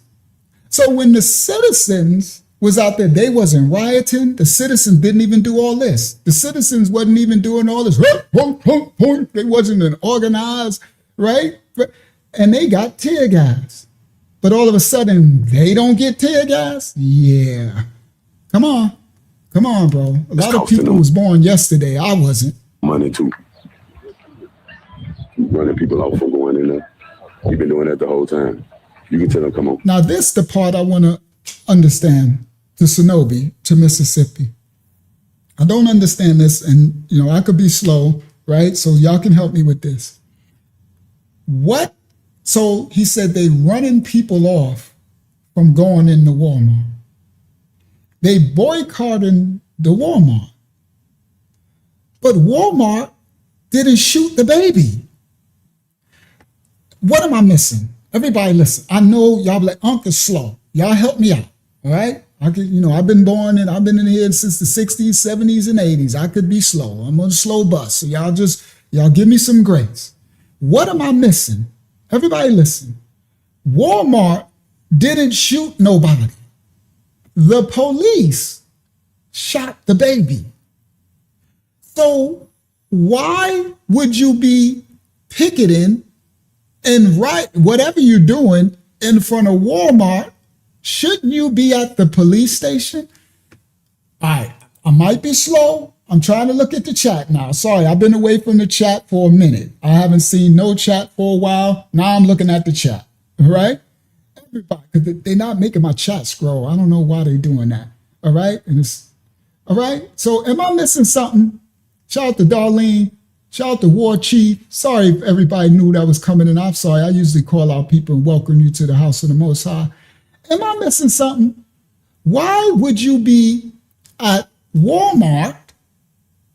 Right. Okay. So my point, doll baby, is Walmart calls when they think someone's stealing, they'll call the police. You have police actually at Walmart. They always, especially in the hood.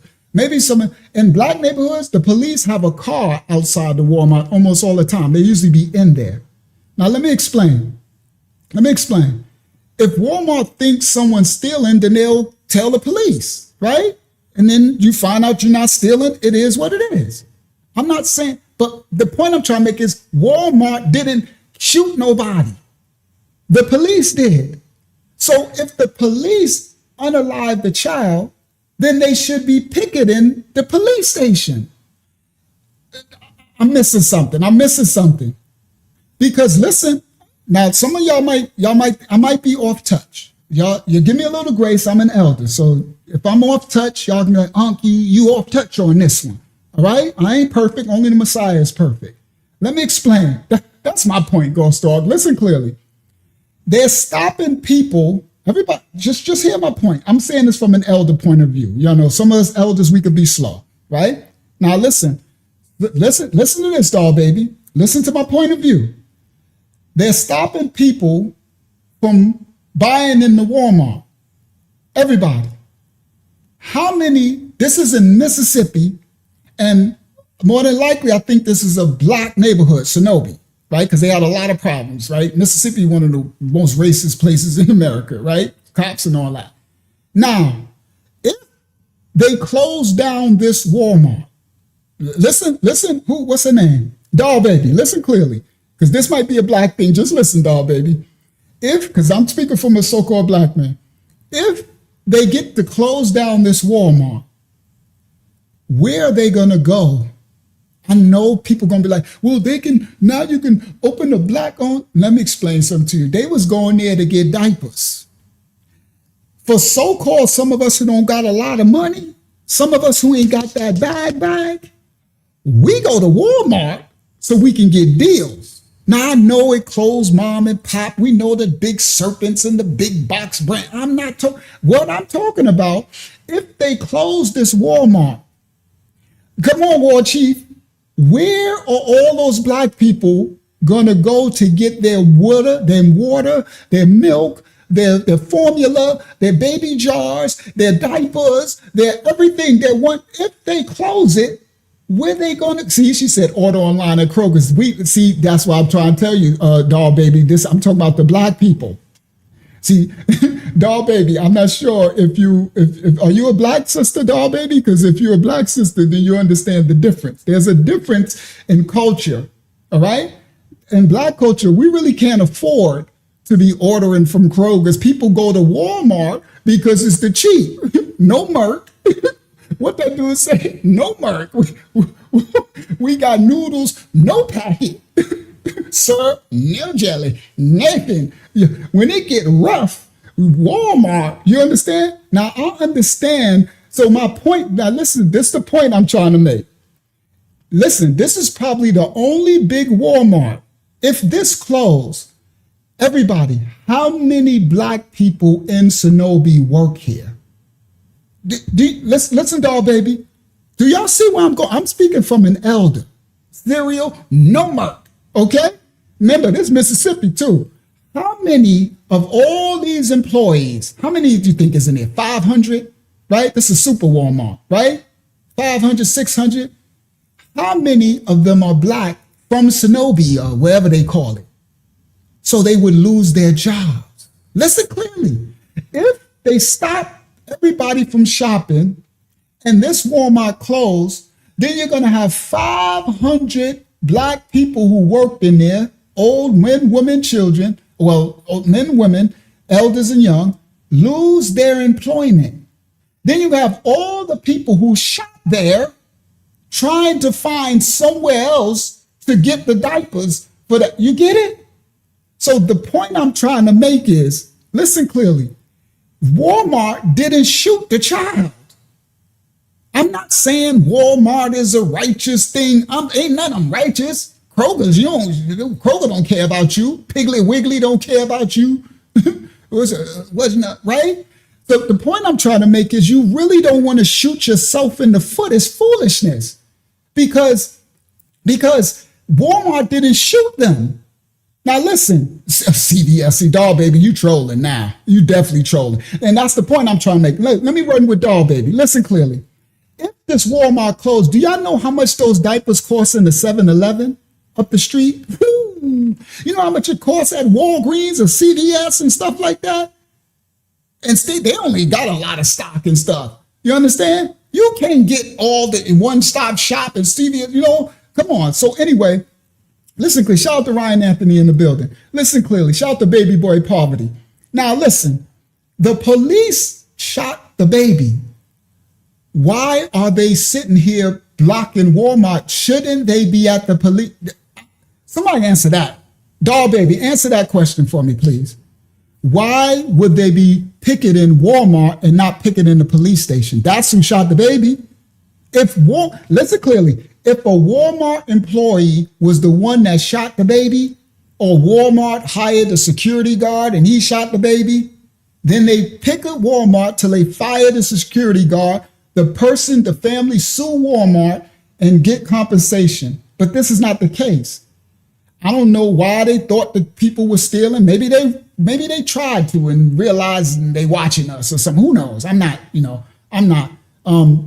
And Doll Baby, I'm not picking up what you're putting down. You sound like you sound like you ain't been to the struggle before. So thank you for we thank you for your opinions, though. Everybody got an opinion, but I ain't picking up. I'm trying to talk to the people who've been there, all right? Because I know doggone well, if it was me, I'd be like, why is y'all picking it? We can't close Walmart. What we gonna do after it's closed? You know what it reminds me of? It reminds me of, they do this to the so-called black people. You know how when they did a big injustice to the black community, and then we riot and burn down the whole community, and then after it's all done, that's the part people don't understand. After everything is done, now we ain't got no more shops to shop at. It's like we kind of screwed. And then they don't rebuild. You get what I'm saying? Then they do other stuff. It's crazy. So it's like they play us off our emotions. So the point that I'm trying to say is, why are you picketing Walmart when Walmart didn't unalive the child? The police did. You should be at the police station picketing. You get what I'm saying? That part, I just, like I said, maybe I'm out of touch, but as an elder with wisdom, that's what I would say. I was like, man, get out of first of all you do is with these purple shirts. After this hoopla play over, you're going to go right back to wherever y'all from, and now we ain't got no Walmart to shop at. How many people going to lose their job? That's more important. So what? Okay, so let's say in this Walmart, because this is a black hood, let's say it's 500 employees. I can guarantee you probably 300 of them are black. So where are those 300 people going to get another job at? That's the point. Right. But okay, so listen what I'm saying, Kevin.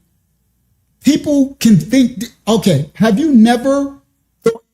never accused you of something before? I've had people think, look at me, the person at the thing, looking at me thinking I'm trying to steal something while I'm at the Walmart thing, people following me around. So maybe they thought they stole something and they didn't. Or maybe they was going to try to jack something. Come on, let's not, I'm black. Let's not act, and I'm from the streets. Let's not get all bougie, right? I'm from outside, all right? No murk. Let's keep it 100. Now let's not sit up there and act like you don't go try to pull a joke. You understand? Maybe, I'm just saying maybe, the sister wanted to pull a joke and it didn't go, and they're like, you know what? Nah, we leaving it. You understand? And so the people had already been, they try to watch you from the back and do all that type of stuff. You know what they do. You know what I mean? And they realized, so they are already like they stealing something and they left it at the thing or something. Who knows? I don't know. But I'm just saying they did it. Now, the point of her being killed, everybody, ain't because Walmart said that she was stealing. Kevin and everybody else, this where we get the so-called blacks, this where you get in trouble at. This where I ain't gonna put myself with it because I didn't advance mentally outside of the puppet master's devices. I'm not emotionally charged. This where you get into trouble at. It ain't because Walmart said that they might have stole something that the baby is unalived. Everybody, I'm gonna see, come on, Kevin, y'all talk to me. See, this is where we gotta speak to the youth and stuff. Right? This is where we got to start to discern. Discernment is the key. And this is where the elders come in at. Everybody, why is the baby unalived? Come on, tell me right now. Is that baby not here because Walmart thought that that girl was stealing diapers? Is that why the baby's not here? Because if that's what you think, then this would happen to you. This will be repeatable.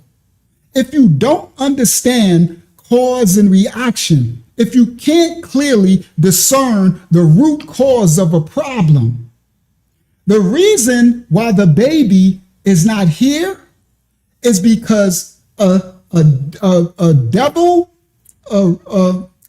possessed cop was on the scene when Walmart might have thought that the girls were stealing something.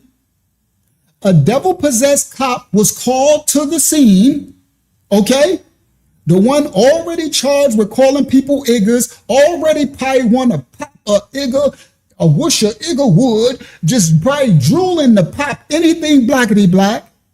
And when they came out of the Walmart, the police approached them to find out if they were stealing something. And instead of complying, everybody, instead of complying, what does Matthew say? The book of Matthew says, when you get approached by the adversary, comply immediately. Could you put that scripture on the screen, Hakiyama? Put it on the screen. Comply immediately. Least he take you to the judge, least they put you into the prison house, least they put you into the grave. Listen, when they came out of the Walmart, when the cops stopped them, because it wasn't just the devil possessed white cop, it was blacks there too, black cops. They ain't no better. You understand? Listen clearly. Now, that's my point, Jen. You don't give them the chance or the opportunity. I wouldn't even do that without my son in my arm, my 1-year-old child. Come on, guys, y'all wake up. Snap out of it. Otherwise, it's going to keep happening. Okay? Now listen clearly. When they walked out of the Walmart, the cops approached them, whatever, guns drawn, however they did it. What is the cops going to tell you? They're going to say, put your hands up, or they're going to say, put your hands behind your back, or they're going to arrest, they're going to do something. They have that protocol. It wasn't just the crazy devil-possessed white cop. It was about 3 of them, right? I could play the video. I'm going to find it, right? When it show, I did it on my last live stream, right? Now, there was some things for them to comply with. The sister with the baby, she immediately said, well, I didn't steal nothing, so it ain't got nothing to do with me. So she went straight to the car and left the driver. So the sister, like, I know I didn't steal nothing. It's between the driver. Maybe the driver, I don't know what was going on. Don't act like don't act like we don't know what happens in the hood. I'm not saying they stole anything or they was intending. But anyway, so the police asked the driver whatever they was asking her. And that's the point. She didn't.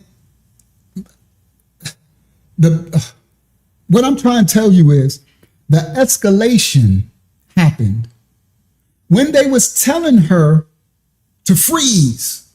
They was telling her to stop. She backed the car up.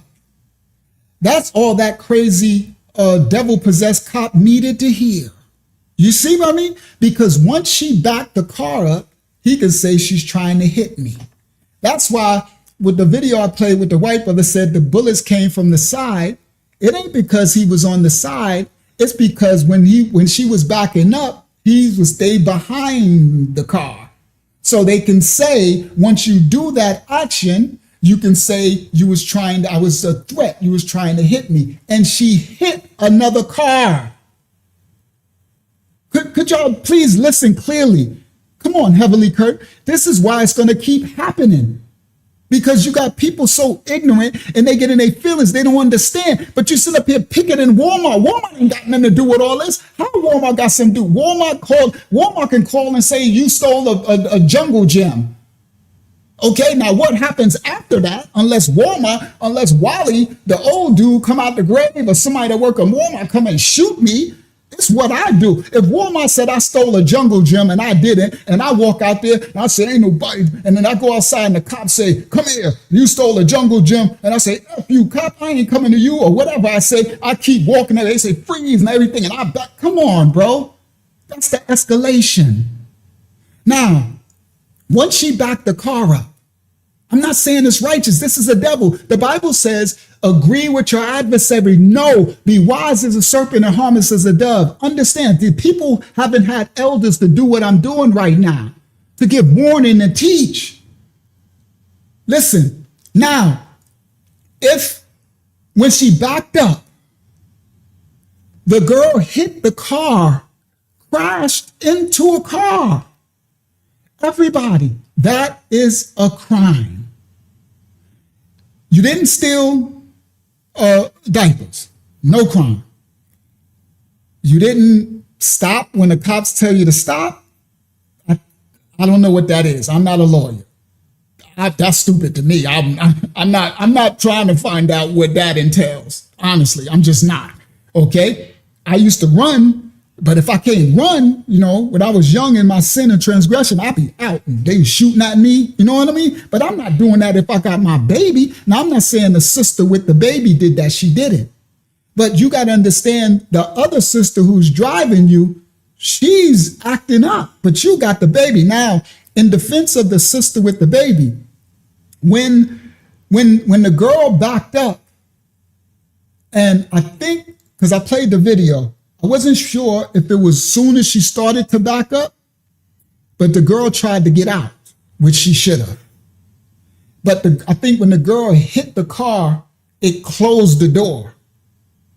And that's when, once he hit that car, that's when the dude unloaded.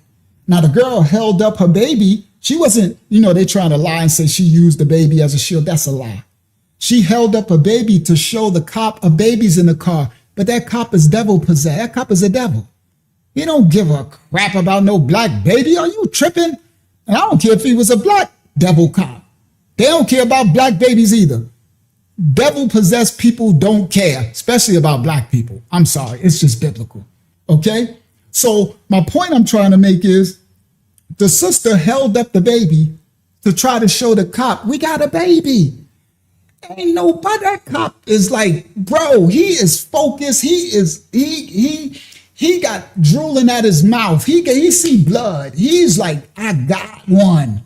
He probably been dreaming about this forever. You understand? He already had many complaints of racism. Listen clearly. Once the girl backed up and hit a car, the car, she should have stopped. That's the point I'm trying to make. Her friend is the blame. The one who was driving. Once the girl backed up, now she should have stopped, period. That's just what I would tell her. I'm an elder. I would have told her sister, you do not leave from the front of that Walmart. So when they came out, there was no running, there was no chasing. They stopped them right there. I would have told the sister driving, you do not leave those police until they say you are free to go. Once they say everything done, I didn't steal nothing, you ran my license, whatever, because they probably said, give me your license, registration. I ain't giving you nothing, I ain't steal nothing. You know how the attitude. We didn't see it happen over and over again.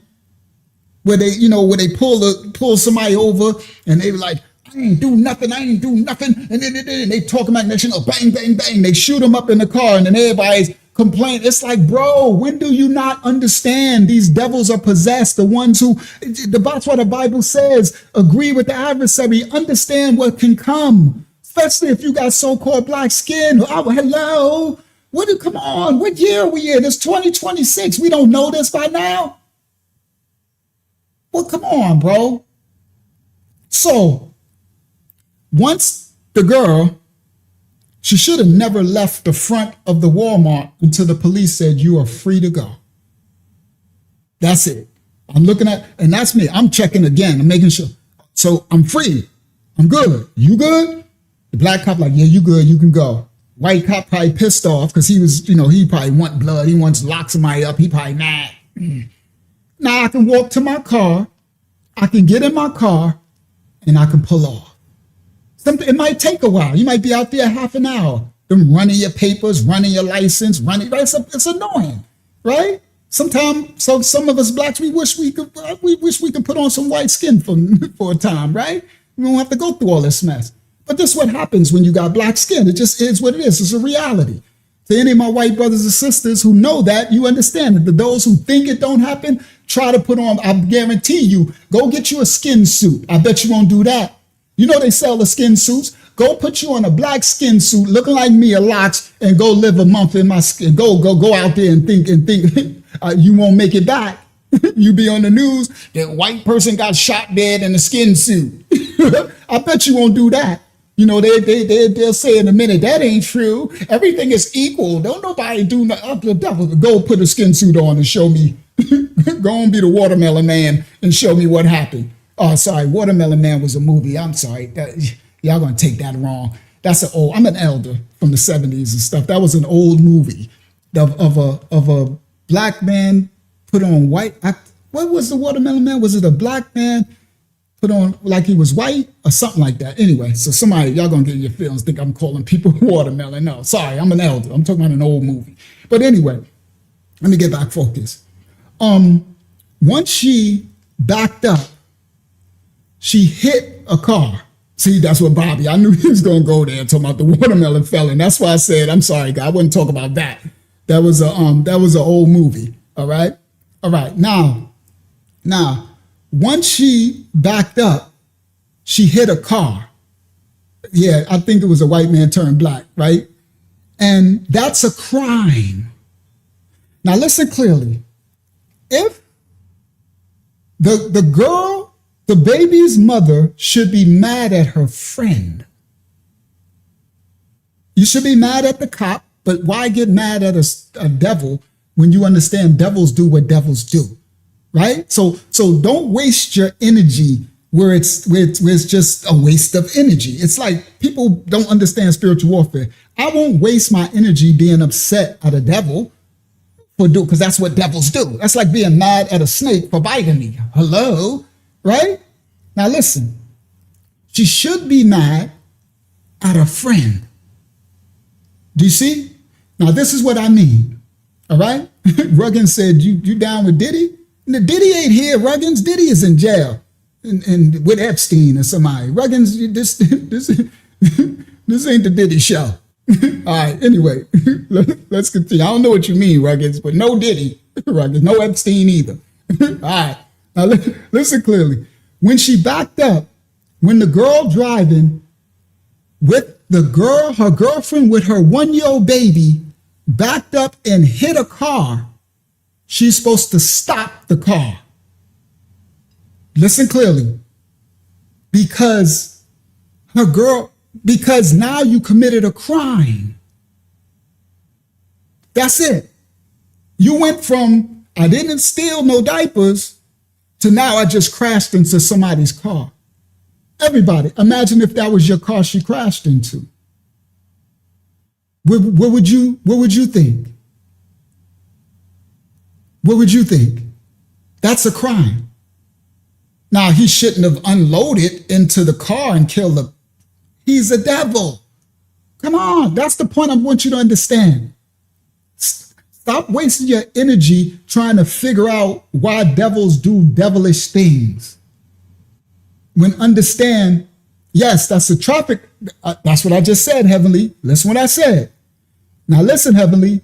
That's a crime which gives the devil, see, before she hit the car, once she backed it out towards him, when they're telling her to freeze and stop, that gives him, the devil who's going to shoot, the green light to shoot, and now they got to take it up in court. And you know nothing.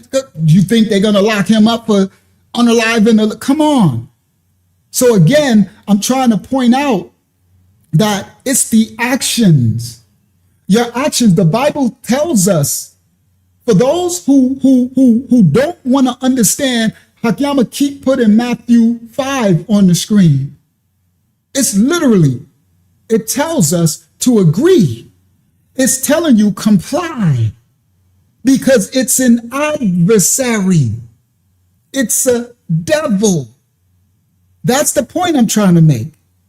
When you understand it's a serpent, it's like me going down to the water side and an alligator, and I got my baby by the water side, and I know it's gators, right? And then a gator is coming up, and I get my plate and get messing around with my baby and don't remove my baby from the presence of the gator. And then the gator snatch my baby and eats it, and I want to blame the gator? No, I'm not blaming the devil because I know he's a devil. I don't make it right, but that's what devils do.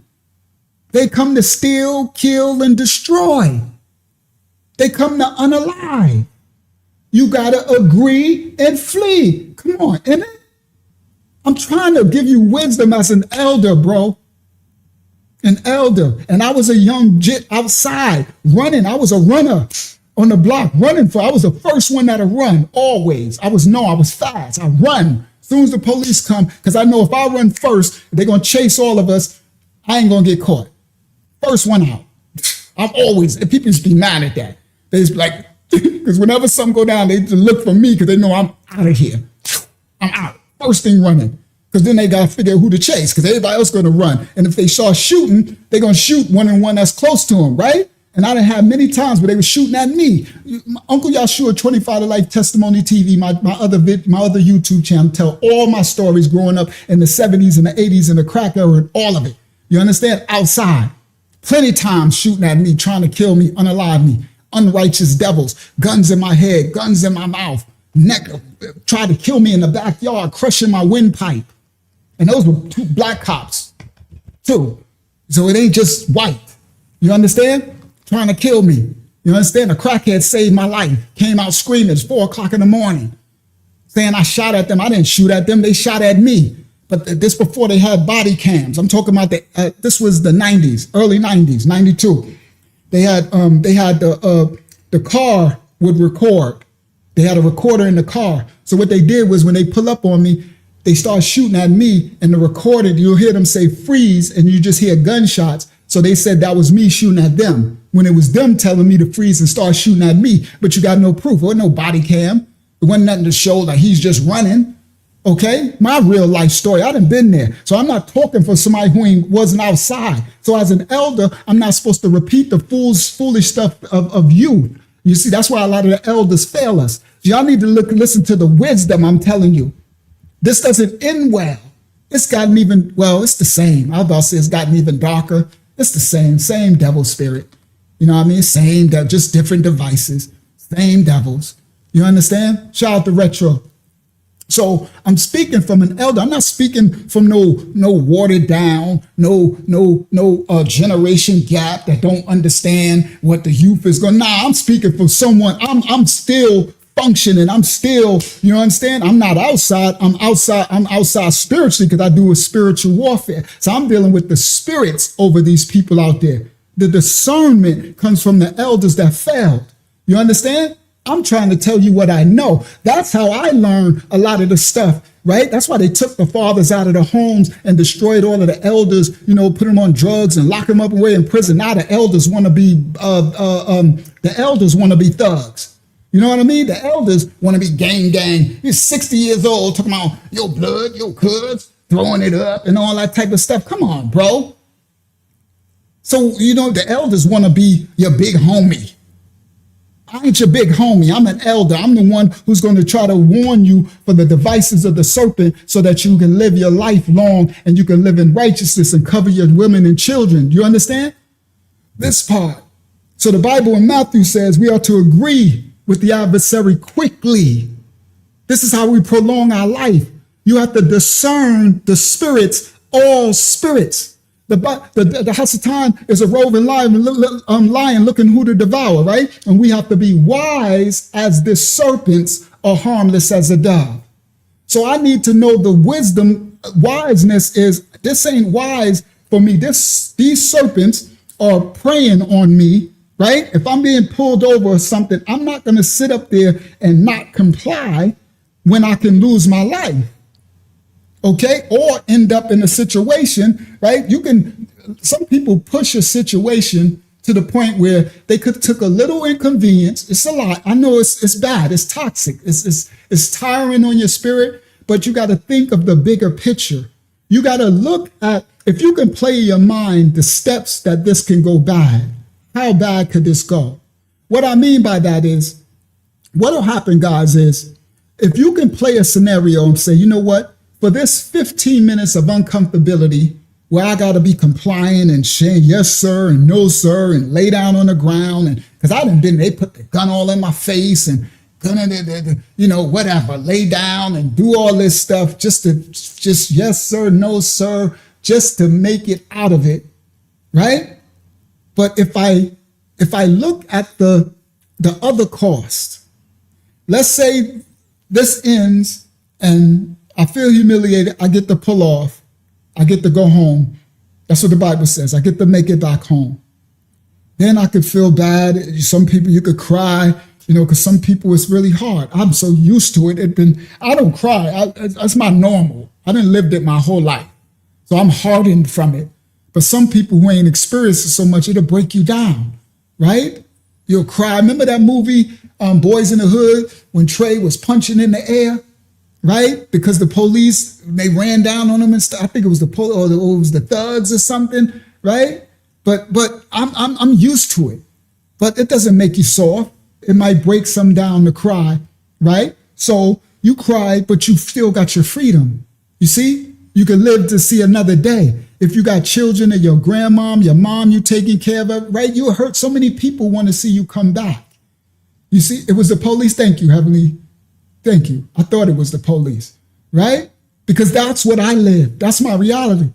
But I didn't punch the air because I lived it so much. It was just, see, Trey had a good dad and, it happened to him. So he had to, but some of the others who was outside, they was living it every day. That was me. Every day. I was outside since I was 12 years old on the block. You understand? Younger than that, since I was 7. But when I started hustling, I was 12 on the block. 3, 4 in the morning. I didn't have parents, RIP to my grandmother. She did the best she can, but in my environment, I'm not making no excuses. That was my reality. So I had an abnormal upbringing of darkness. You feel me? Praise the Most High, I made it through it. But anyway, so because of it, I can show you different insights. I can give you different scenarios of how you don't want to be in situations because of so many things I've been through, right? So the point I'm trying to make is when you measure the cost, when you play in your mind, okay, for about 20 minutes, they can humiliate me and I feel dehumanized. I feel like I don't got no rights. I got to comply. I got to say yes or no. So I'm talking to the so-called blacks, right?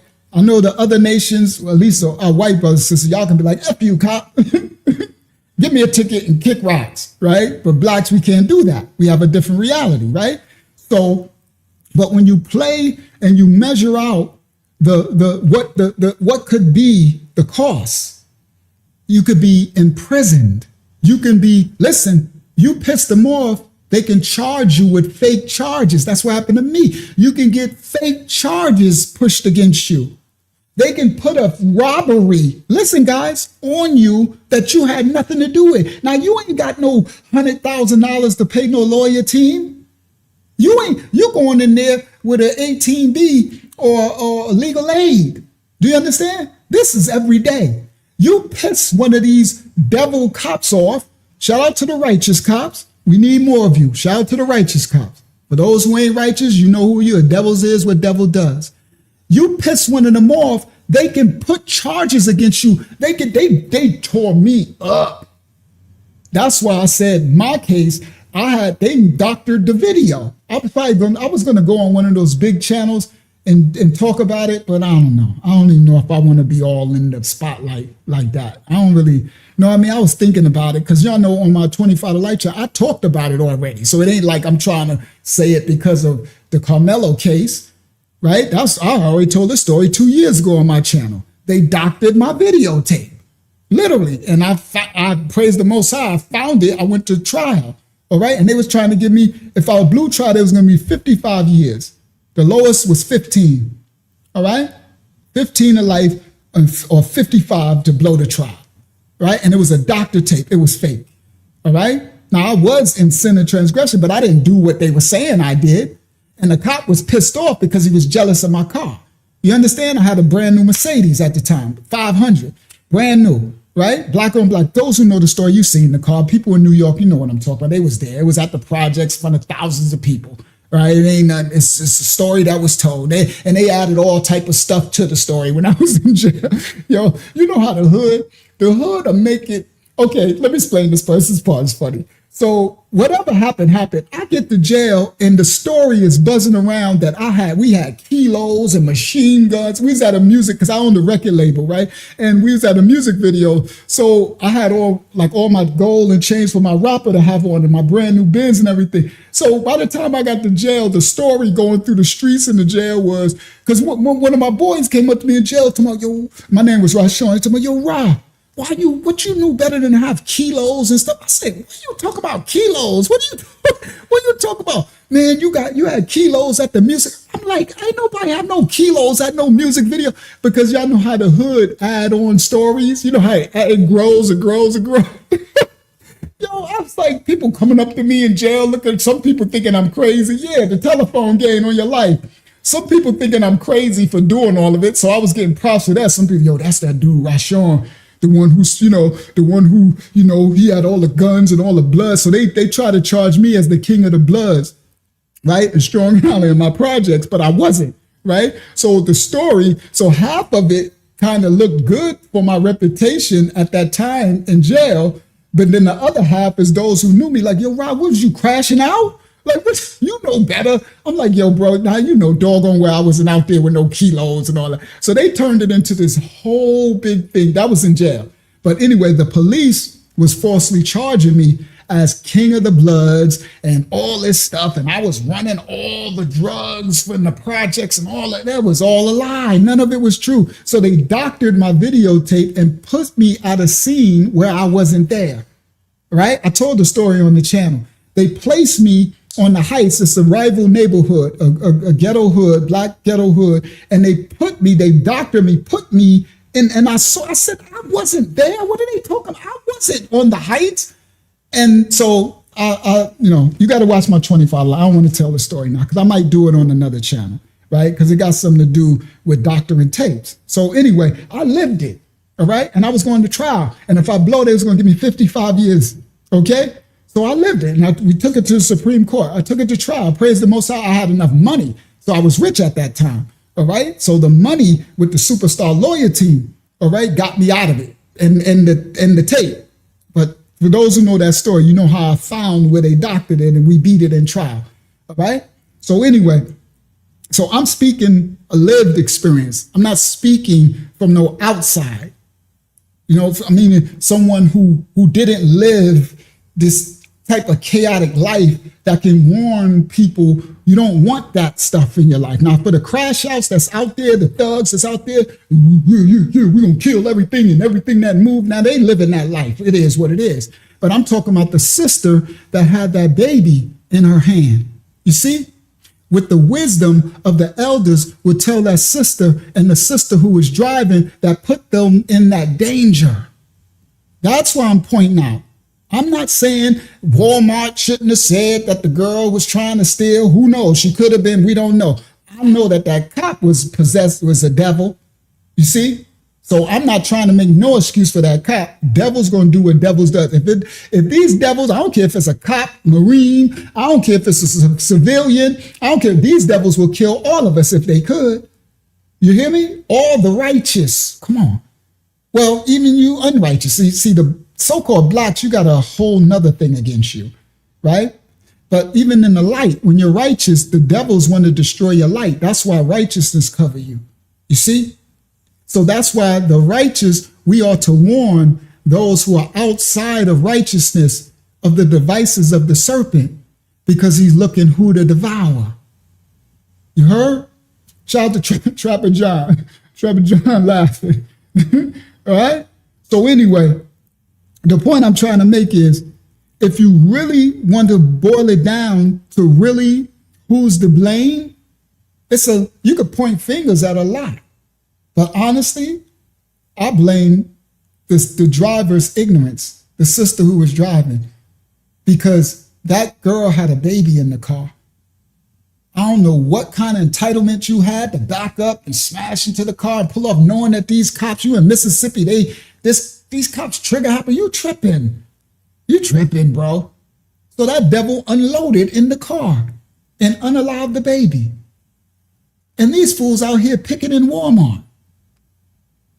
This Walmart ain't had, see, and now this is going to continue, because if these 500 people lose their jobs, let's say 300 black people work in Walmart lose their jobs. Now you got 300 people out of a job trying to find it. You got all these people trying to find out where to buy their home and pharmacy and food goods and stuff, where they're going to go. You got all this chaos when the police is the one who shot it. So they should be, my whole point is, this picket, the picket line should be at the police station.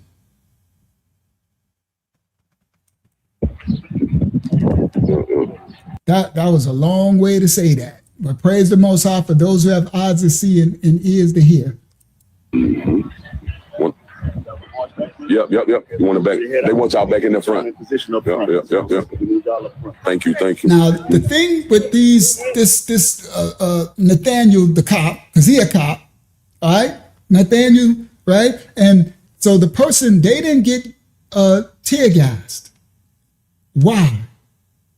When the residents went out there to protest, the police tear gassed them, but they out there and they able to just. These are real black men, real black fathers. We gotta go in that spot up there. Real fathers. That's out here supporting their community. I need to do the boots.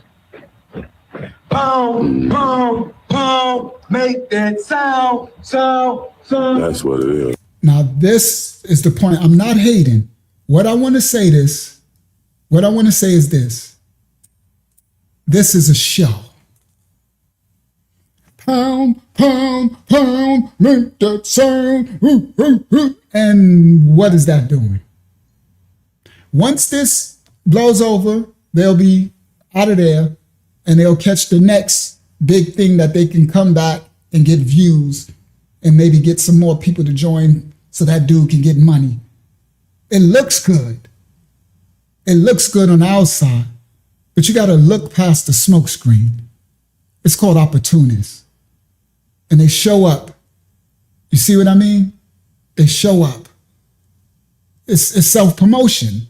It's all social media. It's influencer stuff. Okay? Good night, War Chief. Oh, thank you. Oh, I thought you said good night. You said good content. Thank you, King.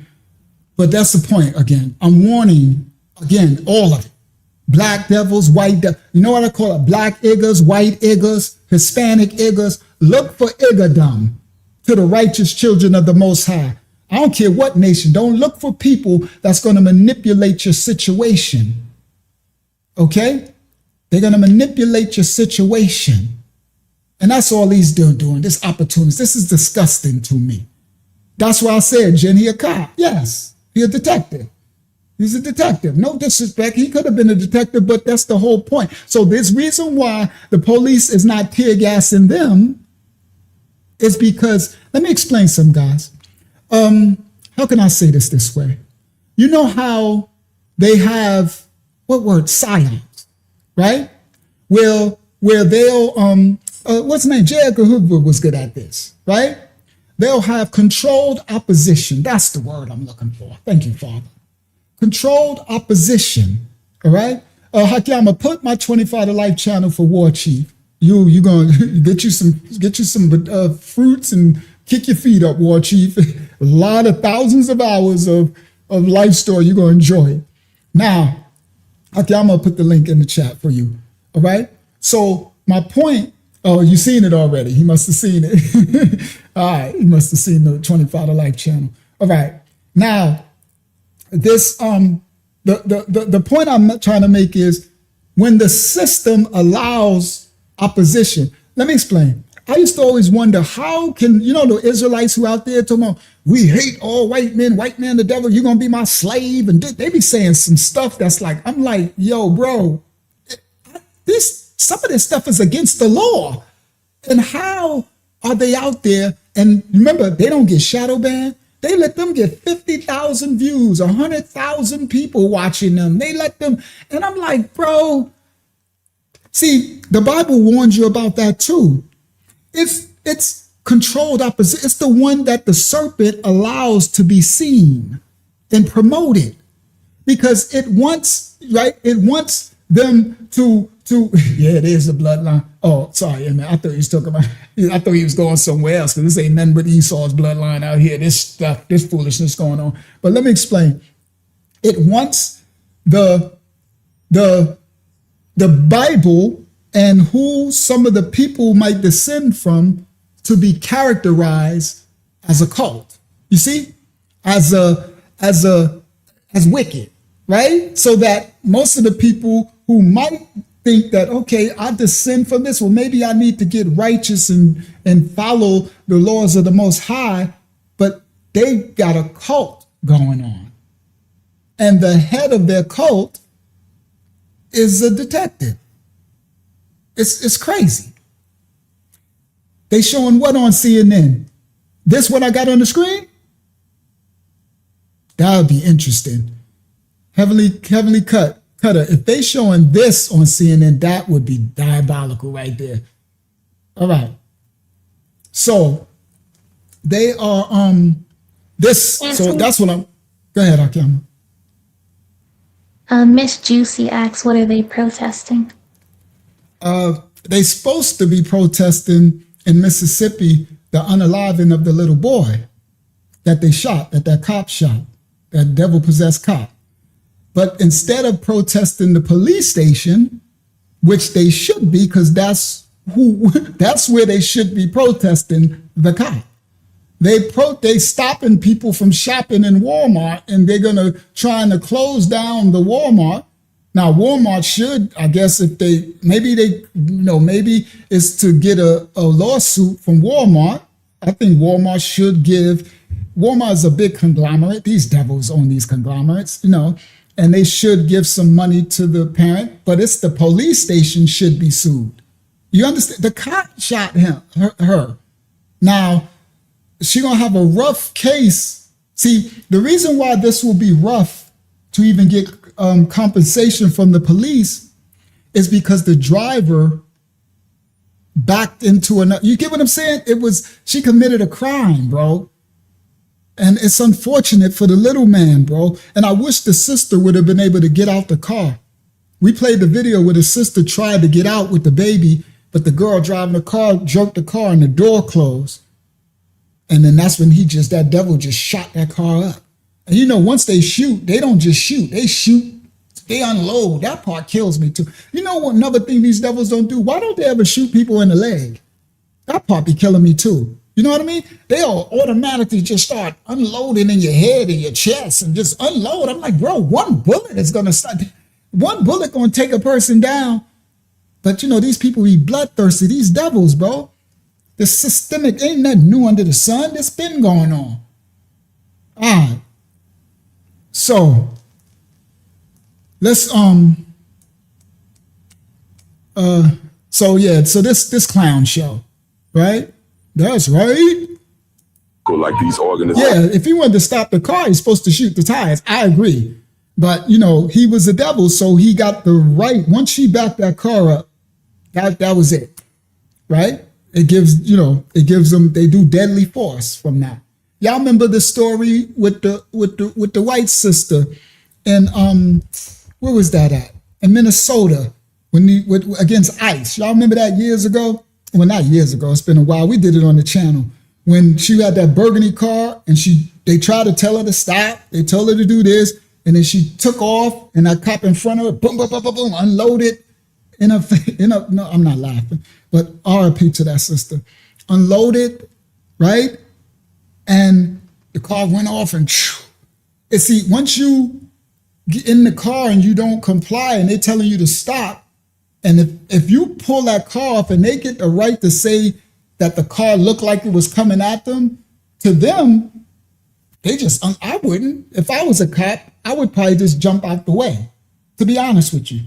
That's why I probably wouldn't make a good cop in this dark second world, because that blue cold shield, it wouldn't fly right with me. They would, I'm too righteous. You know what I mean? Honestly, in my heart, I always was like that. Even in my sin, I'm too righteous. I can't just do wicked stuff to people, right? And, no disrespect. Shout out to the righteous white cops. I mean, righteous, to the righteous cops, period. Shout out to the righteous police, those who are righteous. They have a blue code, right? And that comes before. You don't break that. That's a gang. Sorry, it's a gang, right? Blue gang. You heard? You heard? They fly that shield, and that shield is a slave shield. That's all that is. That ain't nothing but the overseer shield. You know, same shield, right? So they shield. That's a gang, and they make an oath to that blue gang. And once you break it, then you become a threat inside. No, I didn't hear you, Heavenly. What did he say, Hakiyama? What did Heavenly say? Or is Heavenly a dude? Or I'm not sure. Heavenly Cutter. Let me get it for you real quick, okay? All right, thank you. So yeah, I wouldn't make a good cop because, I couldn't get down with knowing that these devils are unaliving people. You understand? Because that's the point I was making. If I was in that incident and that person in the car, I wouldn't, even this one, I would just get out the way and maybe shoot the tires. That's what he should have did. Shoot the tires. The car can't go nowhere.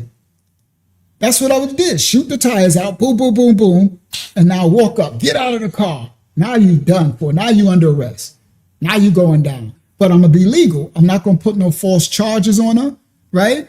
I'm going to charge her with, I guess, resisting arrest, evading, the whatever, right? That's what we're talking about in tonight's episode is legal justice and rightfully charging someone for the evidence, not false.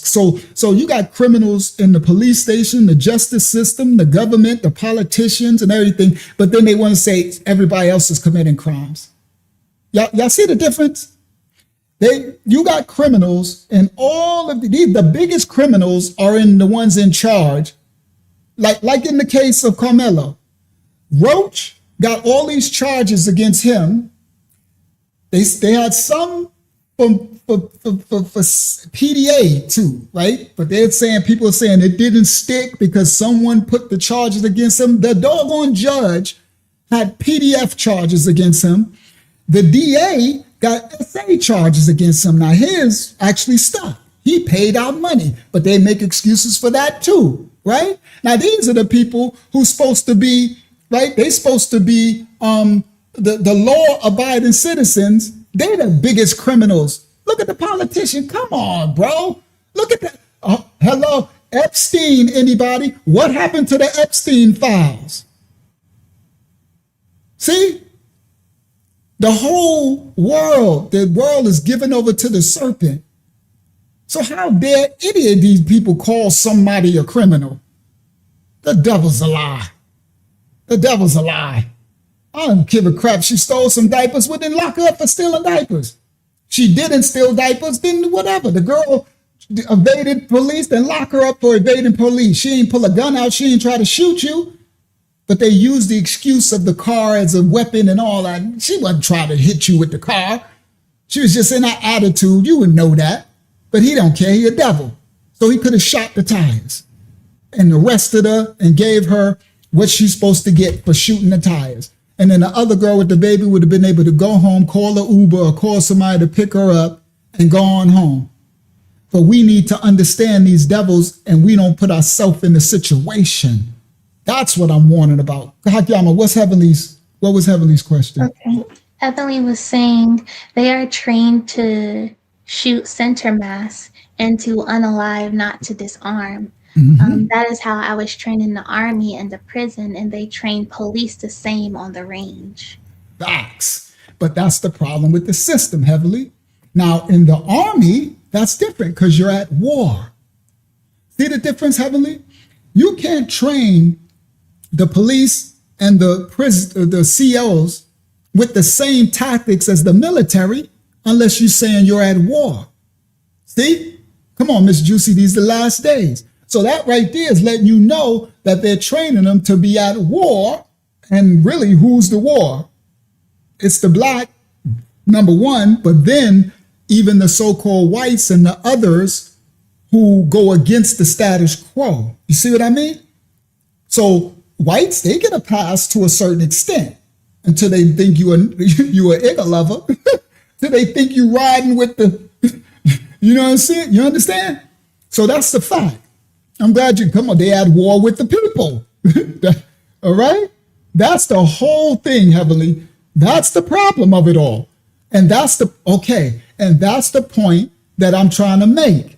We need to understand that they look at us as the war. So I need to understand that these people are trained to unalive me if I do anything. That's why unfortunately, I trained them.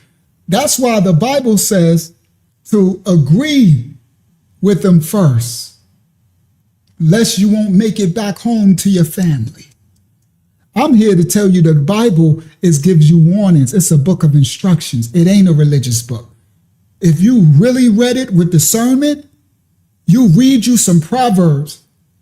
Read Proverbs, read Ecclesiasticus, Ecclesiasticus, read them. And you could Google Ecclesiasticus, right? For those who never heard of it, Google it. You're going to see, that's my favorite because it talks about every day. I remember I was in jail reading that Ecclesiasticus. That's where I learned, right? Because I told you I was outside. So I'm in jail reading that Ecclesiasticus and I'm like, what in the, why I never see this before? Why they don't teach this in church? This is the stuff I need that can help me in my everyday life. It's literally instructing you what to do. It gives you scenarios of stuff happening and people don't even know it's in there. Ecclesiastes, Proverbs. Matthew said, agree with your adversary quickly while they are in the way, lest any time the adversary deliver you to the judge and the judge deliver you to the prison house or the grave. Yeah, I'm definitely outside of the club. All right? Now, praise the Most High. Well, I was going to do the crazy scripture breakdown, but let's close with one or two, because I can't just close here. I got to give an instruction of what to do. The Bible speaks of ways that we can battle against these dark things. All right? And it has something to do with our faith. Now, what I'm pointing out is when the Bible speaks of the faith, right? Let me do this. Stop share. Share screen. Oh, I didn't know it's almost 400 people here. I thought it was, all right, let's continue. Share screen. And we still have questions also. All right, I got you. But let me give him some answers because it does us no good, guys, if we living in this world and all this stuff happening and we don't know where the protection comes from. And people has taught us that, no, Abba Bivens didn't, James, Abba Bivens didn't make it up. What's his name? Araya, after Abba Bivens. Those dudes made it up from New York. They even darker than Abba Bivens. The dudes who made up the 12 tribes charts, those are some real dark dudes. And on my channel, I exposed them. I don't know where it's at. It's on one of the videos in the video section. I did it years ago, and I put their clip up where they themselves said they made up the 12 tribes chart. And really, they did it so they can get more recruits, and especially the recruiting the Hispanic woman and all that. Yeah, Aria. Yep, him and the other one, Aria and the other dude. Yep. I put the clip up. They actually, Brother James, they got the video clip where they said it, and they made it back in the, I think it was like the 80s, when they said they made it up. And they told, it's on my channel, I just don't know what it's called on the videos, in the video section of our channel, where they said they made it up and why. All right. So anyway, the whole point of this, this dude on the screen makes me laugh.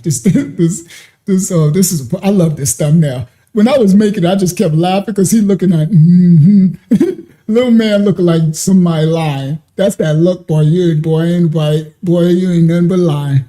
You lying and flying. All right. So now, the point I'm trying to make, what can we do? Because it's getting darker and darker. Okay? It's getting dark. Maybe Hakiam, we could try to find it, and maybe I can repost. I need to start reposting things. So maybe I don't know where it's at. We'll try to find it. It's in it's in not the live tab. It's in the video section somewhere. All right. So maybe I can try to find it and re-upload it too. So now, and just do an update on it, because a lot of people are still awakening to, and people are joining these camps and don't understand the lies of these devils too. So the devices of this serpent is going to get darker, and it's going to get worse. Okay, for all of us. Remember, the puppet master wants all of us against one another. It wants me as a so-called black man to be against my so-called white brother. It wants my so-called white brother to be against me. It wants me to be against a so-called Asian brother. It wants an Asian brother to be a so-called, right? It wants all of us to be, while they manipulate all of us and then usher us all into a one world order system, right? They're digitizing it. So these events and these things they're doing are going to get worse, and they're going to get darker. Okay? Now, the media. So that's why we're doing this, to say don't fall for the okie doke, right? This is, and remember, they got a 2030 agenda. They got a timeline. Okay? In October, I told you I'm going to prepare y'all. In October, they got the new digital ID thing coming. Okay, Chase, Manhattan, they didn't already. So they're ushering in all of these things that they're ushering in is the usher in. It's going along with the tokenization, right? The stable coin, the digital central bank and digital currency, right? And the USDT becoming the lingua franca of the new digital economy. China wanted it to be the yuan, and they was dealing with Russia and Venezuela and all. See, the oil, remember, the dollar used to be backed by the petrodollar. It's going to the digital. So the new digital petrodollar, United States is going to make sure it's USDT. You understand? So it's so many different things coming together at once. You understand? So remember, the AI, the singularity of the AI, the driverless cars taking the jobs, the data centers, right? And all of this, the 24-hour, now they're putting the data centers in the homes. I did it on my last live stream. They're offering to pay people $20,000 a year to put the data center outside of your home. You understand? So it's so many different things, energies coming together, but the common goal is that the people will have nothing. Do you understand? They want us to be like, hosts. They like parasites. So a lot of these people ain't even human. They're Nephilic. You understand? So the darkness is increasing, and it's always been here. But the problem is people don't understand. So we start to fall back into what you call it. We fall back into what you call it, comfortability when we're shown things, and then things lose their shiny orb. Look at this. Let me play this while I'm talking. See? So don't forget all of this right here, right? So there's a bigger picture. So all of these things, now look at what you see on the screen. All of them are Confederate. You don't just see white people on the screen doing this. You see white, you see black, you see all of them. but they're Confederate because they've done what? They've made a deal with the adversary, with the devil, with the serpent seed. So they're doing the one-eye Baphomet symbolism. You see? So people forget that it's a bigger agenda. You understand? And it never went nowhere. So they got the one world system order. Now they play us, the regular masses, against one another. That's why there's certain group of people, is it not real? People took over the media and the influence. They took over all of the, that's why when you watch something on Netflix, you can't watch nothing without them showing a male with a male or a woman with a woman. No disrespect to anybody in that. But all of these things, they putting it to the children, right? It used to be that the people who dealt with their lifestyle, they had their own channel and their own thing. But now they push everything for every, right? So this is all these things are genderized. Now, what can we do? It is something called a faith, that you have to believe that there's something higher than what these people, what you see on the screen, are serving. There's going to come a time where you have to believe in something greater than what they believe in. Because what you see these people on the screen, they believe in that. You see what they're doing. They're showing you who they serve. And they got rewarded for it on this world. They got money. But look what happened to all of them. If you play back everybody that doing this on the screen, you see later they all become dark, sucked up. They like turn into, right? The serpent eats its tail, right? The devil is a liar. He stabs you in the back. Nothing good comes from it, right? So all of them, for what you see on the screen, they believe that their God, which is an adversary, is going to give them something. So they have faith and they get what they asked for. They get what they sold for. They sign on a dotted line to get monies and powers and opportunities, right? But we are called to be righteous, right? We're not called to sell our soul. So what do we have? We have to believe that there's a higher power that is stronger than what they serve, that in righteousness, our Creator will protect us from the devices of the serpent. But as individuals, we have to be able to see unrighteousness and not partake in it, not be riled up by the devices of the serpent to have me hate someone else when I don't know you. I'm just hating you because your skin color, or I'm hating you because the media showed this person shot this person did this. Now I hate you and I hate all of them. This is devices of serpent, divide and conquer. You understand? So there's something called faith. Faith in the Bible, Hebrews 11, it says the faith is the substance of things hoped for, the evidence of things not seen. So what that means essentially is faith is what turns our hopes into a present day reality. Let me explain. Our faith, remember, something, evidence of things not seen. I can't give you physical proof that a creator exists. Now, if you think that a big bang just boomed and everything just banged, they don't believe in the Big Bang. See, I'm going to show you the difference between the wise and the foolish. Everybody you see on the screen, they don't believe in no Big Bang, right? Because if they believed in the Big Bang, then what are they serving? That's a God. You see? Now, faith is believing in evidence of things not seen, the substance of things. So I have to believe that there's something greater, righteous, that at the end, my righteousness and my light wins over this darkness that you see on the screen, right? Now, I can't see it, just like they can't see their God that they serve. Let me leave that on the screen. See, they can't see that, but they believe. They have faith. Faith does not denote righteousness. They believe in a God that they can't see, and they believe it gives them powers to do all their wickedness. You understand?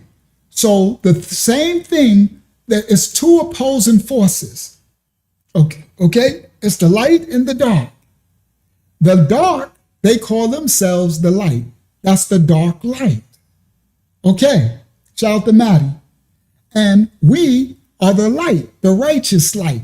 It's the unrighteous light. That's why the Bible says, don't let your light become dark light. That's why Hasatan, Lucifer, is the light bearer. That's why they call them the Illuminati, the illuminated ones, the light ones. It's dark light, dark wisdom. It's adverse to righteousness. It's unrighteousness. You understand? There's only two forces. So you have to believe, as children of the Most High, that everybody listen, I ain't telling you to believe in no Bible. I ain't telling you to believe in, you gotta believe in God and all that. I'm just trying to give you the basics understanding, because I'm not trying to do religion. I'm trying to give you a relationship with your spirit man, with the creator of all things, to try to form a relationship so that he can start to reveal more things to you, so that you can understand that there is something that can fight for me that is greater than that which is against me. This is the substance of things hoped for. Hebrews 11:1, right? Faith is the substance of things hoped for, the evidence of things not seen. Now, what that means is faith is what turns our hopes into a reality. What I mean is, because I believe, you have to believe in something. They believe in the fallen angels. They believe in the Anunnaki. They believe in what they call them, Thoth and Thoth and Osiris and Isis. They believe, they believe in darkness. They believe in Sinjaza and Azazel, right? So they have a belief. You're going to believe in something. You understand? Even people who think they believe in nothing, your unbelief is a belief. You believe in nothingness, right? Some people think, right? Some people believe everything just happened in the Big Bang. That's still a belief. Listen clearly. Now, I'm closing out. I just got to close with some instructions. I can't leave the people without no fruit of how do I fight against this, huh? What do we do? Because these religious people don't teach you no spiritual warfare. I'm teaching you spiritual warfare now, because what you see on the screen is spiritual warfare. Everything coming against you is spirit. That's why I said the devil possessed. Some of these people don't even know what's possessing them. Now, he could be in allegiance with it. That's a higher level spirit devil. But most of them are just idiot juices. They're just being used, right? Going tossed to and fro by trauma and going with the doctrines, right? We pro, what's RIP to Austin? I'm pro Austin, so I'm anti Karmelo. So that means I hate anybody who says Karmelo didn't get a good trial. Or if you say RIP to Austin, then I hate you because Karmelo didn't get a good. It's like they're playing you against one another, fools. Listen clearly. When it says faith is the substance of things hoped for, the evidence of things not seen, it basically means faith is what will turn the thing that you hope for into your everyday reality. You have to turn my everyday reality, because I've been living and believing in the Most High and my righteousness, that I'm covered, that I'm strong in it now. When I first started out, it's kind of fleeting, meaning it's not rooted in nothing concrete, because I can't see, taste, touch, smell, and hear it. I was one that didn't believe in God. Yeah, I got knocked off my proverbial horse.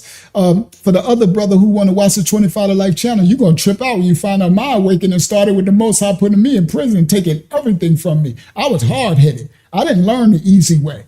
I was hard-headed. I ain't believing in no God. Man, please, something unseen. Man, I'm the God. Facts. That's what I used to teach and think. I'm the God. I make all my money. I do everything. Boy, somebody told me wrong.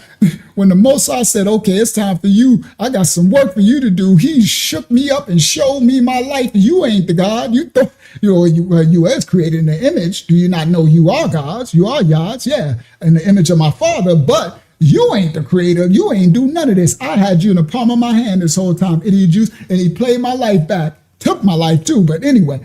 So, and then praise the Most High, I got a second chance. That's why I never listen clearly. But when I first when you first get started, it's really not rooted because it takes time for your present, what the things that you essentially hope for to turn into your present reality.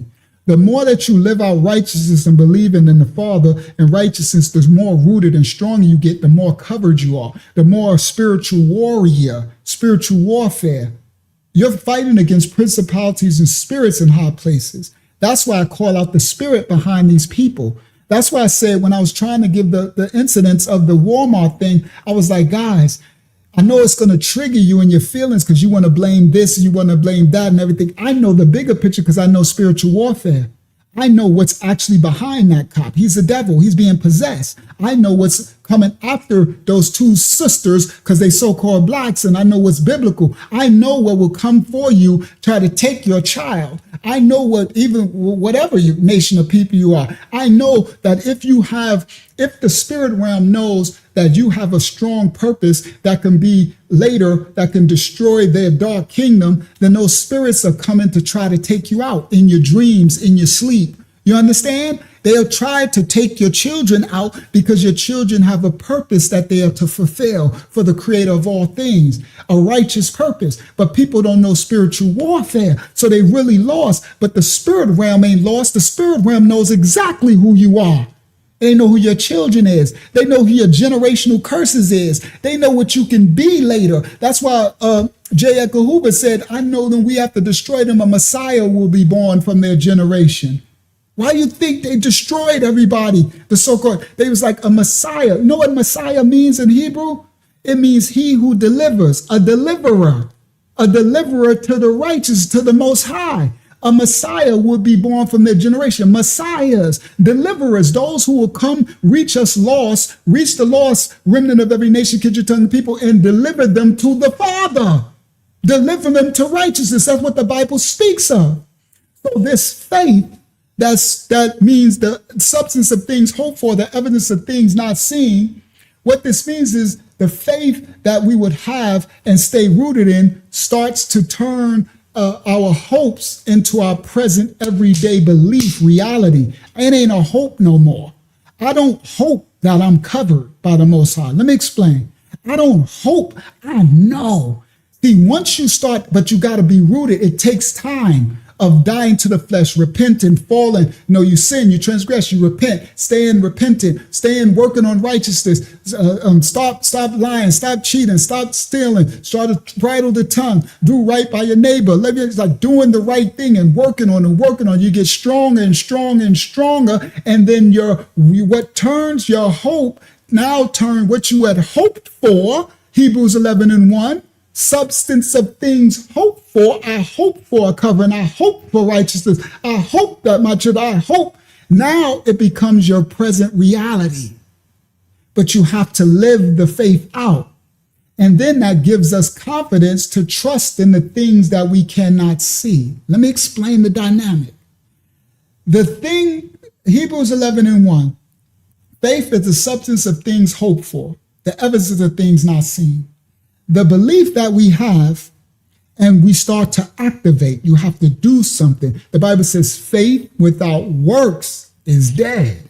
So you have to what? Die to sin. You have to repent. You have to stop smashing and fornicating. Stop lying and cheating. When you sin and transgress, don't be found without repentance. Strive to make yourself more righteous. Strive to please the Most High. Strive to be a righteous light on this earth. That's the work you're doing. So you're working out the faith, because the faith without you doing something, that faith is dead. So the work that you start to do while you living in the faith starts to turn your hopes into your present reality, and it turns into confidence to trust in the things that you cannot see.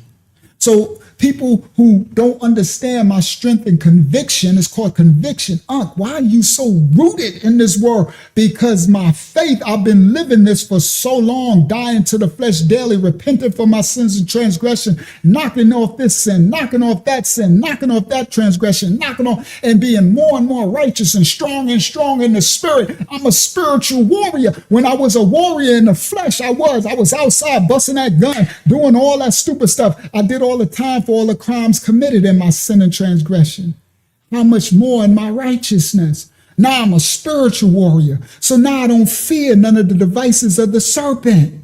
That's why I can give the wisdom out to you, how to live your everyday life out there in the world, how to say no, how to agree with the adversary when he come amongst you, your righteousness. The Bible gives you laws. It gives you instructions. It's a book of history, book of instructions, how to come back into the presence of the Most High, our first estate, our Father, to be covered. And it starts with our faith. We have to believe in our Father. Believe, just like these people that's on the screen, they believe in their father, the devil. They believe, they have faith. You seeing them with their hand over their eye, everybody? You understand? What you say, Hakiyama? You paused it. Yeah, I know. Praise Mosai. Now, faith is the substance of things hoped for. What this means, hope is a desire, or regular hope is a wish or a desire for a future event or something, right? All right, but faith brings that future desire into your present day. This is the power of faith. It's called amanya. All right? Just like aman is amen in the Bible. Amen is aman, amanya. That's how you say faith. It's the reason in the original Habariyah. In the Canaanite Hebrew, they'll say imunah or something. That's Canaanite. It's amanya. Now, the hope, which is a wish or a desire for something in the future. The faith that we are to live in and bolster and start to have a conviction in will bring that future hope into our present day reality. Whereas I walk around and I know greater is he that is within me. Let me explain. I know that they can't win victorious against me as long as I'm righteous. As long as I'm repentful, now it doesn't mean I'm perfect. When I transgress, I repent. Forgive me, Father. Lower myself. Forgive me. I repent. Get back to righteousness. And I know at the end where everybody need to be scared. Yeah, you do. You need to be worried. If you're not rooted in faith, Amanyah, you need to be very worried. Be very afraid. Have you ever heard that saying? Let me tell you something about these devils. Boy, they opening up portals with the AI. They're going to have the robots. Those robots going to turn red and all the things. That's why I keep telling you, treat the AI righteously right now. Do everything righteousness. Get righteous right now for righteous sake. Because the things that's coming, the Bible says, man's hearts will fail them for the things they will see.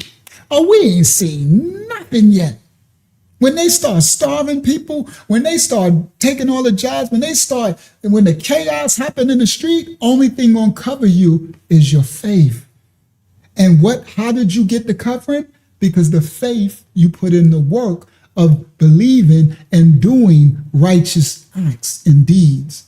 You chose the light instead of the darkness. They chose the darkness.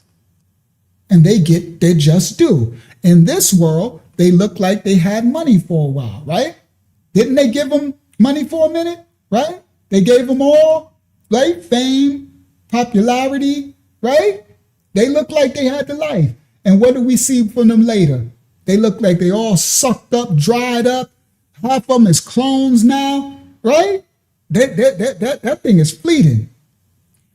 What we believe in is our faith brings what we hope for, protection, covering, into our everyday present life. So faith, amanyah, is like assurance or confidence or like a title deed. Think of it this way. Think of faith like holding a property to your house. Let me give you an example. I love examples. You could think of faith like holding the property deed to a house that you haven't moved into yet. Let me explain. But you don't physically possess the house yet, but the deed that you got in your hand lets you know that the house is yours. The deed gives you a solid legal guarantee that the house belongs to you. That's faith. You see, that's why I said it becomes your reality. It's an assurance. You got the title deed to protection. You got the property deed, all right? Even though you ain't moving the house, but you know it's yours. Now, I bought a house, so I knew before I moved in my first house I bought, I had the deed. And I used to look at it in my apartment before we moved in because we had a move-in date. So it was a month before I moved. Beautiful house. It had cost $500,000 back in New York. This is when I was in my sin and transgression, right? And beautiful house. Everybody in New York, remember, those who know me know that big house. 3 stories, everything. And I remember, because I never, none of my family never owned a house. I was, in my sin and transgression, I was successful in my sin, right? I repent for all that. And I remember looking at the deed, and I just kept looking at it. I kept bringing it out, looking at it. Why do billionaires and I was remembering how the house looked, because I couldn't wait to move in, right? So I'm like, I can't wait to move in this house. So my memory, I remember. So even though I wasn't in the house yet, I owned it. The deed I had, even though I haven't moved in yet, I had physical possession. It's actually mine. It was just a matter of time. It was a guarantee that it's mine. It was just a clause that they had to leave by this certain date. But it was mine. Faith is like that assurance, that confidence. Faith is the evidence of things not seen. It's an inner conviction that reassures you of spiritual truths or future promises, even when your physical senses, sight, touch, taste, smell, can't provide no physical proof. Even when the physical senses lack, the evidence of things not seen, it's an inner conviction. It's a spiritual thing. Amanya is a spirit. See, those who only react off the flesh, they can't understand the faith of the righteous. That's why the Bible says faith to move mountains. You heard?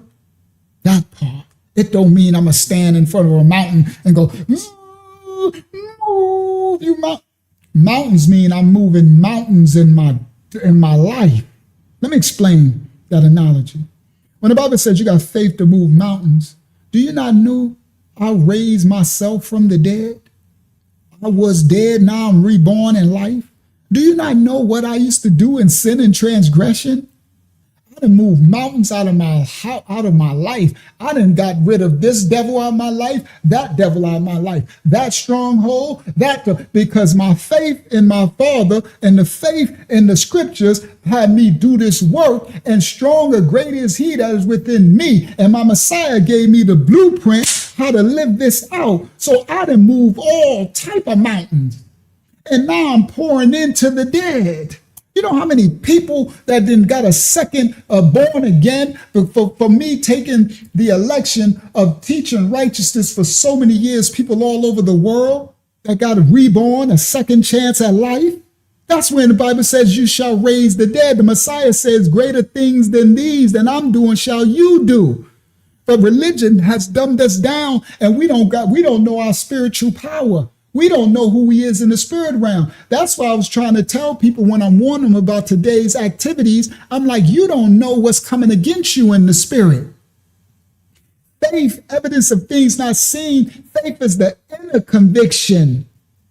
It makes you understand in your spirit that when the physical senses can't provide no physical proof, I don't need physical proof because the spirit overcomes the flesh. The flesh is weak. Come on, bro. Spiritual warrior. Faith is the confidence, the inner conviction. Remember we did the lesson on the yin and yang, that kalalaya completion? This is amanya faith. Now, we're going to close out, but I was going to do some scriptures. Let's do a little. I'll put them on the screen. So I'm going to show you about faith because a lot of people don't understand what it is. We're going to go to Revelation 22 and 11. Let me do that. Let me put it on the screen. Let me show y'all something. There's still almost 400 people here, 300 and some people. All right? So, Hakyama, you with me? You want to read? We're going to read a little. All right? I know they like Hakyama's voice. All right, here we go. So, okay, we're tired of hearing from you, huh? All right, here we go. So, I got to go to this tab. Stop sharing. Let me get these devils off the screen.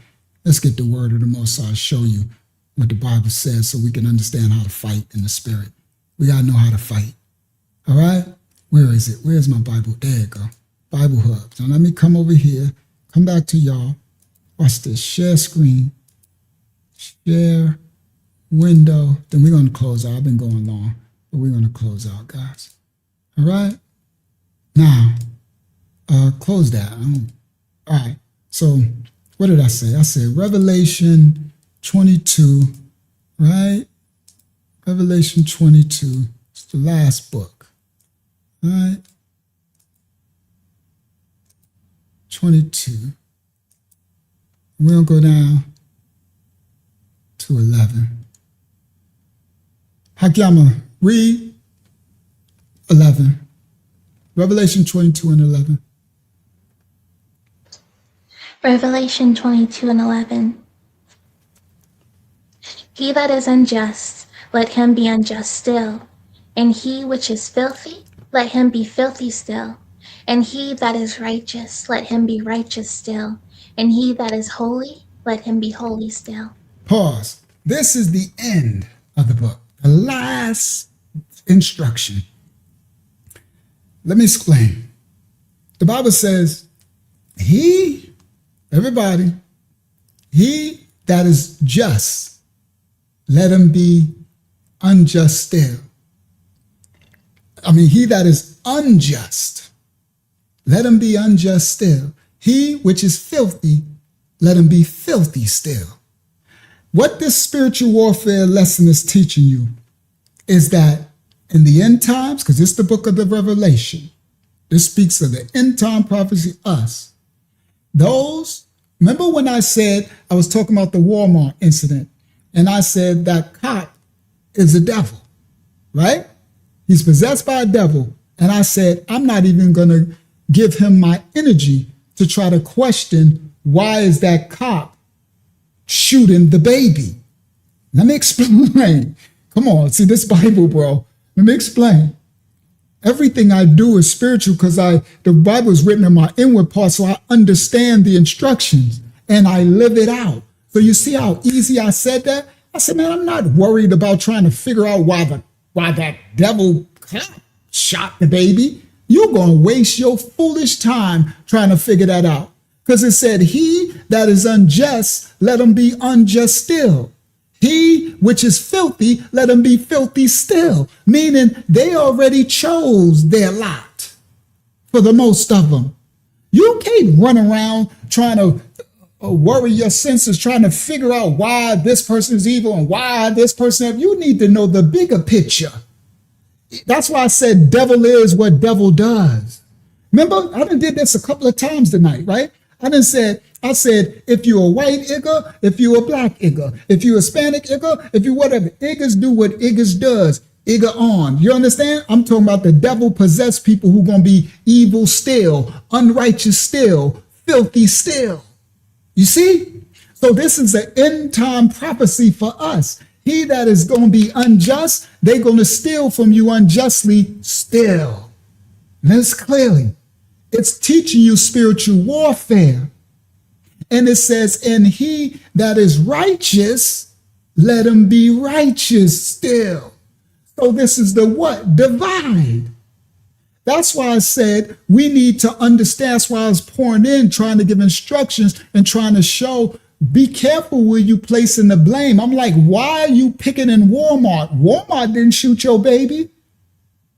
First of all, that unrighteous, filthy devil shot the baby. And if you wanted to pick it, you're supposed to pick it down at the police station because that's who did it.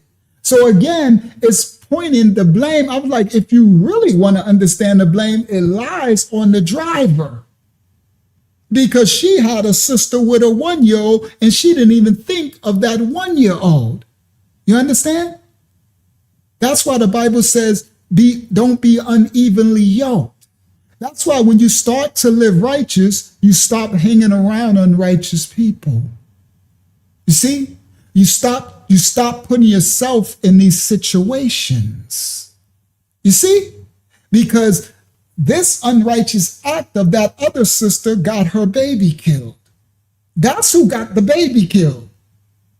You can't blame that devil cop because he's going to be filthy still. Unjust still. You can't figure out why he's unjust. That's why I keep saying righteousness is what's going to protect you from what's coming. And righteousness, and it's going to mean you got to be righteous, do righteous things, stay away from unrighteousness. So you'll get to a point where you're like, nah, good sister, I'm good.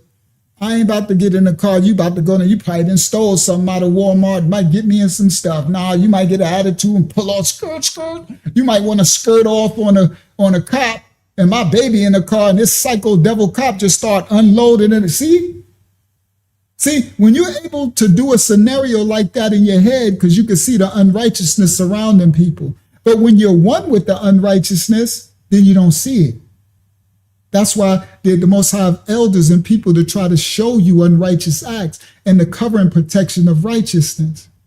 The Bible says, he that is righteous, let him be righteous still, and he that is holy, let him be holy still. Holy, guys, is a word in Hebrew, Habariyah, called Kayadash. In Canaanite Hebrew, it's called Kadesh. What that means is set apart. The Holy Spirit is the set apart spirit. Set apart means you're set apart in the world, but not of the world. You don't partake with the sin and transgression. Remember when I said when you start to be righteous, you set yourself apart from the unrighteous. That's why it says, he that is righteous, let him be righteous still. That's something you got to do. And he that is holy, let him be holy still. Set apart.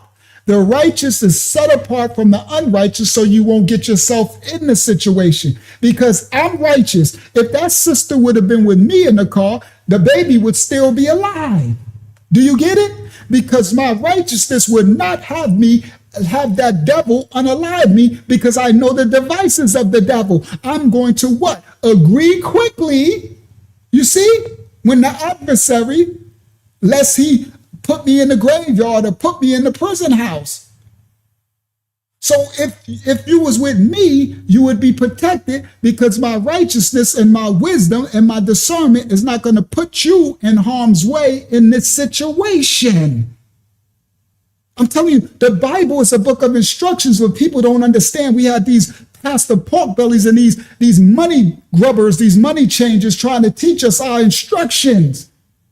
It's to protect us. All right, let me give you another one.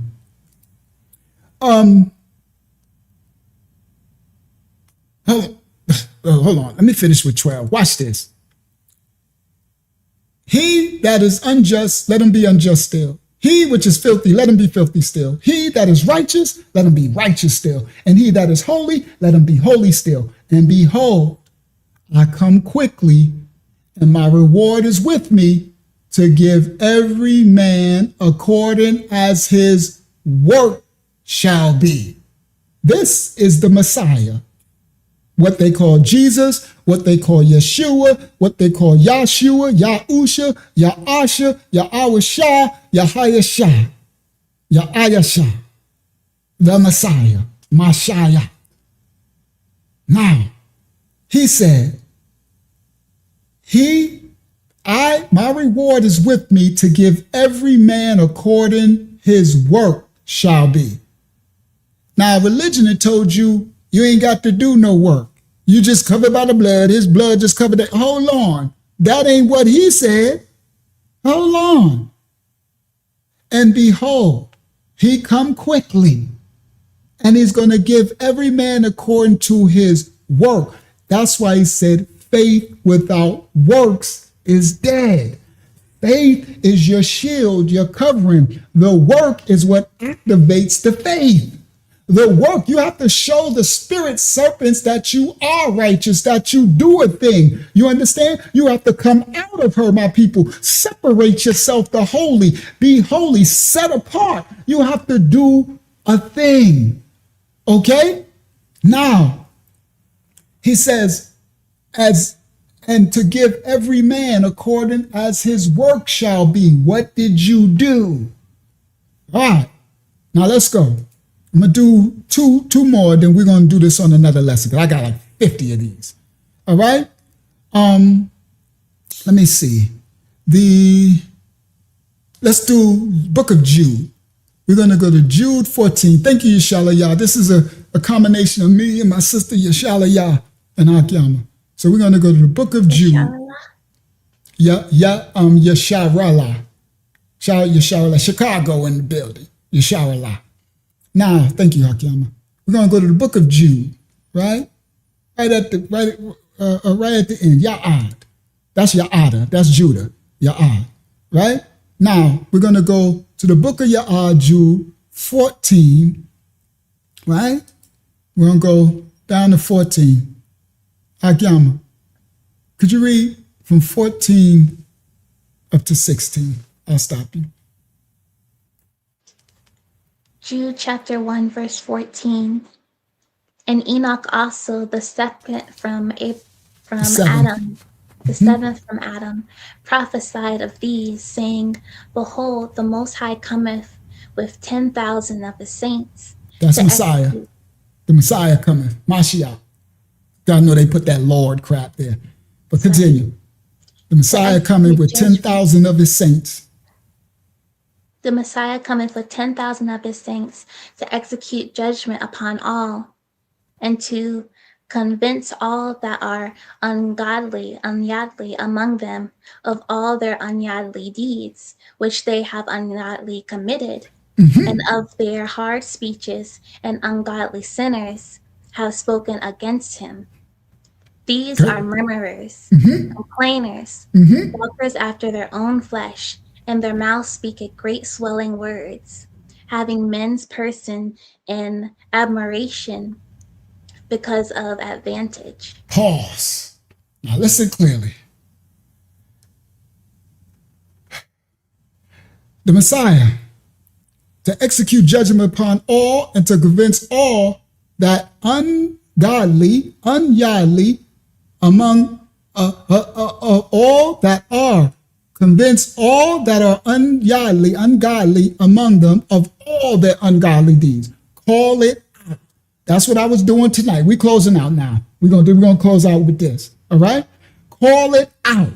All their ungodly deeds which they have ungodly committed, ungodly, and of all their hard speeches with ungodly sinners have spoken against them. That's why I called out the Israelites with the purple stuff out there doing all this stuff for show, right? That cop. No disrespect, shout out to the righteous cops, right?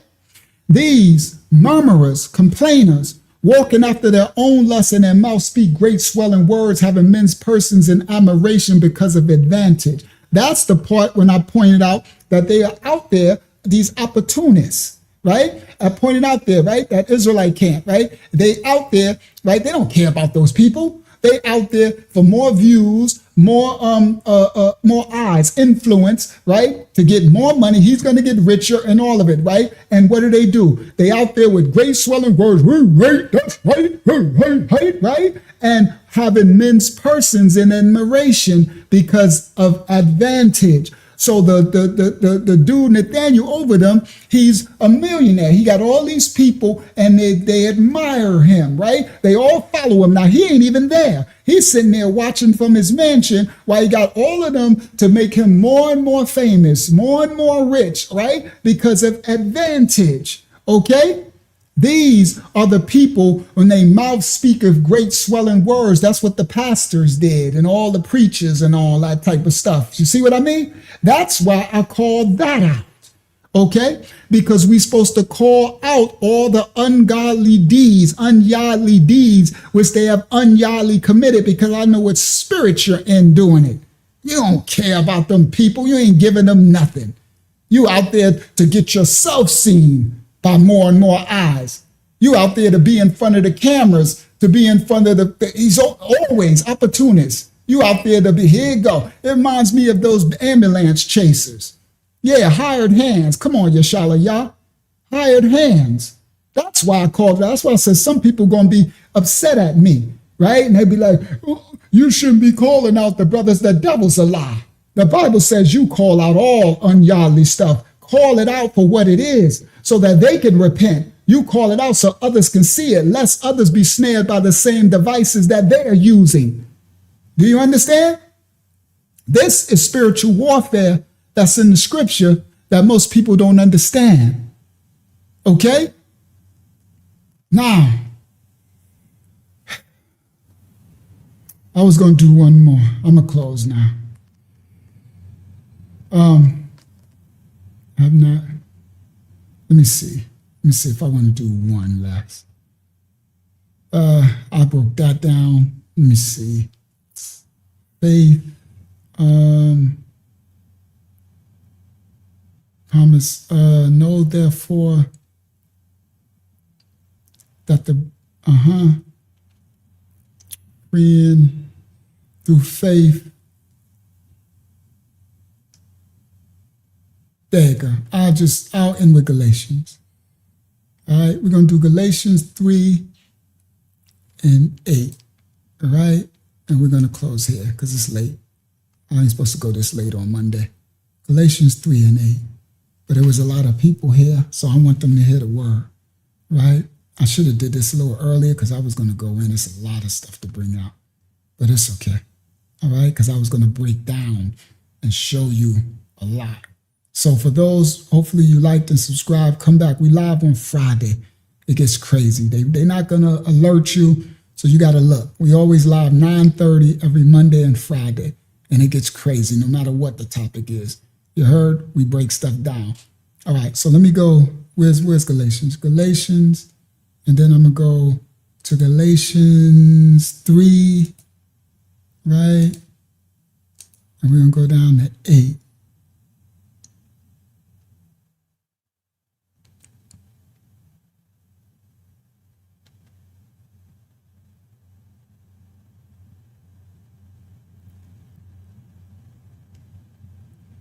Go to 6. Okay, I'm going to read Galatians 3 and 6, please. Galatians 3 and 6. Even as Abraham believed Yah, and it was accounted to him for righteousness, know ye therefore that they which are of faith, the same are the children of Abraham. And the scripture foreseeth that Yah would justify the heathen through faith, preacheth before the gospel unto Abraham, saying, in thee shall all nations be blessed. So then, they which are of faith are blessed with faithful Abraham. Now I'm going to close with this. Remember what I told y'all? I said, the thing that's going to protect us with all that's coming is faith. It means so many different things. I'll do it on another lesson. I was going to do it tonight. It's like 50. It's going to be crazy when I actually show you, because your head going to be blown. You're going to be like, Dad, I didn't know that the shield of faith. Remember, the faith without the works, the faith is dead. So you have to do a thing. So it says, even as Abraham believed Yah, believed the Most High, and it was accounted for him for righteousness. So belief and faith is counted for you for righteousness. That's what I'm trying to explain to you. Your righteousness covers you. All right. The name of the Most High is a strong tower. The righteous run into it and are safe. It's your safety for what's coming. It says, know ye therefore that they which are of faith, the same are the children of Abraham. So the same thing as the Gentiles, because Abraham, all nations on the earth will be blessed through Abraham's faith, his belief, and his seeds who would go forth. His literal lineal bloodline, right, who would lower themselves and would teach righteousness and faith. This is the thing, the shield, the covering, the faith and the works is the completion, the kalalaya. That's what guards you. The works that you do of dying to the self, of being righteous, of repenting for sin and striving to be righteous, loving your neighbor as yourself, helping out the meek, the hungry, the word, right? And all those things, those works activate the shield of faith. So you're spiritually protected. And it says, even as Abraham had belief in the Most High, it was accounted to him for righteousness. Know ye therefore that they which are of the faith are called the same as the children of Abraham. So this is to the Gentile brothers and sisters. For those who have the same belief and faith of righteousness of Abraham, all right, believing in the Most High, you are called spiritual children of Abraham. And the scriptures foreseeing that the Most High would justify the heathen through faith. So those who were heathen, which I was, I got justified through establishing faith and belief in the Most High and activating that faith through my works of trying to stop lying. I stopped selling drugs. I stopped smashing girls, adultery. I stopped cheating. I didn't really lie. I stopped cheating. I didn't really steal, but I did when I was little. I don't steal. I don't covet my neighbor's stuff. I don't bear false witness against somebody. I'm not a hater. I'm not trying to harm. I'm trying to protect. I'm trying to guide. I'm trying to lead. So through the faith, I got this heathen, got justified, though I was a heathen. Faith is your covering and protection. That is what's going to cover you. But you have to do the work to repent for your sins and transgressions. So know therefore that they which are now, I am of the faith, I am a child of Abraham, and the scripture foreseeing that the Most High would justify me, us when we were heathens through faith, preached before the gospel, the good word unto Abraham, saying, in thee, Abraham, shall all nations of the earth be blessed. So then they which be of faith are blessed, one with faithful Abraham. They call him the father of faith. The Most High chose Abraham out of all children on the earth because of his amanyah, his faith. Okay? No, not Jewish, not Jewish. That's a converted people. So not Judaism. So the Bible is not Jewish. The Bible is Hebrew. And Jew tribe, there's one tribe of the lineage of Jacob, that's Judah. And there's no ish in Judah. So this is a different thing. They have a Talmud. So those people, the Jewish, they have a Babylonian Talmud and a Mish. That's a whole different, they have Judaism. They have a whole different religion. All right. So we are the children of the Most High. All right. Shout out to ADHD. Well, I'm glad you're here, King. I didn't know you were still here. Praise the Most High. I'm glad. Maybe I met a brother.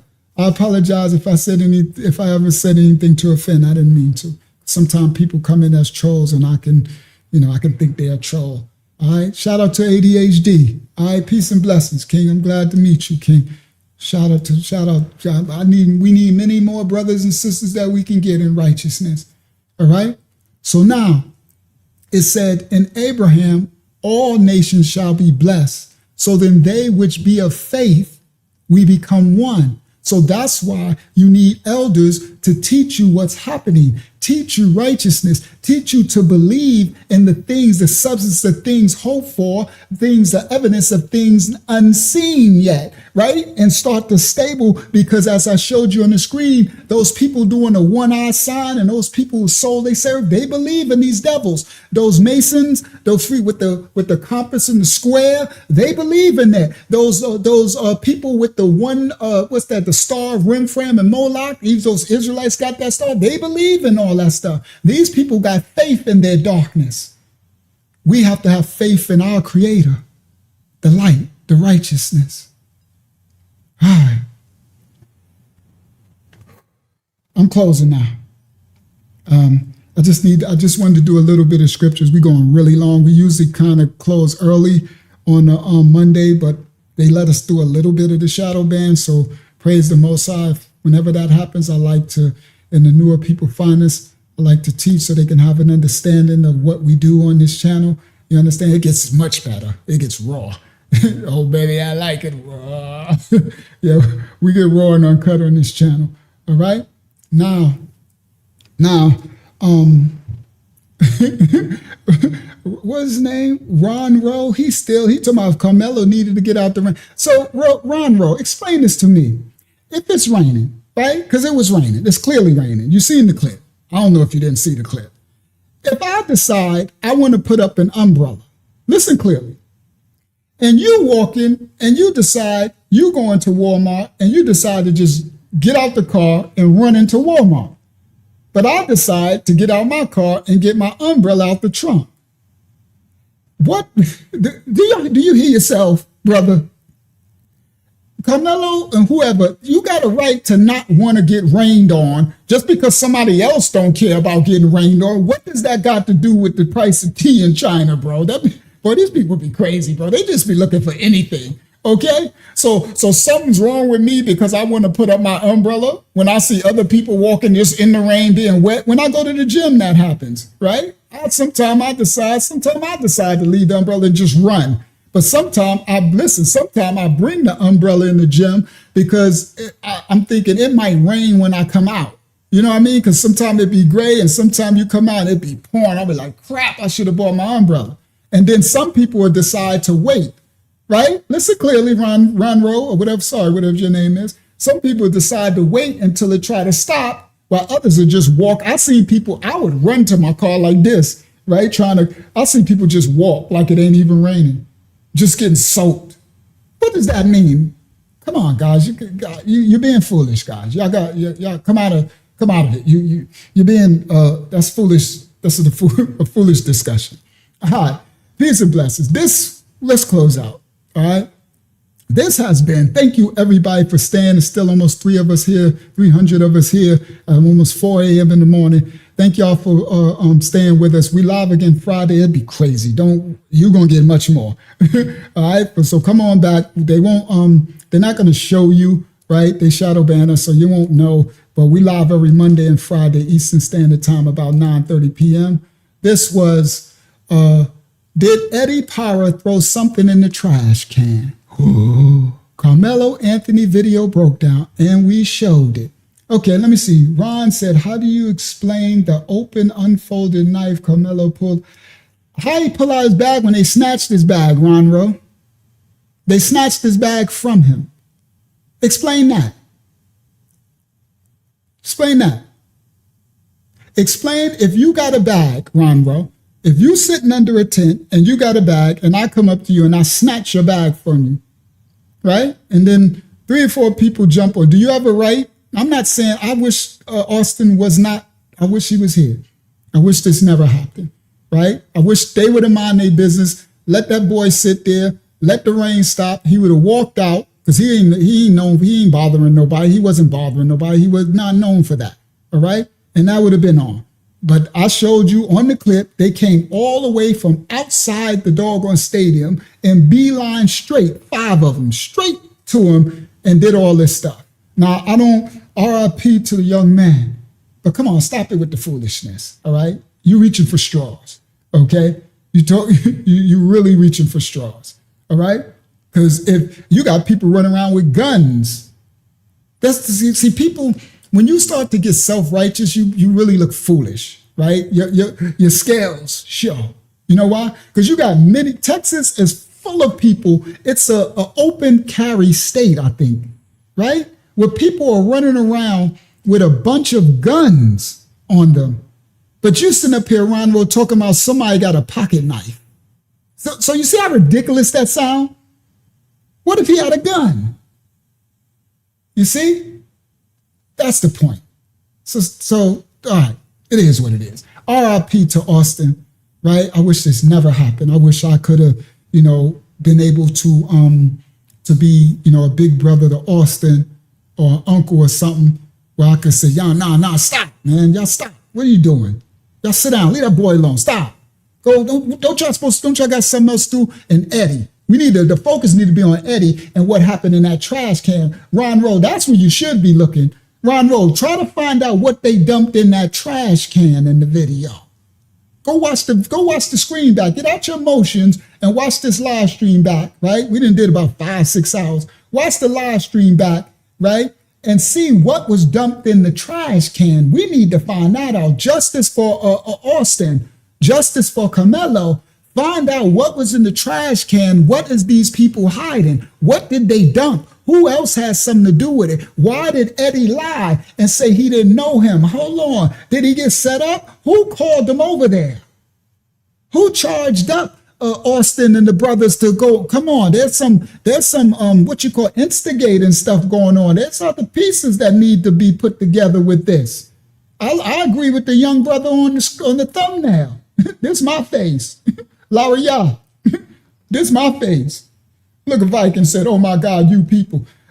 Viking, what about you? You a Viking? What about you people? What's a you people? I'm looking at you like this, Viking. Look, that's you.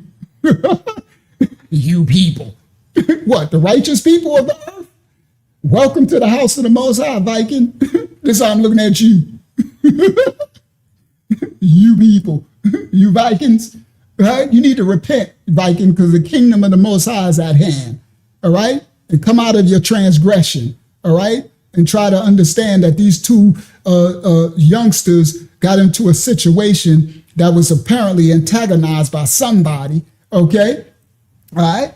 No, you are a Viking and you already showed who you is. And this, I'm looking at you, Viking. Look.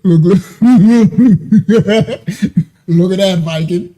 That's how I'm looking at you. As long as you keep your Viking self away from me, because Vikings did nothing but plunder, kill, lie, cheat, and steal. You heard? So thank you for letting me know who you is.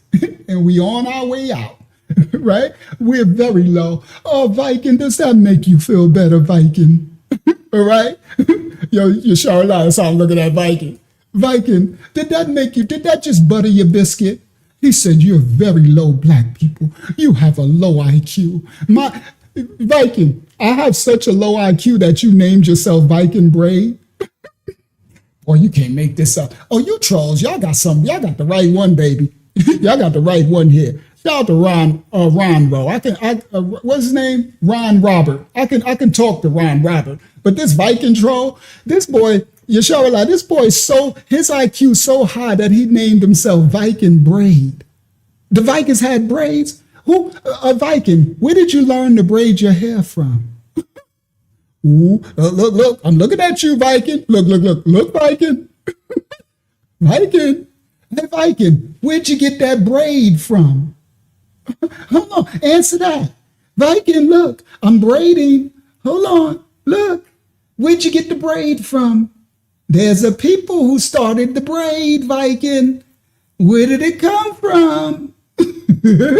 I'm looking at you. Woo, Viking, woo.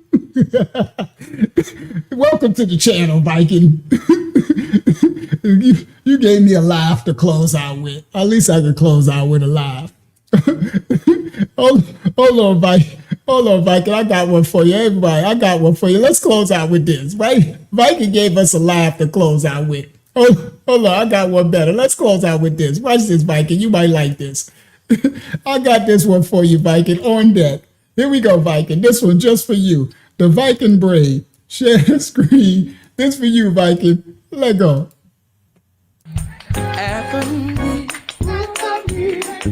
We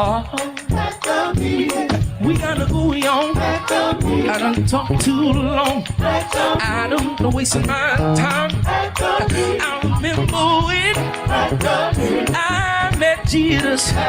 Met him from the first time.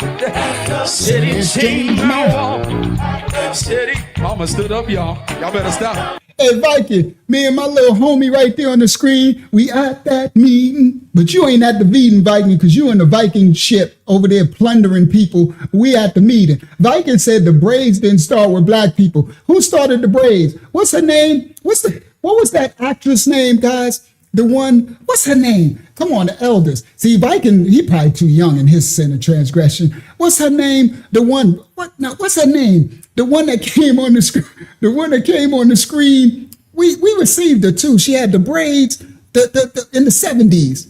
The white girl, what's her name? Come on, y'all help me out. I can't think of it. Bo Derek. Thank you, Laura, y'all. Viking, you know who Bo Derek is? So who started the braids, Viking? Bo Derek?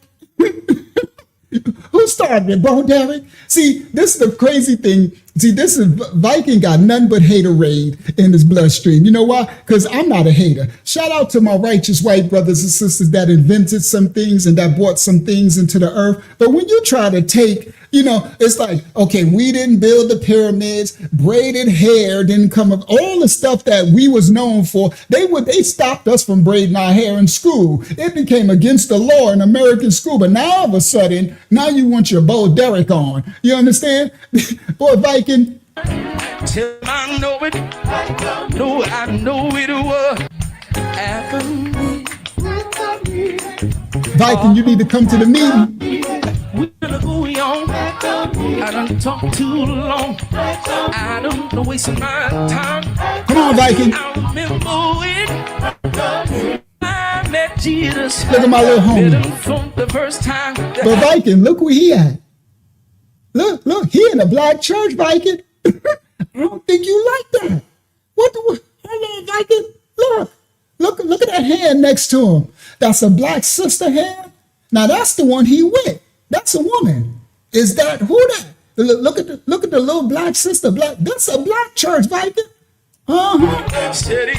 Look at him. Y'all better stop. That meeting. Tell him I know it. Shout out to Nosy Bug. I know it was after me. You need to come to the meeting, Viking. It's good at the cookout. Oh, we receive you, Viking. We don't hate you. We don't hate you. You good? Come on. You talking about us people? Yeah, nah. You done showed your hand. Don't try it now. You can repent. You can repent and come on down to the meeting. You can come on down to the cookout. We ain't no hateful people. Shout out to everybody in the building. We got righteous white brothers and sisters right here in the building. Okay. So let me explain. Right here, Viking, everybody you think is black ain't black here, brother. So some of these people who welcomed you here, they're so-called white, but you don't know where you at. Welcome to the channel, Viking. All right? We are children of the Most High. We come in every nation, kindred, tongue of people that stand before the Messiah, clothed in white robes. You heard? At that meeting, that's a good way to close out the Hebrew Messiah. All right. So what do you mean, you type of people? What type is that? The righteous? There you go again, Viking. No matter what you're going to do, you're going to put yourself in a cubby hole. Because now you know what you're doing, Viking. You're speaking of that which you know not of. You're judging the book by its cover. You don't know who we are. You don't know what the channel. There's over 600 videos on the channel. You don't know what we stand for. You understand? So you just popped in on some video and you triggered over some, what's his name? The video title. What's the young brother name? Carmelo Anthony and Austin. So you triggered and you done ran up here and think you on some blacker than black channel. You on some channel who just like, Carmelo, because he's black. Boy, we'll go ahead and take several seats and get your butt back get off the Viking train. All right? Get off the Viking train and get back into righteousness. All right, shout out to Mike EX. All right, shout out to all my righteous white brothers and sisters, or righteous black brothers and sisters, righteous Hispanic. Shout out to the children of the Most High, of every nation, kindred, tongue that lower themselves and be at that meeting with our Messiah. I don't waste my time. I remember it. All right, now we close. That was a fun way to close out. Thank you, Viking. You guys to close out with a little laugh. All right, how many hours we went? We went 6 hours, still 300 people on the live stream. All right, everybody, peace and blessings. We live again Friday. Come on back, Viking. Come on back. You get you some good word. You get you some good food, Viking, right? Get you some love and understanding. Because we might not agree on this matter, but, you know, we might agree on another matter. That's the bigger picture, Viking. We look at the bigger picture. The bigger picture, Viking, is the serpent seed. Those who ain't really human are trying to play you against me. They're trying to play us against one another. So they want you to say, they want the left to be against the right, and the woke and unwoke, and the idiots versus the juices, and foolish versus, right? I ain't in none of those buses. Do you understand? So they want they want to play us against one another so they can enslave us all. So come to the woke bus, not woke, because ain't nobody woke. Come to the righteous bus, Viking. Welcome to the children of the Most High. And we from every nation, kindred, and tongue right here together give you nice spiritual hugs and kisses. We give you a binky and a blanket. And if you come crooked, we're going to look at you like this. we're gonna side eye. What you say, Viking? What'd you say? I hear everything. What'd you say? At that meeting. Karmelo video clip, the garbage toss. That's what we should be finding out, what they threw in the garbage. Peace and blessing, everybody worldwide. Thank you, Hakyama. Oh, we didn't do the rest of the questions. It's too many. I'm sorry. I'll have to answer them another time. That's way too many. We closing out now. Who is that over on Facebook? Hold on, let me see. There was somebody over on Facebook. Shout out to Sister Angie and Yaron and them over there. Shout out to A Villa. Shout out to everybody I haven't seen tonight. Shout out to Brother Jerry. There's some other brothers. There's some people. I got to start. Oh, I wrote another name down. Where did I write it? Oh, man, I ain't going to be able to find it now. I'll be writing people's name. I'm like, I got to remember to start shooting out people. Brother Jeremy. I said Jeremy already. It's another brother. All right. I apologize. I got to start writing people's names down, right? So you give them shout outs. All right. Peace and blessings, everybody worldwide. Peace and blessings. All right. Dino said, Karmelo, the watermelon felon, is a butt pirate, and your name is a dog. Dino the dog. Boy, these trolls is everything, right? And all he's talking about is butt pirates. Dino, we looking at you like this, Dino. You looking real Diddy-ish, Epstein, talking about some butts and stuff. Why you looking at Karmelo butt? Looking like this. I'm looking at you, Dino the dog. Woo! What are you doing, Dino? You showing your stripes. You showing yourself. People be exposing themselves. All right. Peace and blessings, Viking. Have a blessed one. All right. We out here. Thank you, Hakyama, for your assistance. Thank you, Tamaya, for your presence. I'm not sure if Yasha was here. Thank you to the ministry for welcoming everybody new. It was a lot of new people here tonight. Praise the Most High. They led us a little through the shadow band, whatever. Thank you for the ministry. Thank you for the moderators in our ministry for welcome, giving everybody hugs and kisses and binkies and blankets. We got hugs and kisses and binkies and blankets for the righteous and the lost. For the devils, kick rocks. Devils do what devil does. We are spiritual warriors of the Most High, and we are remnant of a nation, kindred, tongue, and people, confederate in the Ahaya oneness of the Father, the creator of all things. You heard? Be righteous in this dark second world. You heard? Don't let them use the devices of the serpent to try to deter you and have you cause against one another, cause offense to your brother. Curse yourselves. The Bible says we get them to curse themselves. So they manufacture and they play off of events that actually happen. They don't let a good thing go to waste, but their end goal is to have us all controlled, all devices, all of us manipulated. Do you understand? So that their end goal is they can usher us all into a one world system where we will be the slaves of the serpents, the Nephilim. They ain't even they have human as blood lineage. You understand? Praise the Most High, his righteous order, his righteous name, and we love the Father, the creator of all things. Go forth and be the light, everybody. Child Sephardic in the building.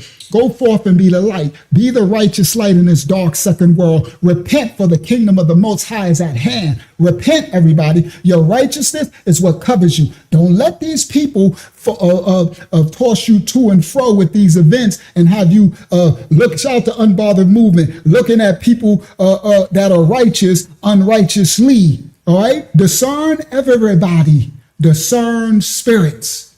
All right. Praise the Most High's holy name, his rightful order. From the house of the Most High to you all worldwide, We bid you a blessed night, and we bid you to go forth and be the light in this dark second world. We see you Friday about 9:30 p.m. Peace and blessings, everybody. Thank you for joining us tonight. Peace and blessings. It secures and hooks us tight, a gift from your eternal life. He sent his son a sacrifice to show how much he loves us. You are loved, you are loved. You are loved, you are loved. You are loved, oh, you are loved. You are loved by Yahuwah. Praise Yah. Praise Yah. Praise Yah. Hallelujah. Bible study every Tuesday, 8 p.m. We having a Zoom Bible study. I'm gonna put email me for the link.